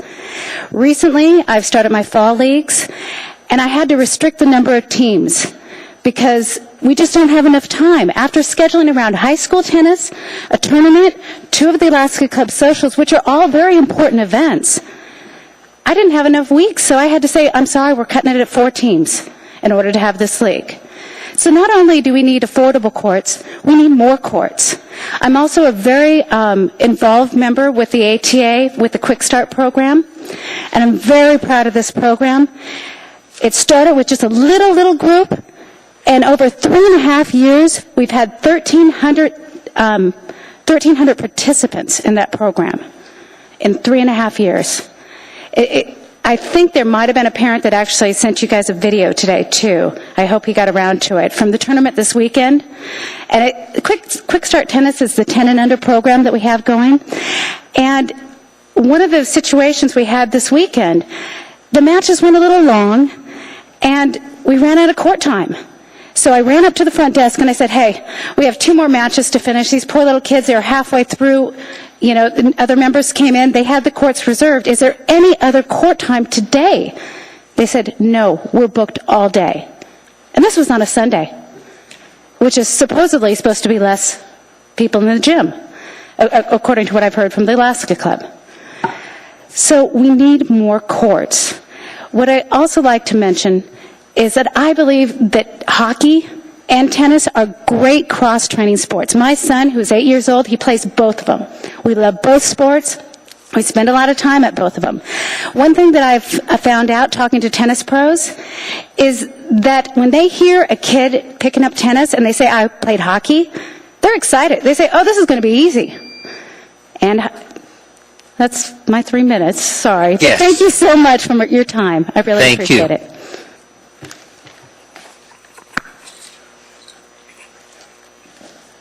Good evening. Hi, my name is Phil Isley, and I come down to talk to you about the tennis courts again. When I was a boy, my dad, he wouldn't buy me new things unless I took care of the things I had. And we've just watched a whole line of people come up here and talk about all the maintenance they need on all these different buildings that we've built that we haven't been able to take care of. We have swimming pools that, just like the crowd that came down here and is talking about tennis, we're talking about swimming pools. and now they don't get enough activity to keep them going, and we're closing them down, and we're not taking care of them. My concern is that you're going to spend all this money on this tennis court, and this enthusiasm is going to wane, and then we're going to be stuck with another white elephant out there. It kind of surprises me because they say they have 11,000 tennis players in Anchorage. That's just under 4% of the population, but yet they want all of us to pay for that 4%. Whereas if those 11,000 people all donated their permanent fund to a tennis court, they could build it and do whatever they wanted with it without my help. And if it didn't go right, I wouldn't be footing the bill later on.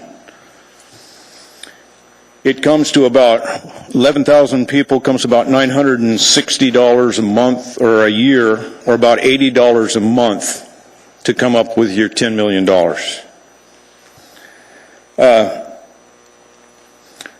I'm thinking that you can probably do this if they were that organized and they really wanted it. They could do it on their own without our help.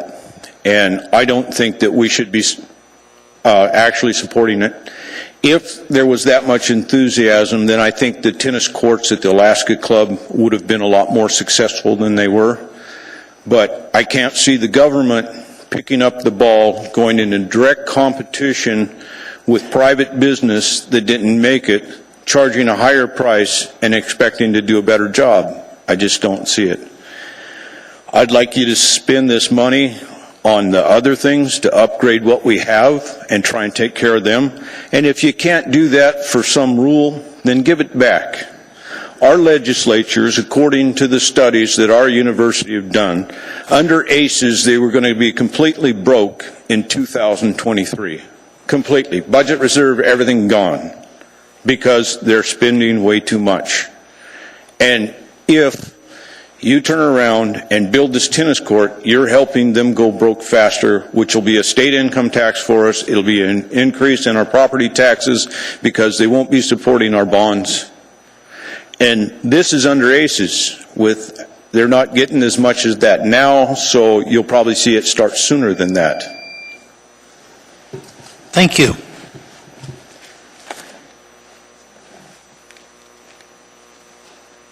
Good evening. Good evening. My name is Nancy Sheets-Freimiller, and I'm kind of going to present the reverse case of the individual that was before me, because I believe that the facility offers just the opportunity to counter what the individual before me just said. And the reason I say that is because I know there are probably no new points for you to hear, but if I could speak to the point of the potential for growth for this sport and the funding to support the facility, I would like to make that case. You have heard the foundation being formed with Quick Start alone. You have heard the numbers that are there. You have heard that there are people playing into their 80s. You probably don't know there are also seniors who can't afford the Alaska Club who play at the rec center for $3 on an inappropriate court because they love the sport so much. And that's the fastest growing area of the population, regardless of income. So I believe that this facility offers just the opposite of what that individual said.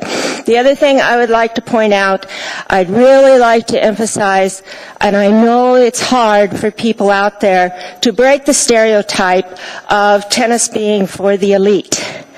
And I think you could look around, I think we could do a survey in this audience, and probably 60 to 70% of us would tell you that we're either middle class or trying to be middle class. And so we are not rich. We started on public courts. We kept with the sport. We got our education, and it enables us to be able to pay what we can pay right now to play the sport we love. But it doesn't mean that the people in Quick Start and those parents and those families couldn't be transferred to the public facility to support it. And so I would just like to end with countering, with all due respect to that individual, I don't play hockey, I don't visit hockey, I don't attend hockey. I would like to go to the PAC more, but I don't. I would like to go to the Sullivan Arena more, but I don't. But I am sure glad that we have a Sullivan Arena. I am sure glad that we have a PAC, and I am sure glad that we have hockey arenas. I support them. And so to me, I would like you all to support this facility in that context and in the context of growing a sport that offers financial potential. And I worked with troubled kids all my life. And I have seen this sport help kids who had no other option, help kids that might have been bullied because it's an individual sport and they can succeed. So thank you very much. Thank you.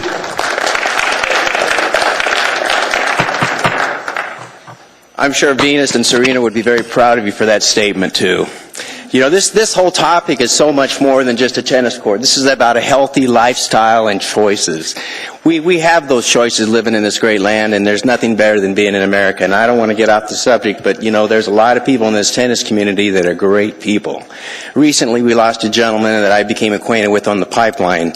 His name was Johnny Young, and he was an avid tennis player.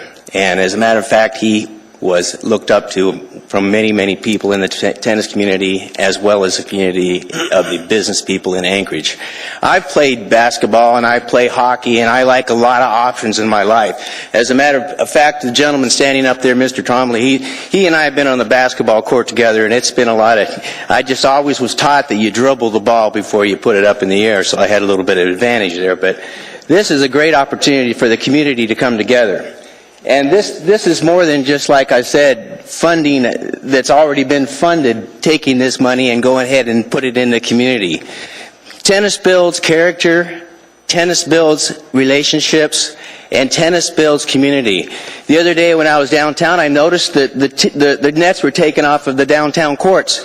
It kind of hurt me, but then I went by Diamond High School and they were still up, so I was okay with that. You know, you need to mix it up a little bit. You need to learn to eat healthy. You need to learn to be healthy. You need to have healthy choices. And this provides our community, which is one of the best communities, I believe. We're still growing. We have a lot to do with our public transportation system. And I think, Mr. Holman, what you said about bringing the two transportation groups together, that was a really good idea. And I've been involved with People Mover and some of the people that are working with there, and I've discussed this with them, and I know that there's a lot of opportunity we have. It's all about us just joining our energies together. And years ago, whenever we had a Fur Rendezvous tournament, it was held in the North Alaska Club. And that was many years ago. My friend Gary, who led the talk on this particular subject, he and I have been neighbors since we were 6 and 7 years old. And he was a part of that. That was many years ago. And there was nothing quite like it back then. We used the Alaska Club North, and there was not that much seating, but that what's kind of made it exciting. Because when people got there, they felt like they were a part of something. This tennis community is its own community, but absolutely remember what it brings. It brings the youth together. It brings the adults together with positive activity. They're not going to need a ride from downtown because they're going to be somewhere else and they're going to be in their good senses to be able to drive home. And I thank you all so much for your attention to this matter, and we need to move forward to this because we do have the funding available. Thank you. Ms. Gray Jackson. I have a comment to him. Yes, sir. Ms. Gray I need Jackson. you to come back and state your name for the record. Mr. Alaska with the blue sweatshirt. I'm sorry. Okay, go ahead. Yeah. We need your name. Oh, Craig Johnny? I know I said it before. Okay. I thought I did. My bad. Okay, Ms. Gray Jackson. Thank you, Mr. You got it? Okay. Thank you, Mr. Chairman. Thank you for your testimony. I really appreciate hearing from you. And it's interesting that you mentioned Venus and Serena, because this morning I got a call at 8 o'clock and I was asleep, and somebody said, hey, I'm calling from the East Coast. Are you Elvie Gray Jackson? Yeah.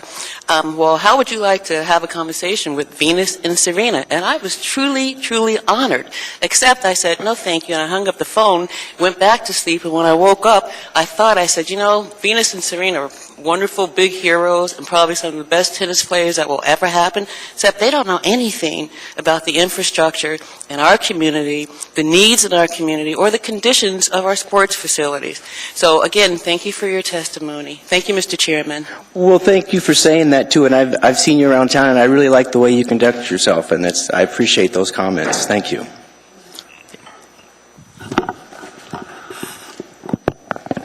My name is Jane Fortson, Fortson, and I just have a personal story to tell you.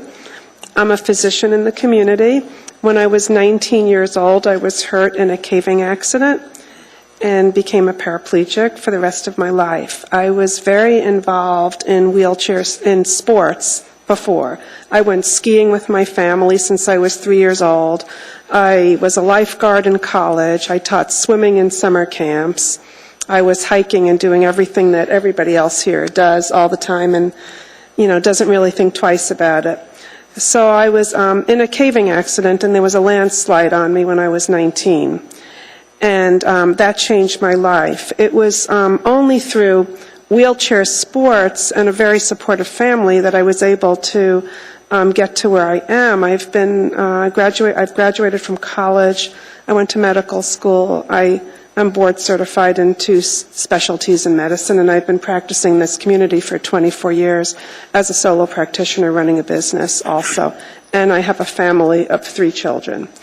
So through wheelchair sports, I became strong. I had confidence in myself. I became a team player. I learned how to manage. I learned how to overcome obstacles. I learned how to be with people that were positive, athletic, and healthy. In the beginning of my career, after I was hurt, I was involved in wheelchair racing. I raced all over the world. I represented the United States. I won the Marathon for the World in 1981. I did lots of other sports. I did pentathlon, archery, and so forth. As I became older, those were no longer options for me. I've done over 25 marathons and won the Marathon for the World in 1981. Wheelchair tennis is something that became available to me as I was no longer able to do 26-mile marathons and compete in a world-class arena. Wheelchair tennis is something that I can do with an able-bodied person. It's something that I can do with my children and have done with my children. It's something that I can do with friends. It is the only wheelchair sport that is completely integrated into able-bodied sports. There is no other wheelchair sport that is integrated. In other words, you can't play wheelchair basketball with able-bodied people, but wheelchair tennis you can. The only thing is that you're allowed 2 bounces instead of 1. So I encourage you, for the disabled people in this community, to fund this very important structure. Playing outside in the summer is a lot of fun. Half the time it rains and you can't do it. The North Club is completely inaccessible. The courts are downstairs. The bathrooms are completely inaccessible. In the East Club, the viewing is inaccessible. The doorway is not wide enough to get into in a tennis chair. This is an opportunity for disabled people to compete and participate along with able-bodied. It's the only sport that lends itself to do that. It would mean a whole lot to me and to all the other people in the community, including the disabled veterans, people that are injured in the war. This would be a great way to get back into some sort of athletic activity, something that you used to do and enjoy and take for granted, and something that you can still do, a slightly different way, but you can still do. And people are very, very competitive in competitive wheelchair tennis. I think that this would be a great thing to have a wheelchair accessible facility in Anchorage And it would bring out so many disabled people that are sitting home, that are not doing any sports, that are feeling that, they can't do anything. This is something that even quadriplegics can do. They have adaptations where they just strap the tennis racket to your wrist and you just kind of swing. Even if you can't move your fingers, there are teams and leagues and competitions with all the varying degrees of disability that we can really be a leader at. So thank you for listening. Thank you.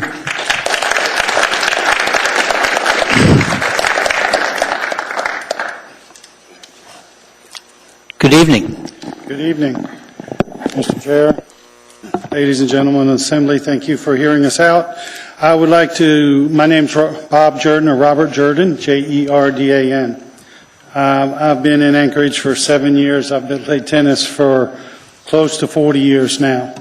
I would like to take issue with some of the things that have been said earlier by some individuals, as well as some of the things that are at issue around this proposal. I keep hearing about please fund this, please fund this. I think originally before I came the last time, it was all about what about the funding? I know you were talking about the budget earlier tonight. I know budget decisions are very difficult and very hard. We're not talking about raising taxes. We're not talking about cutting anything else. We're not talking about funding this. It's funded. The money's been appropriated. What we're talking about is people who want to take the money that has been lobbied for and approved and passed by the Alaska Tennis Association and spend it on something else other than what was intended. The money was intended for a tennis facility. The money is there for a tennis facility. All the people who've talked tonight about the library, I would warn them, make sure if you ever get money, make sure nothing else is attached anywhere. Because what I hear is the Assembly members trying to take money that was appropriated for a tennis facility and use it for other things, hockey, jumbotrons, whatever. There are plenty of hockey facilities.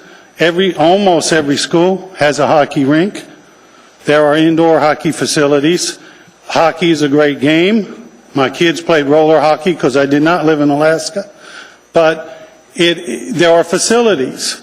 There's money. The majority of this funding is for maintenance on hockey facilities. Why does it all have to go to hockey facilities?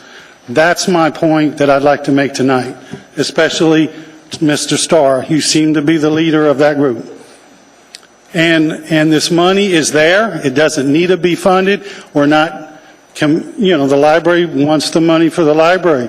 Well, if they ever get money, make sure there's only says for library and nothing else, because that's what's been going on here. And it's taking money that's been, and I also heard earlier criticism of the mayor, and last time we talked, a lot of criticism of the mayor. This money was lobbied for by the Alaska Tennis Association. The mayor has supported this. It is not his little pet project. And I think that politics have entered into that an overdue amount, unless there's something behind the scenes I'm not aware of. And so that's what I want to ask you tonight. Spend the money. The money is not for the Alaska Club. I'm a member of the Alaska Club. I will continue to be a member of the Alaska Club because that provides certain benefits. We're here to talk for the people who aren't here tonight. The young people, the poor people, the folks who go down by the park strip, watch them play tennis all summer long, then they have to stop. And they don't get any good for 9 months until they can start playing again, and that's if they start playing again. That's who will benefit from a public facility, not the people like yourself and myself who can afford to join a private club. Thank you very much. Thank you. Mr. Trombley? Yes, sir. I appreciate your testimony. One of the things that I look at, and you talked about our budget, and you sat here and you heard people come forward. They talked about public transportation needs. They talked about library needs. One of the things that our current facilities, Dempsey Anderson, Ben Boke, Sullivan, those buildings that were built in the late 70s, early 80s, also known as Project 80s, is they draw a tremendous amount of operational dollars in order to maintain. And so we hear numbers, we hear people say, look, we need additional access to public transportation. Well, some of those dollars that could possibly go to public transportation are sucked up into maintenance costs in our operational budget to maintain what we currently have. There's not enough to go around. We hear staggering statistics from the Anchorage School District which tell us 44% of the kids in the Anchorage School District qualify for a free or reduced lunch. What that says to me, what all of that says to me, is that when I take my budget book and I decide to vote for a budget, I'm voting to increase taxes based on the needs that we have. So I'm hitting those families that qualify for reduced or free lunches because I'm increasing maintenance costs.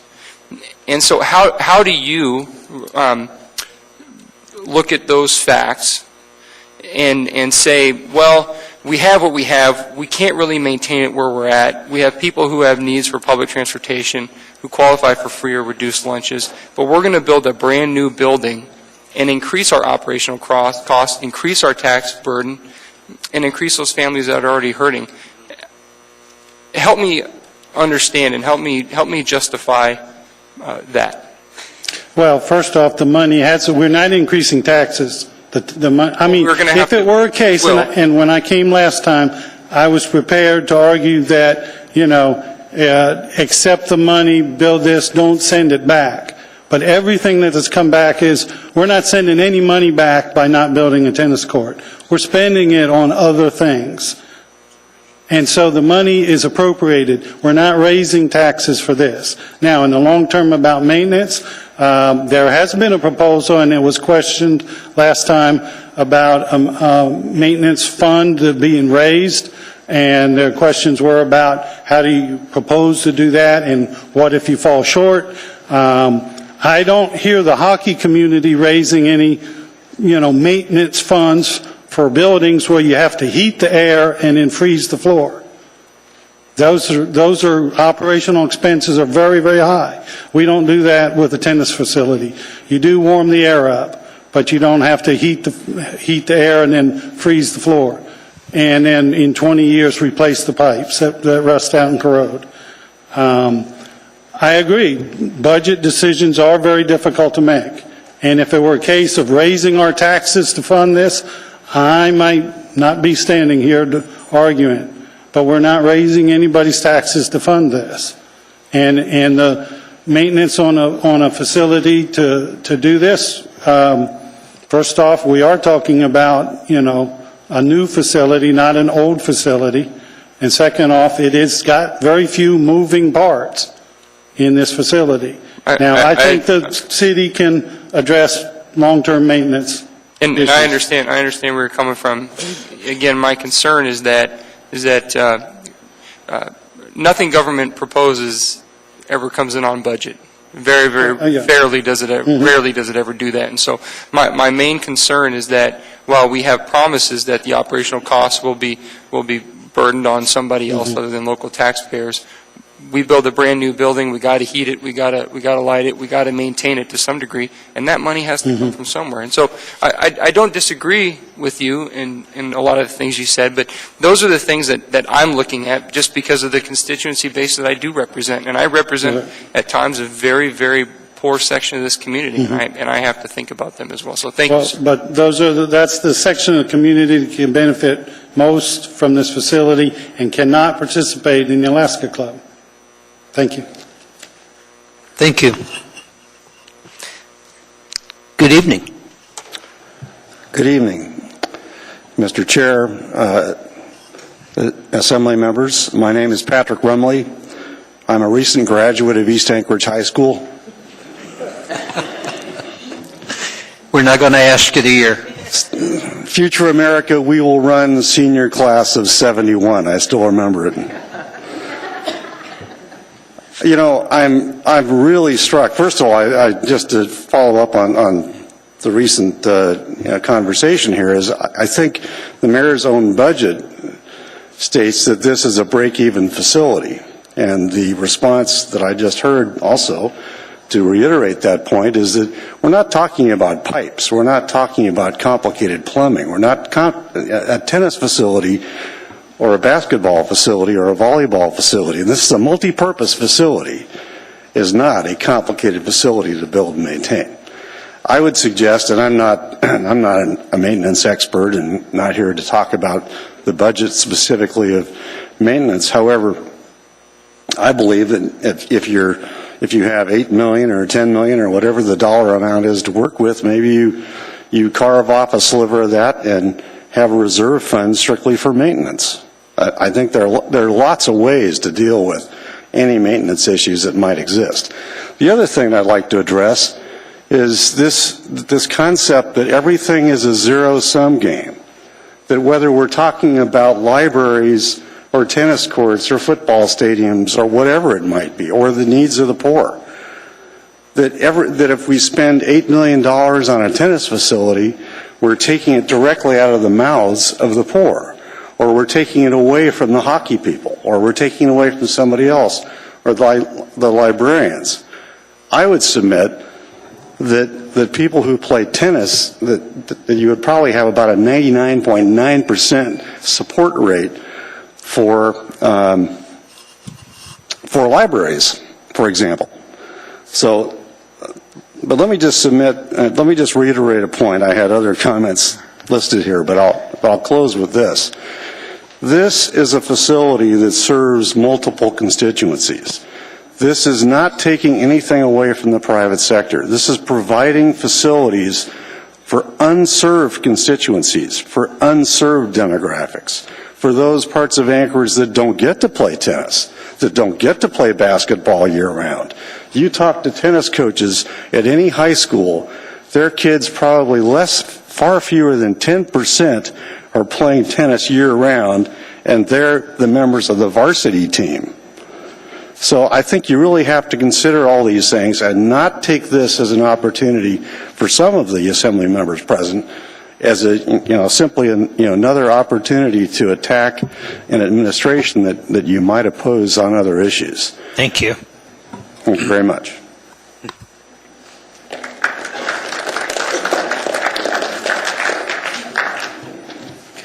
Good evening. Good evening. My name is Trina Raridan. I am a former grant accounting supervisor for the municipality of Anchorage, and I just have some practical questions I'd like to ask you.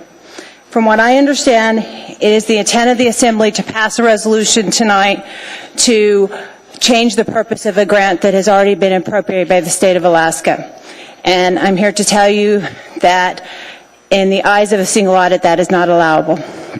So, is it the intent of the Assembly to actually pass this resolution and then submit the funding for reappropriation to the state of Alaska? If it is, I ask you, how are you going to deal with the district policy of the state that says that once the money is appropriated in a certain district, they don't redistrict it or put it into a different district? What is the intent with the Assembly on that? The other thing is that do you intend to send the full grant, which the state considers that $37 million one grant, back, or are you going to do partial? What is the intent of the Assembly? If you can't answer those questions, I think they bear worth some discussion with you guys to answer those prior to sending it back. As Ms. Demboski had indicated, it is a legal document. It is in a capital budget that has already been passed and appropriated. And FYI, just some little information, also in that capital budget was $20 million for state library archiving and museum construction, as well as $4.8 million to the library system in the last 4 years appropriated through the state budget. So just some food for thought. But that if the intent is not to have that money reappropriated, then you will be subject to potentially some audit findings in regards to single audit for using the money in an unallowable instance. So, thank you. Any questions? No questions. Thank you.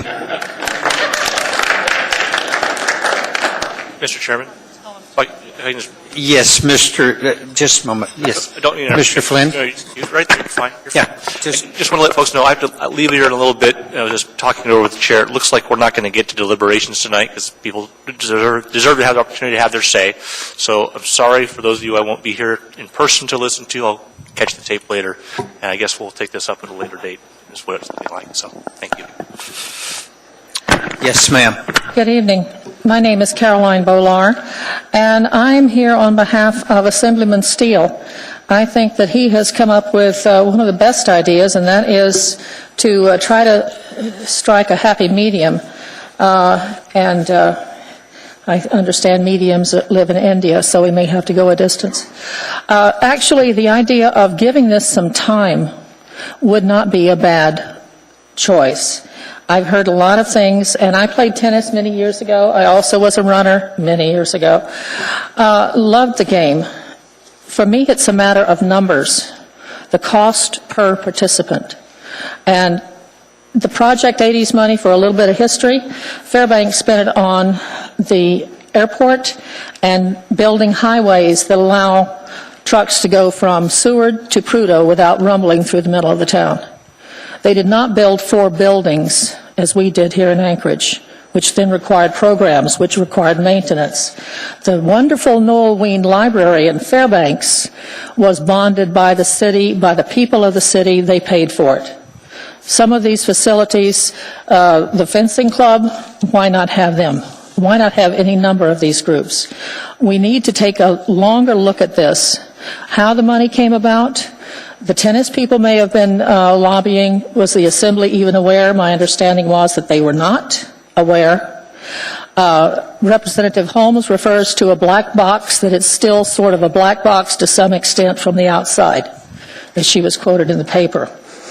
And the definition of a black box, and I went to 3 different sources because my dictionary didn't contain the words. The opposite of a black box is a system where the inner components or logic are available for inspection, which is sometimes known as a clear box, a glass box, or a white box. The hinky way this money has come to us, I know that if it were sent back, any part of any money that ever comes were sent back, hell definitely would be freezing over. So let's give a little bit of a break on this. Let's see if we can't figure out some way of looking at it over a longer period of time so that we're not going to be called on the carpet because of the way things went about and it was either passed or not passed.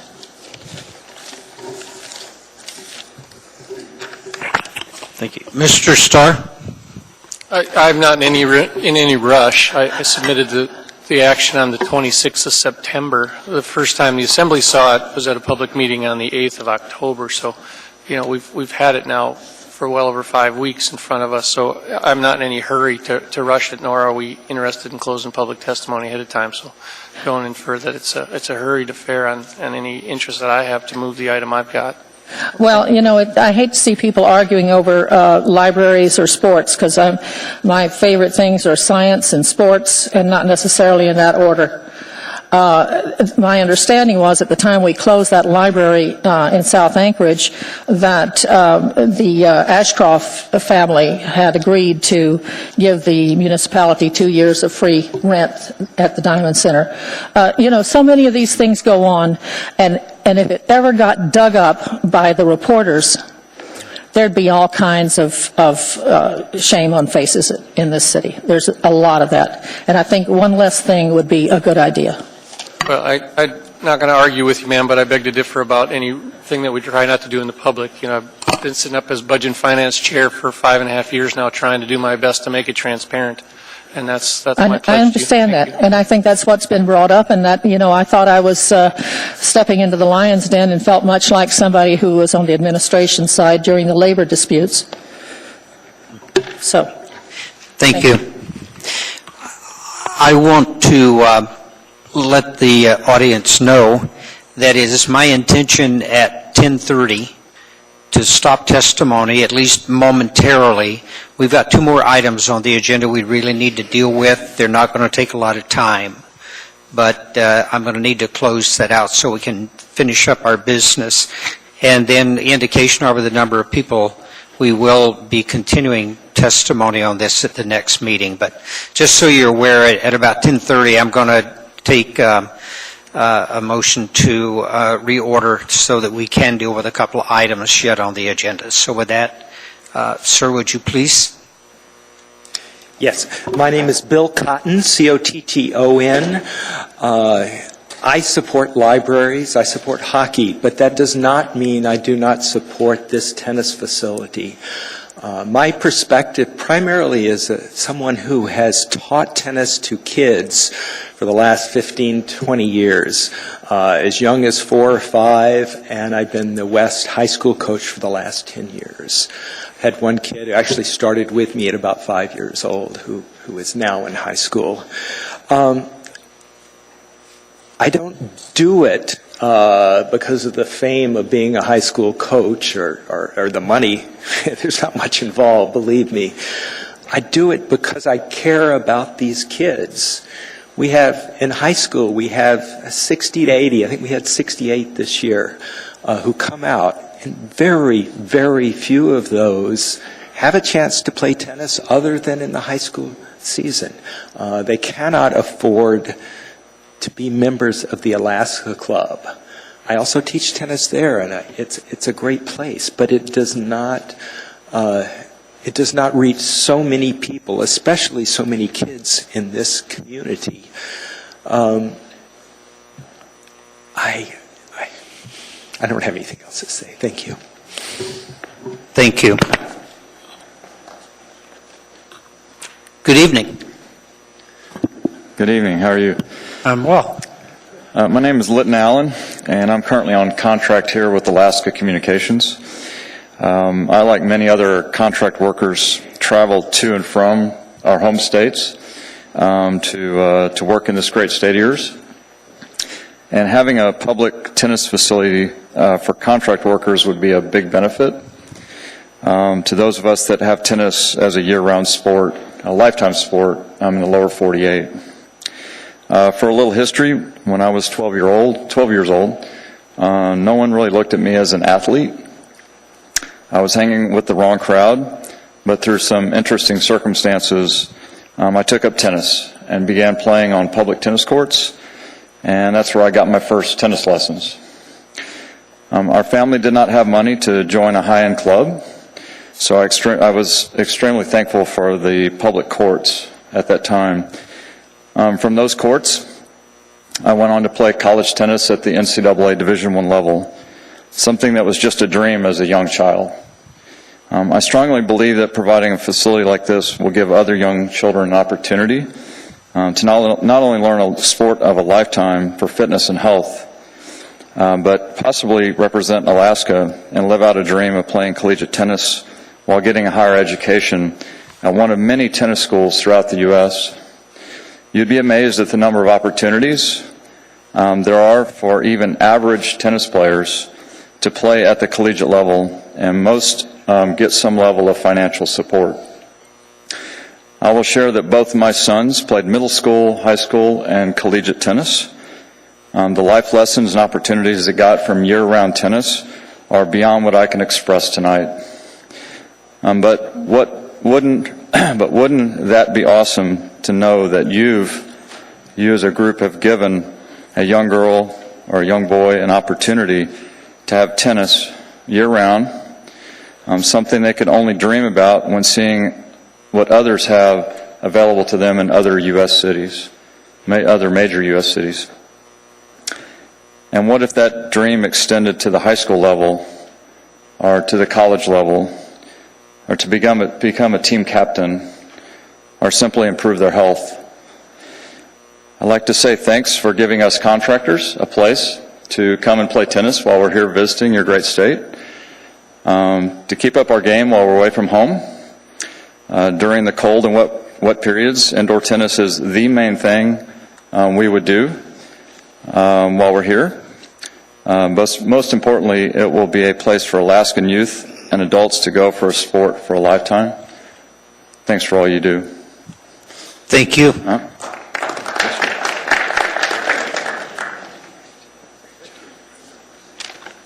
Good evening. Hi, my name is Toby Hurlbert, and I appreciate being able to be here. I had a couple pages, and I'm just going to say very briefly, to try to put things into perspective, the state of Alaska spends $500 million every year on health costs related to obesity and overweight. The state of Alaska spends $500 million, that's $500 million every year in direct health costs for overweight and obesity.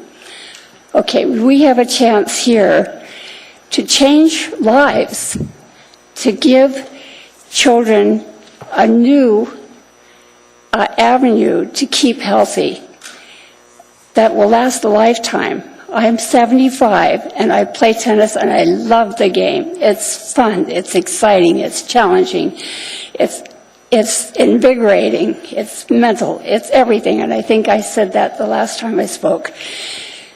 And also, I'd like to just remind you that the percentage increase in seniors is growing more rapidly in the state of Alaska than any other state in the United States. Now, okay, look at me. Am I going to take up football? No. Am I going to take up hockey? No. You know, when you're a senior, you can play. Really, when we moved back home to Alaska, I was playing in Bellevue, and there was a court that played every day next to us of men. There were 6 of them, and they were in their 90s, and they had a chair on each side of the net. They played one game, and they rotated after each game. Tennis is a game for everyone, and you know what? You guys and ladies, you might just really love tennis, and it might help you work out some of those frustrations that you have working on this assembly. So anyway, it is a wonderful sport. And just keep that figure, $500 million every year spent on health care for obesity and overweight. That is huge. So whatever we spend on this facility, on these young people, is worth every penny to change lives. Thank you.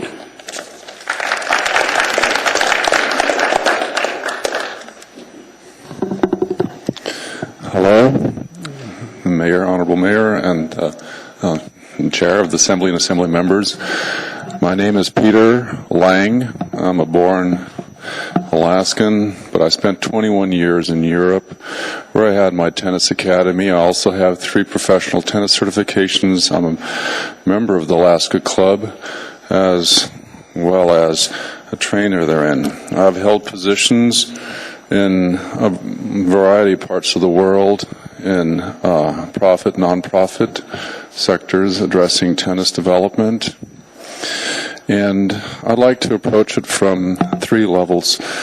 And I think the most important one is common sense, which is sometimes not so common. And I'd like to ask all the board members if you all really understand who the tennis constituency, are. It's very, very diverse. And it's not only for the few and the rich.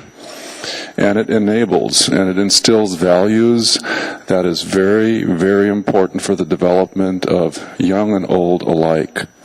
Now, in the 60s, I learned skiing in Arctic, which helped me master the black slopes down in Europe, as well as in the lower 48 and down in Juneau. But above all else, I was a hockey player, a wrestler, a cross-country ski racer, and I loved tennis, but I could only do tennis during the summer. Since Bob Penny and the rest threw down the North Club, which then got assimilated into the Alaska Club, and the Alaska Club now having threatened to close down the North Club as well as possibly the East Club, we're seeing a discontinuity effect instead of a synergy. Now, I was so brazen as to quote Mark Twain last time before you, saying there's lies, damn lies, in statistics. Well, I taught at the UAA Ops Research and was a labor economist till I vested out with the state. And I know very well that if you look at those best practices where you have public-private synergy, you will get fantastic traction. It's not a dark hole that you throw money into. But if you shortchange this process against legislative intent, you will have higher operating costs. You will have missed the opportunity. And in normal risk mitigation theory, risk is not only addressing the negatives, but seizing carpe diem the opportunities. You have opportunities in front of you to stand up and allow further diverse stakeholder groups to partake in a beautiful sport. So without any further ado, I think you've seen, Billie Jean King's article. I've seen you've probably seen the emails from a variety of tennis mafias accosting your email boxes. And I wish you all, please, to rise above the occasion of sometimes short-term political gains and just get her done. Thank you very much.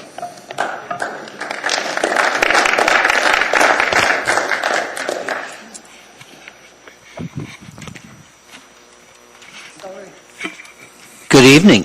Good evening. My name is Gloria Manni. I understand that the comments are related both to 14E and F. Am I correct? Yes, ma'am. Okay. So I am not against the tennis facility. However, I'm very concerned about the funding available. There are different ways to use the funds, certainly. And my point is, first, I'd like to taken care of, because I'm a West Side resident, of the Dempsey Arena. The way to shortchange it, to put only the ice rink and the repair of the glass in circle is not enough. We need to do the painting, we need to do the parking that now is budgeted under the indoor tennis facility. I don't understand why, but I know that is in that budget. And looking at the budget, even the highest amount that is provided nowadays or proposed by the mayor, is not enough to build the facility. So I'm concerned about starting something, there is not a consensus here between one version and the other. And me as a resident, I feel the complexity of the issue. It is pretty radical to go one way or the other, and I'd like to have a good compromise, but certainly what I'd like to have be respected, that the Dempsey Arena is properly taken care of, and not playing this game of putting the parking under one project versus another, basically keeping hostage. And that is a very good point. I think that it's true, the Tennis Association did lobby for the money, but the money was not appropriated in full. The money that is was cut 70%. I think I'd like to repeat here a comparison. Let's say a company is cutting the salary 70%. You can apply them across the line or make some adjustment, but not to the point where the tennis facility gets way more than what even the basic 7.2 million budget request was. That is unacceptable and is at the cost of the other projects. So my comments, as I said, go from one proposal to another, but I want to keep in mind that certain basic repairs and maintenance needs to be done before we pour the money into the tennis facility. And here the people feel that the full amount available leaves me a little perplexed. That's it. Thank you. Thank you. I'm going to take one more, then we're going to break for the other items, and then we'll come back. I apologize for that. We will. My name is Darla Brooks. Thank you for letting me speak. I've been in the tennis community for a couple decades, and I just finished coaching 10 seasons at Service High School. I coached 94 through 98, and I took a break, and I was asked to come back, and I just finished the 6th, so 10 years. And I have to say it's really great because I had Tally and Logan playing for Service High when they were kids, and he's a grandfather now, and It's been really great. And people out in the audience, I watched them play high school tennis as well. And I have a few of my team from 2013 out here tonight. But that's not really what I came up here to talk about. I've done a lot of things with tennis, everything from stringing rackets to power washing courts and being on the ATA board. My name is on the bylaws of the ATA. I'm one of the founding members of the ATA. So I've been very active in the community. But one of the points that I really don't think a lot of people get is tennis is one of those sports you can come to later in life. And any of you would be able to come and I could help you go low to high and get it out in front and we could play. And that's what's beautiful about the sport. When I worked at the club, we would open the club at 5:45 and there's people here in the audience that would be at the front doors to open with me, and I'd always joke that I was going to give them the keys to the club and let them open, and then I'll come a little bit later and have coffee with them, and that was our coffee crew. And at 9 a.m. we had the ladies come. Their kids got off to school, and the grandmas, and we had courts were full with the ladies. Those were the ladies groups. And then at 11:30 we had our men's round robins, and those were the singles people. Those were the guys that took their lunch breaks to come in and play tennis on their lunch breaks. And we had a little gap of time in there, and that's when I'd run and I'd grab my kids from school and I brought them to the club, and they had part-time jobs at the club, and if they weren't working, when they got done with their work, they got to go play tennis. So then at 3:30 was when the real fun happened. And the real fun part of being in tennis is watching all the kids come. And the kids took over the courts. They filled the courts. And that was just an everyday part of what my life was. And over the years, in that 94 through 98, when I was really there working every day and living it, it was wonderful. It was hard. It was really hard. But it was one of the most rewarding parts when I look back of my life that I really did something great. And I'm still trying to hang in there and keep tennis alive in my own little ways. But it's really a sport that at any point in anyone's life they can come to. Okay. Mr. Birch. I just wanted to take this opportunity to thank you for your great work and contributions as a coach. You've done a stupendous job. Thank you, Mr. Birch. Thank you. Thank you. Mr. Trombley. Mr. Chairman, I'd like to move to reorder the agenda and take up items 14N and 14O. If I can get a second. Any objection? Mr. Trainee? I intend to come back to the public testimony. Okay. Then we need to vote. Takes 8. Yes. I need to be able to set up the vote.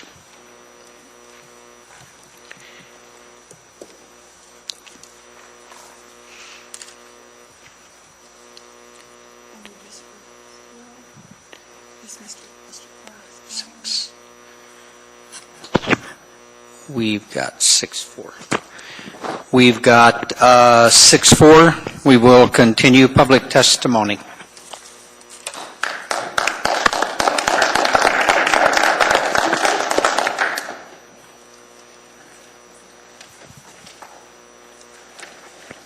Hi, my name is Whitney Williams. I've played tennis for about 14 years. But I don't know about you guys, but I've been here for 4.5 hours, and this is exhausting. But I came to tell you that tennis is not just for the elite. Many people who are famous for tennis, like Venus and Serena, they didn't first start by paying $100 to $300 for a private lesson. Their father actually taught them. He bought a book to teach them tennis. And like Anna Ivanovic, she's also a famous tennis player. She started playing tennis in a swimming pool. That's all she had. And now she's top 20, top 10 in the world. So it's definitely not just for the elite. But I don't follow politics much, but it seems we are in the middle of something that is nothing to do with tennis. Please forget about your likes or dislikes of the assembly men and women or the mayor. This is about the people, and we deserve to have one facility for over 11,000 players in Anchorage. Tennis has done so much for me, and I think it'll do about the same for others if you're willing to work for it. And that's all. So. Thank you.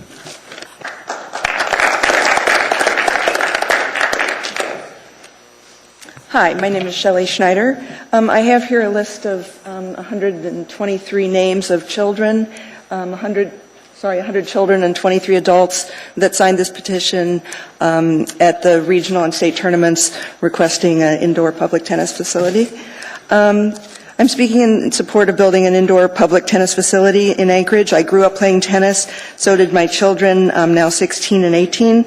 With what they learned playing tennis indoors, they both intend to go on and play tennis in college, and they were fortunate enough to be able to play indoors year-round with a tennis membership at the Alaska Club at $168 a month, which is more than most people that wish to play tennis can afford.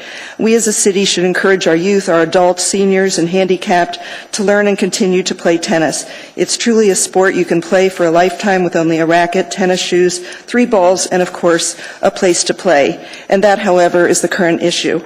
Many people in our community outside of a few short summer months do not have a place to play tennis in Anchorage. In fact, Anchorage is the only city of its size in the Pacific Northwest that does not have an indoor public tennis facility, as do other sports.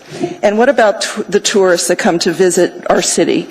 We want to be a first-class city with first-class stadiums hosting world-class events. We want tourism, we want conventions. With our desire to develop our city now and for the future, shouldn't we, as a major hub for international travel, provide an indoor tennis facility for our city and for our world-traveling visitors where they too can play year-round? And I want to speak to something that Robert Brewster of the Alaska Club said at the last assembly meeting. He said specifically that if this indoor public tennis facility were built, both public and private facilities would be losers when competing for players. That comment seems to me short-sighted and suggests that only those tennis players that currently pay $160 a month at the Alaska Club are interested in playing tennis in Anchorage. I only wish that Robert Brewster and I wish that the Assembly had come or would come to the Alaska Club when they hold tournaments such as the regional and state tournaments where they could see hundreds and hundreds of junior varsity players, their siblings, their parents, their grandparents, all of whom support tennis. Come see the hundreds of players, probably 500 students from Chugach, Bartlett, Eagle River, Service, Diamond, West, East, South, from Kodiak, North Pole, West Valley, and Lathrop, from Fairbanks, where they drive and fly into Anchorage looking for competition in this wonderful lifetime sport. Come see the over 1,200 children, 10 and under, who have learned to play quick start tennis on gymnasium floors in elementary schools throughout Anchorage, and yet have nowhere else to practice and learn to play outside of that class 8 to 9 months out of the year and can't afford the $168 a month to play at the Alaska Club. I just have one more thing to say. We should encourage Anchorage children, adults, seniors to play all sports, including tennis, and keep them fit, in shape, having fun with family and friends. It builds confidence, character, develops sportsmanship, cooperation, team playing, coordination, flexibility, enjoyment, and helps fight obesity, something we should as a community be very vigilant of. Please help all the people now and in the future that love tennis have an indoor public facility where they can play and maintain fitness throughout their lives. Mr. Birch. I just had a question related to the Quick Start program. Is that sponsored by the school district or Anchorage School District, or is it a part of an athletic program with the school district? The Alaska Tennis Association sponsors Quick Start Tennis for 10 and under children, and they teach in elementary schools on gymnasium floors throughout Anchorage. My daughter, and I know Whitney and others, my daughter's taught Quick Start for 18 months, 3 nights a week. She played at, she taught at Huffman, Lake Otis, and Turnagain, and there are 1,200 students that in 4 years have learned to play tennis. But outside of those gymnasium floors, that 1 day a week, they have nowhere else to play and learn and practice. Oh, great program. Thank you. Thank you. Thank you. Good evening. My name is Gretchen Stoddard, and my son plays hockey, and it would be very easy to leave here tonight without testifying. I like to park at municipality facilities, and I'm very concerned about the parking. I asked some emails, I received a diagram. There are 130 to 140 parking spots. At 3 o'clock on Saturday at Dempsey Anderson, when my son was playing last Saturday, normal games, there were 135 people there. I take seriously, tennis is great, movies are great at Beartooth Movie Theater, but if they wanted to cover up half the parking lot, I'd have problems with that too. It's not because of tennis, it's not because of movies, we have a facility that doesn't have enough parking, and you are talking about covering up all the dirt lot, the old outdoor rink. I don't see where they're going to fit. I do want to hear a good parking plan, and if that includes, that there is agreement with the federal post office or Romig or the church, great. Just please make it part of that. So my first major concern about this is parking. I do encourage you to go to the state tournament and see the hundreds of people in this growing sport. Where's it going to go? This is a small lot that's already, you look at Subway and AT&T Center, they coexist, they get along really well, there's a lot of parking. Last March, that one was full. I park there 60 to 100 times a year. I want a place to park at your facilities, okay? And my other concern on this is the financial. I look at the Alaska Tennis Association website. I think it's great. It's listing $5 to $6 an hour tennis court fees, which comes, when fully utilized, is $93 to $100 an hour. My son and his team are paying $350 an hour at Dempsey Anderson, so that facility is $700 an hour. Just looking at my ice bills for utilization. I know refrigeration is expensive, but the money's not getting spent on heat. I know that. I don't understand how you can run this facility and not cost money to other people with like $500,000 total revenue for the year. So I definitely, if it goes through, great, please get parking and make sure these budgets are separate. I don't want, my son's $350 an hour facility to have to pay for this $100 an hour new building. Thank you. Thank you. Mr. Birch? Ma'am, I wanted to thank you for coming down tonight. I've had questions as well and concerns regarding the parking. I think you pointed out some of them.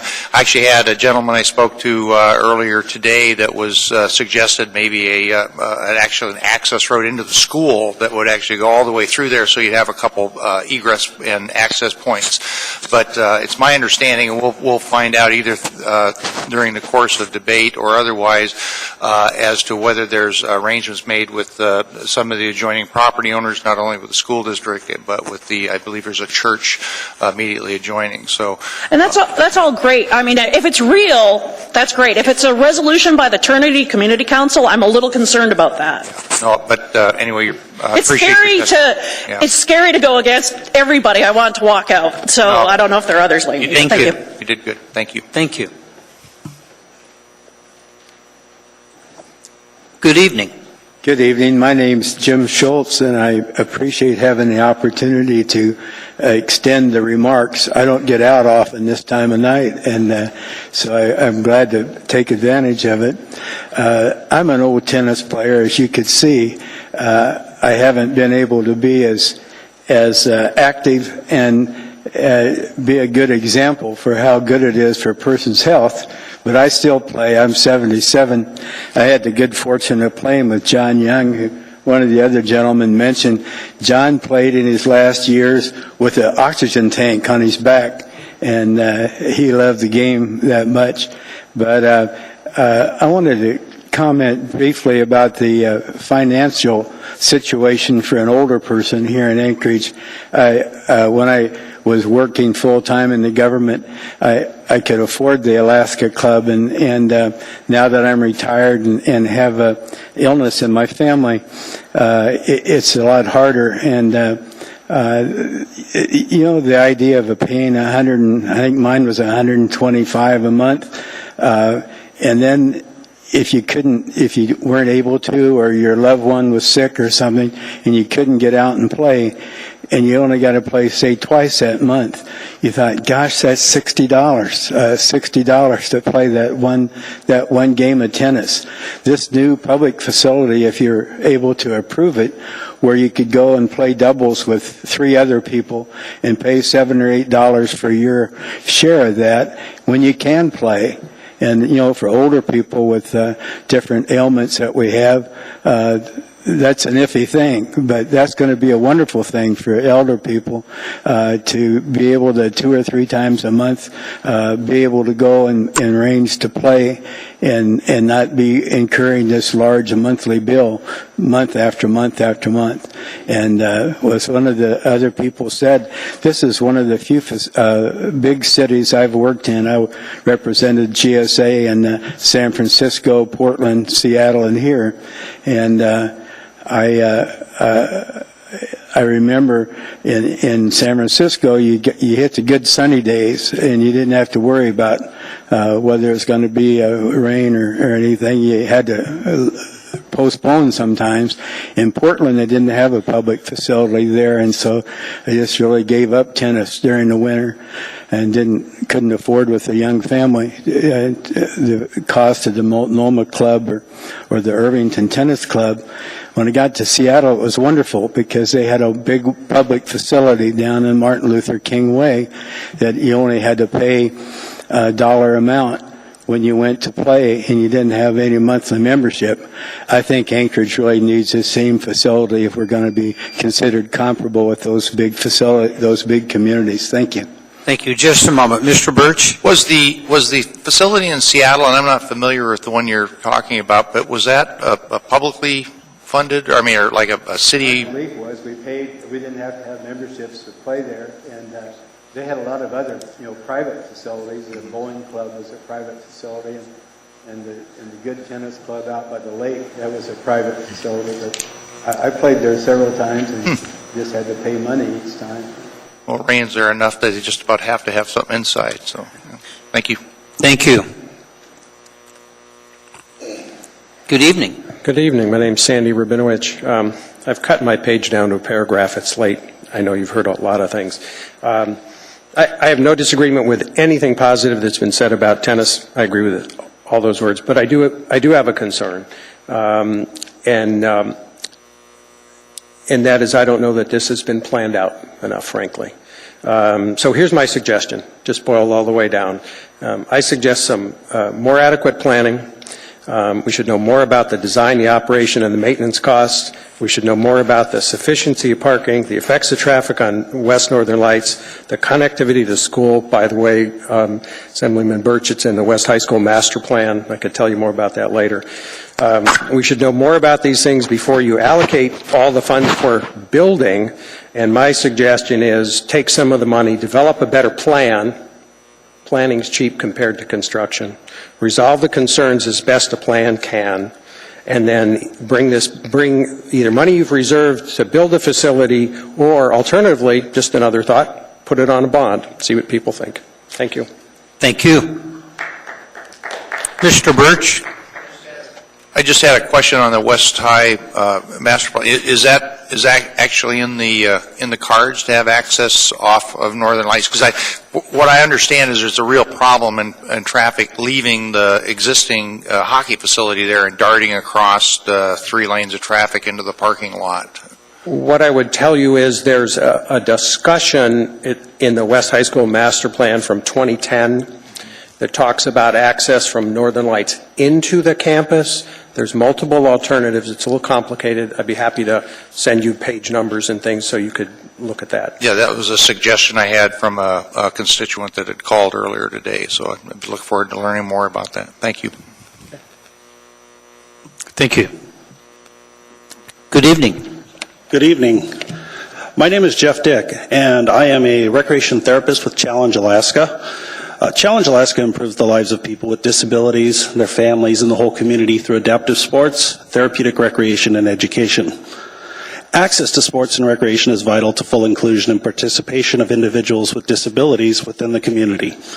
An indoor public tennis facility will improve access for people with disabilities to tennis, as well as improving community participation, socialization, and increased health and wellness. Over the past 2 years, Challenge Alaska has worked with the Alaska Tennis Association and USTA to provide introductory lessons in both wheelchair and adaptive tennis using outdoor courts. There is a growing interest among people with disabilities, including veterans, in the sport of tennis, adaptive and wheelchair. The accessibility and affordability of the proposed indoor recreation facility, including tennis courts, would increase access and participation by individuals with disabilities year-round. I hope you will consider all the people in our community, including people with disabilities, when making your decision on how to proceed with this issue. Thank you. Thank you.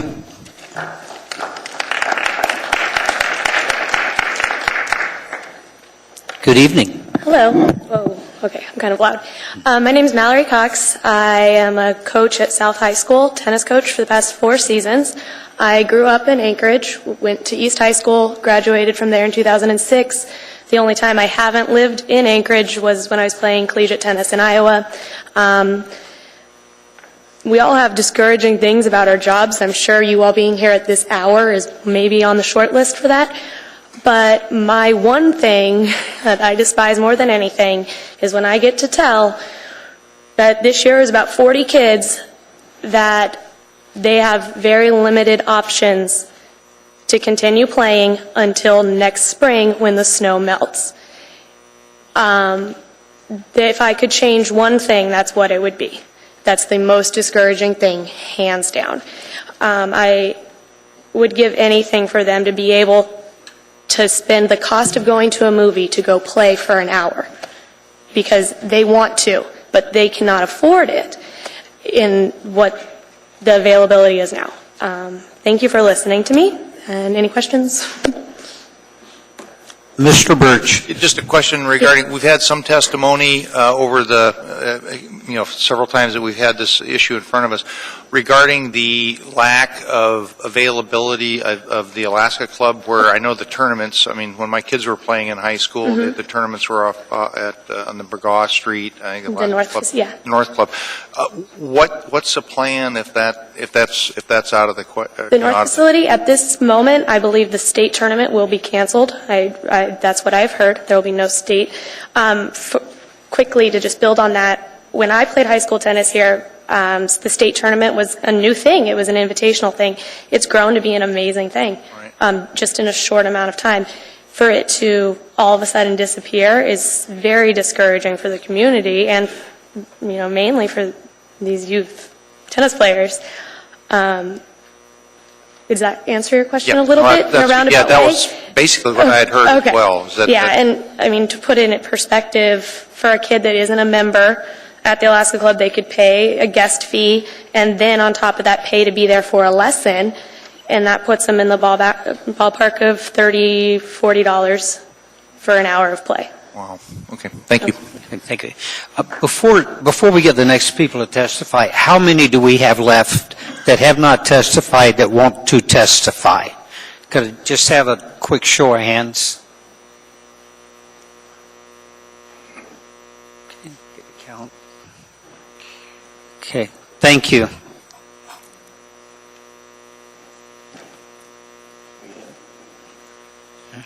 Hello, my name is Bryce Foster. Hi. Hello.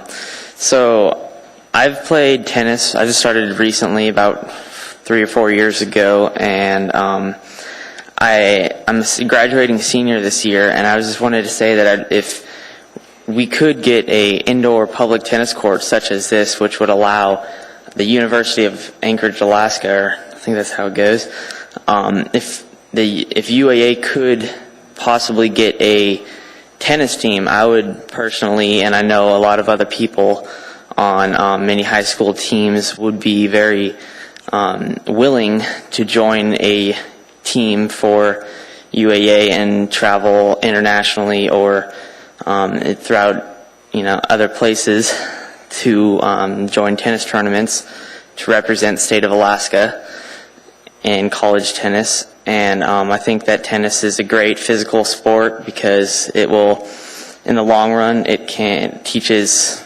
people good hand-eye coordination. And it really teaches kids how to win and lose at the same time, because no one's going to go out there throughout their whole season and just be a winner the whole time, not lose one match. And there is instances where you'll win, and there's also instances where you will lose. And I've been learning that throughout the time I've been playing tennis, and I just know that it would be very beneficial for other students my age going through high school, and just anybody who is interested in playing tennis, because like we've heard earlier today, it is a very lifelong sport, and these qualities can be beneficial to anyone. Thank you. Thank you.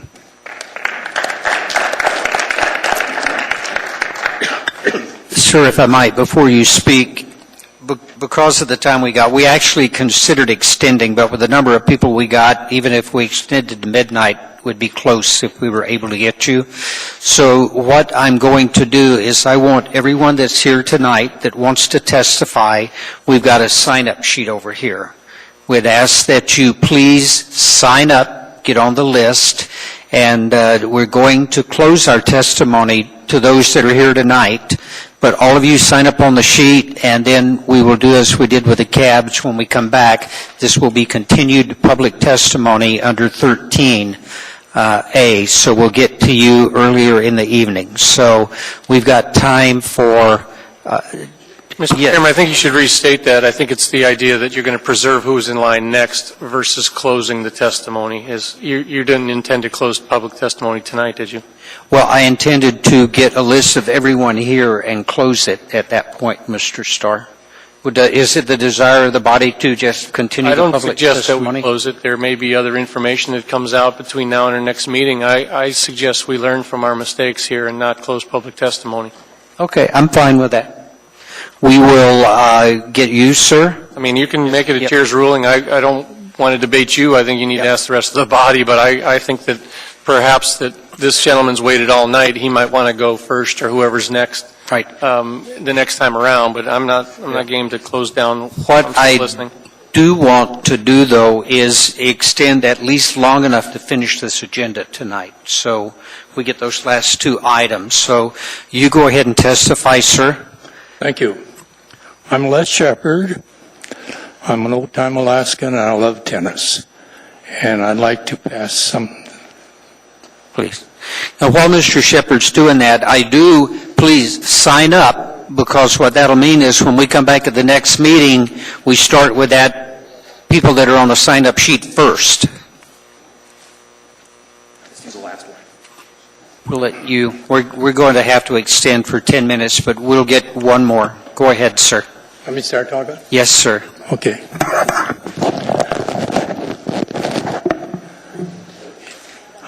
I started playing tennis when in my later 40s.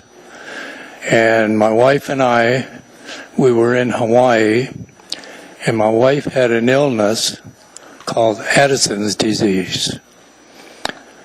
And the doctors told her that she would never play tennis. She named him a lot of different things that she would never do because she did not have the energy. When your adrenaline glands don't work, you don't have any energy. So you got to be on steroids. We were in Hawaii, and we were lucky enough. We will always walk, but one day we walked down by a tennis court. And there was a tennis pro there, and he was from Peter Burwash. Maybe some of you have heard about him. He has tennis players all around the world. He's a great person, and we've had him up here and played a couple of times at North. And it's he's good. But anyway, we watched this pro give a lesson, and when he finished, we decided that we were going to talk to him and ask him about tennis. Well, we didn't think that Kathleen would be able to play tennis, and we told him what she had and Addison's disease, and He said, I can teach you tennis, and you can play tennis. Well, right that opened up a nice big door, so we decided to take lessons. We took 5 lessons, 30-minute lessons while we were there. We were in Kona Village over on the Big Island. Anyway, we played the tennis, we took the 5 lessons, and we came back, and we wanted to join the club. We couldn't join the racket club because it was in the middle of the month, and their books weren't set up for it. So we had to play downtown right after they shortly cleaned off the courts, and we started playing tennis. From that day on, we played tennis every morning that the clubs were open at 6 o'clock in the morning. And a lot of the tennis players are here will vouch for what I just said. If it wasn't for tennis, tennis gave Kathleen 38 years of life because of her exercising and everything. And this is what I'm very thankful for, tennis. I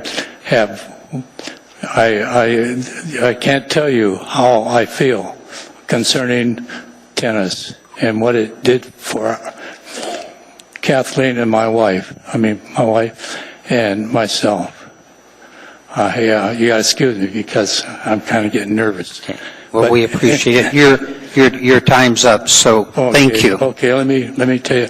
But I'm very interested in.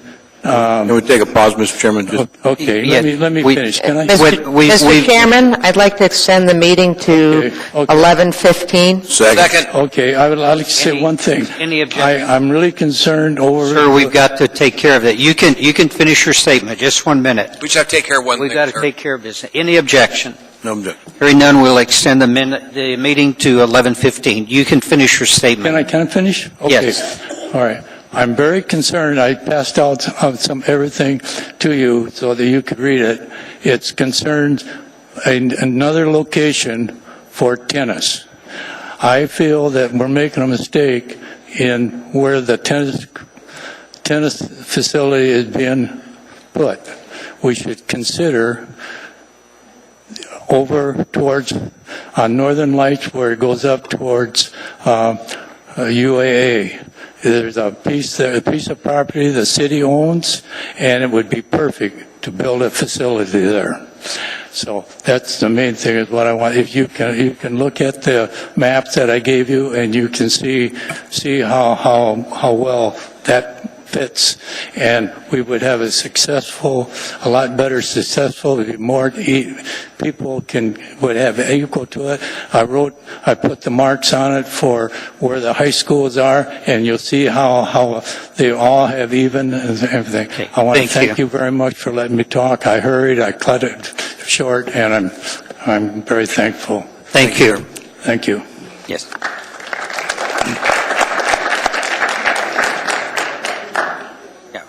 We're going to let this gentleman testify, and then we're going to do it.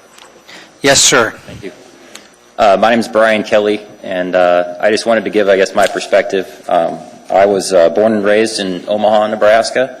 I started playing tennis when I was 5 years old. My mother started playing at the same time. I'm now 40. She's now 71. We both still play tennis, and I learned to play tennis at a public indoor tennis center in Omaha, Nebraska. And I played there. I played there all year, and that allowed me to hone my game and play all year long. And it allowed me to get a collegiate scholarship to go play tennis in college. And I also was able to teach once I got out at that same facility, and saw all the youth and all the people and saw that facility really work. It's Hanscom Tennis Center in Omaha, Nebraska. And through my travels, I played all over the Midwest, upper Midwest, at public indoor facilities all over, and they work. It's not an uncommon thing. I just want to make sure everybody understood that. All the northern states that I've played tennis in my youth all have public tennis centers, and they hold tournaments and hold large events and things like what we're talking about tonight. So I just wanted to make sure everyone understood that they work, and I think it could work for Alaska. Very good. Thank you. All right. Thank you. We're going to continue this item as well as the public testimony to our next meeting on December the November 19th. Any objection? No objection. Hearing none. The chair will accept a motion to waive reading once I get into this a bit on 14N. AM number 586, subject an ordinance amending Anchorage Municipal Code Title 21 Land Use Planning, new code effective January 1, 2020. Waive reading. Second. Thank you. I appreciate it. This item is before the body for public testimony. Anyone to testify? Anyone at all? Seeing, hearing none, item is... I move to continue public hearing to the November 19th meeting and refer this item to the Planning and Zoning Commission to advise us of their of any comments they might have. Very good. We've got a motion and a second. Mr. Honeman? I'm going to urge against Planning and Zoning Commission. You've got, I think, plenty of information from our own staff, and I'm not sure if they're still here tonight. Mr. Weaver, I see, and I'm not so sure. Is there any objection for further information needed from the Planning and Zoning Commission on Title 21 change? I understand most of these are largely technical and administrative changes. Mr. Chair, we already have it scheduled to go to them to coordinate with your next meeting, so it's not a burden for us to take it there. Ms. Oceana was here earlier this evening. She believes a couple of the changes are more than technical edits that I told her I would look at. Thank you. Then I wouldn't have objection. No problem, Mr. Honeman. No. Okay. Ms. Dembowski? I just want to urge referral to the Planning and Zoning Commission. That's it. We're referring. Yes, with no objection. We now have before us item 14O, AR number 276, a resolution of the Anchorage Municipal Assembly establishing municipal policy guidelines and direction for collective bargaining and contract negotiations. This item is before the body. Anyone to testify? Anyone at all? Seeing, hearing none, this item is before the body. Mr. Starr? Well, we could probably pass it, but I don't think we want to. What I would like to do is have a public work session or an assembly work session on the 15th. We've reserved 2 hours for the budget, and I think that there's one item that I'd like to have the help from the administration to present, which would be talking about the changeover to the affordable health care plans. So I think the idea that we would continue this probably until December 3rd, which is a full 2 meetings from now, with the idea that we get some public input from the municipality on ACA. And your feeling, Mr. Starr, is in the 2 hours we've got scheduled, we could maybe work half an hour of that into this and an hour and a half on the budget? Yeah, likely. I don't see any reason. Primarily the work session for this ACA summary will be financial, so I think it does link in as well as budget ramifications. Likely if we passed if we passed 14O, potentially we'd have budget savings for next year. So it is sort of timely in that. But I guess that was the idea, to move it to December 3rd for action. Okay. Mr. Chairman? Yes, sir. I needed the work session sometime on the 15th. I'll be down in Seattle, and I really would like to be there for the 2-hour discussion on this. Well, it isn't a 2-hour discussion. It was really only focused on one element in this proposal. No, but I'd like it to be, Mr. Starr, when I'm here, because I got some concerns on this. I want to work with you on it, but I want to be here for it, sir. Mr. Chairman, I'd like to be here also. That's the AM, National League of Cities? Yeah. Your next meeting, if it wasn't the 3rd, it would be December 17th, and the Friday before that would be December 13th, if you wanted to do a work session on that date, Mr. Starr. I'll try to accommodate, but you understand that, oftentimes I can't make those Friday work sessions, and I sit and listen to the tapes. I work the topic even though I'm not at the work sessions, and I think that works pretty well, to be honest with you, the recorded versions of our work sessions, in particular in budget matters. It's not hard to listen to. I know, but I appreciate the consideration, Mr. Starr.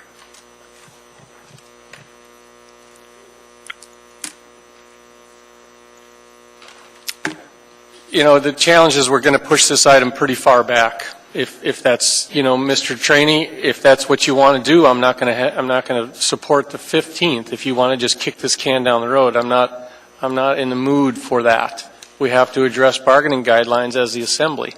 So the debate with you and I is, if the strategy is let's just kick it, and kick it, the bargaining guidelines are nowhere to be found right now after AO 37's been stayed. So I'm fairly passionate about getting something in front of the administration that they can work with as they start getting into these. I know, Mr. Starr, I just have some concerns. I want to be there. I can't be there because we're already scheduled to be down in Seattle. So I'd appreciate the concern. I'm not trying to kick it down the street and out of sight, Bill. I just want to move it down to the next date. And, Mr. Chairman, the clerk gave another date for work sessions. What would that be? That was the 13th of December. Correct. You can accommodate me on that date, Mr. Starr. I'd appreciate any time you've got on that date. I'll be there. Mr. Starr, the item would then need to be continued until December 17th with a work session on December 13th. Okay. Okay. Thank you, Mr. Starr. Very well. Okay, I've got Mr. Starr, Mr. Trainee. Anyone else in the queue? Any objection to that being continued? And the work session, hearing none, that item will be continued. Do we have anyone this evening for a audience participation? Anyone at all? Not, the chair would take a motion. Motion to adjourn. Adjourned.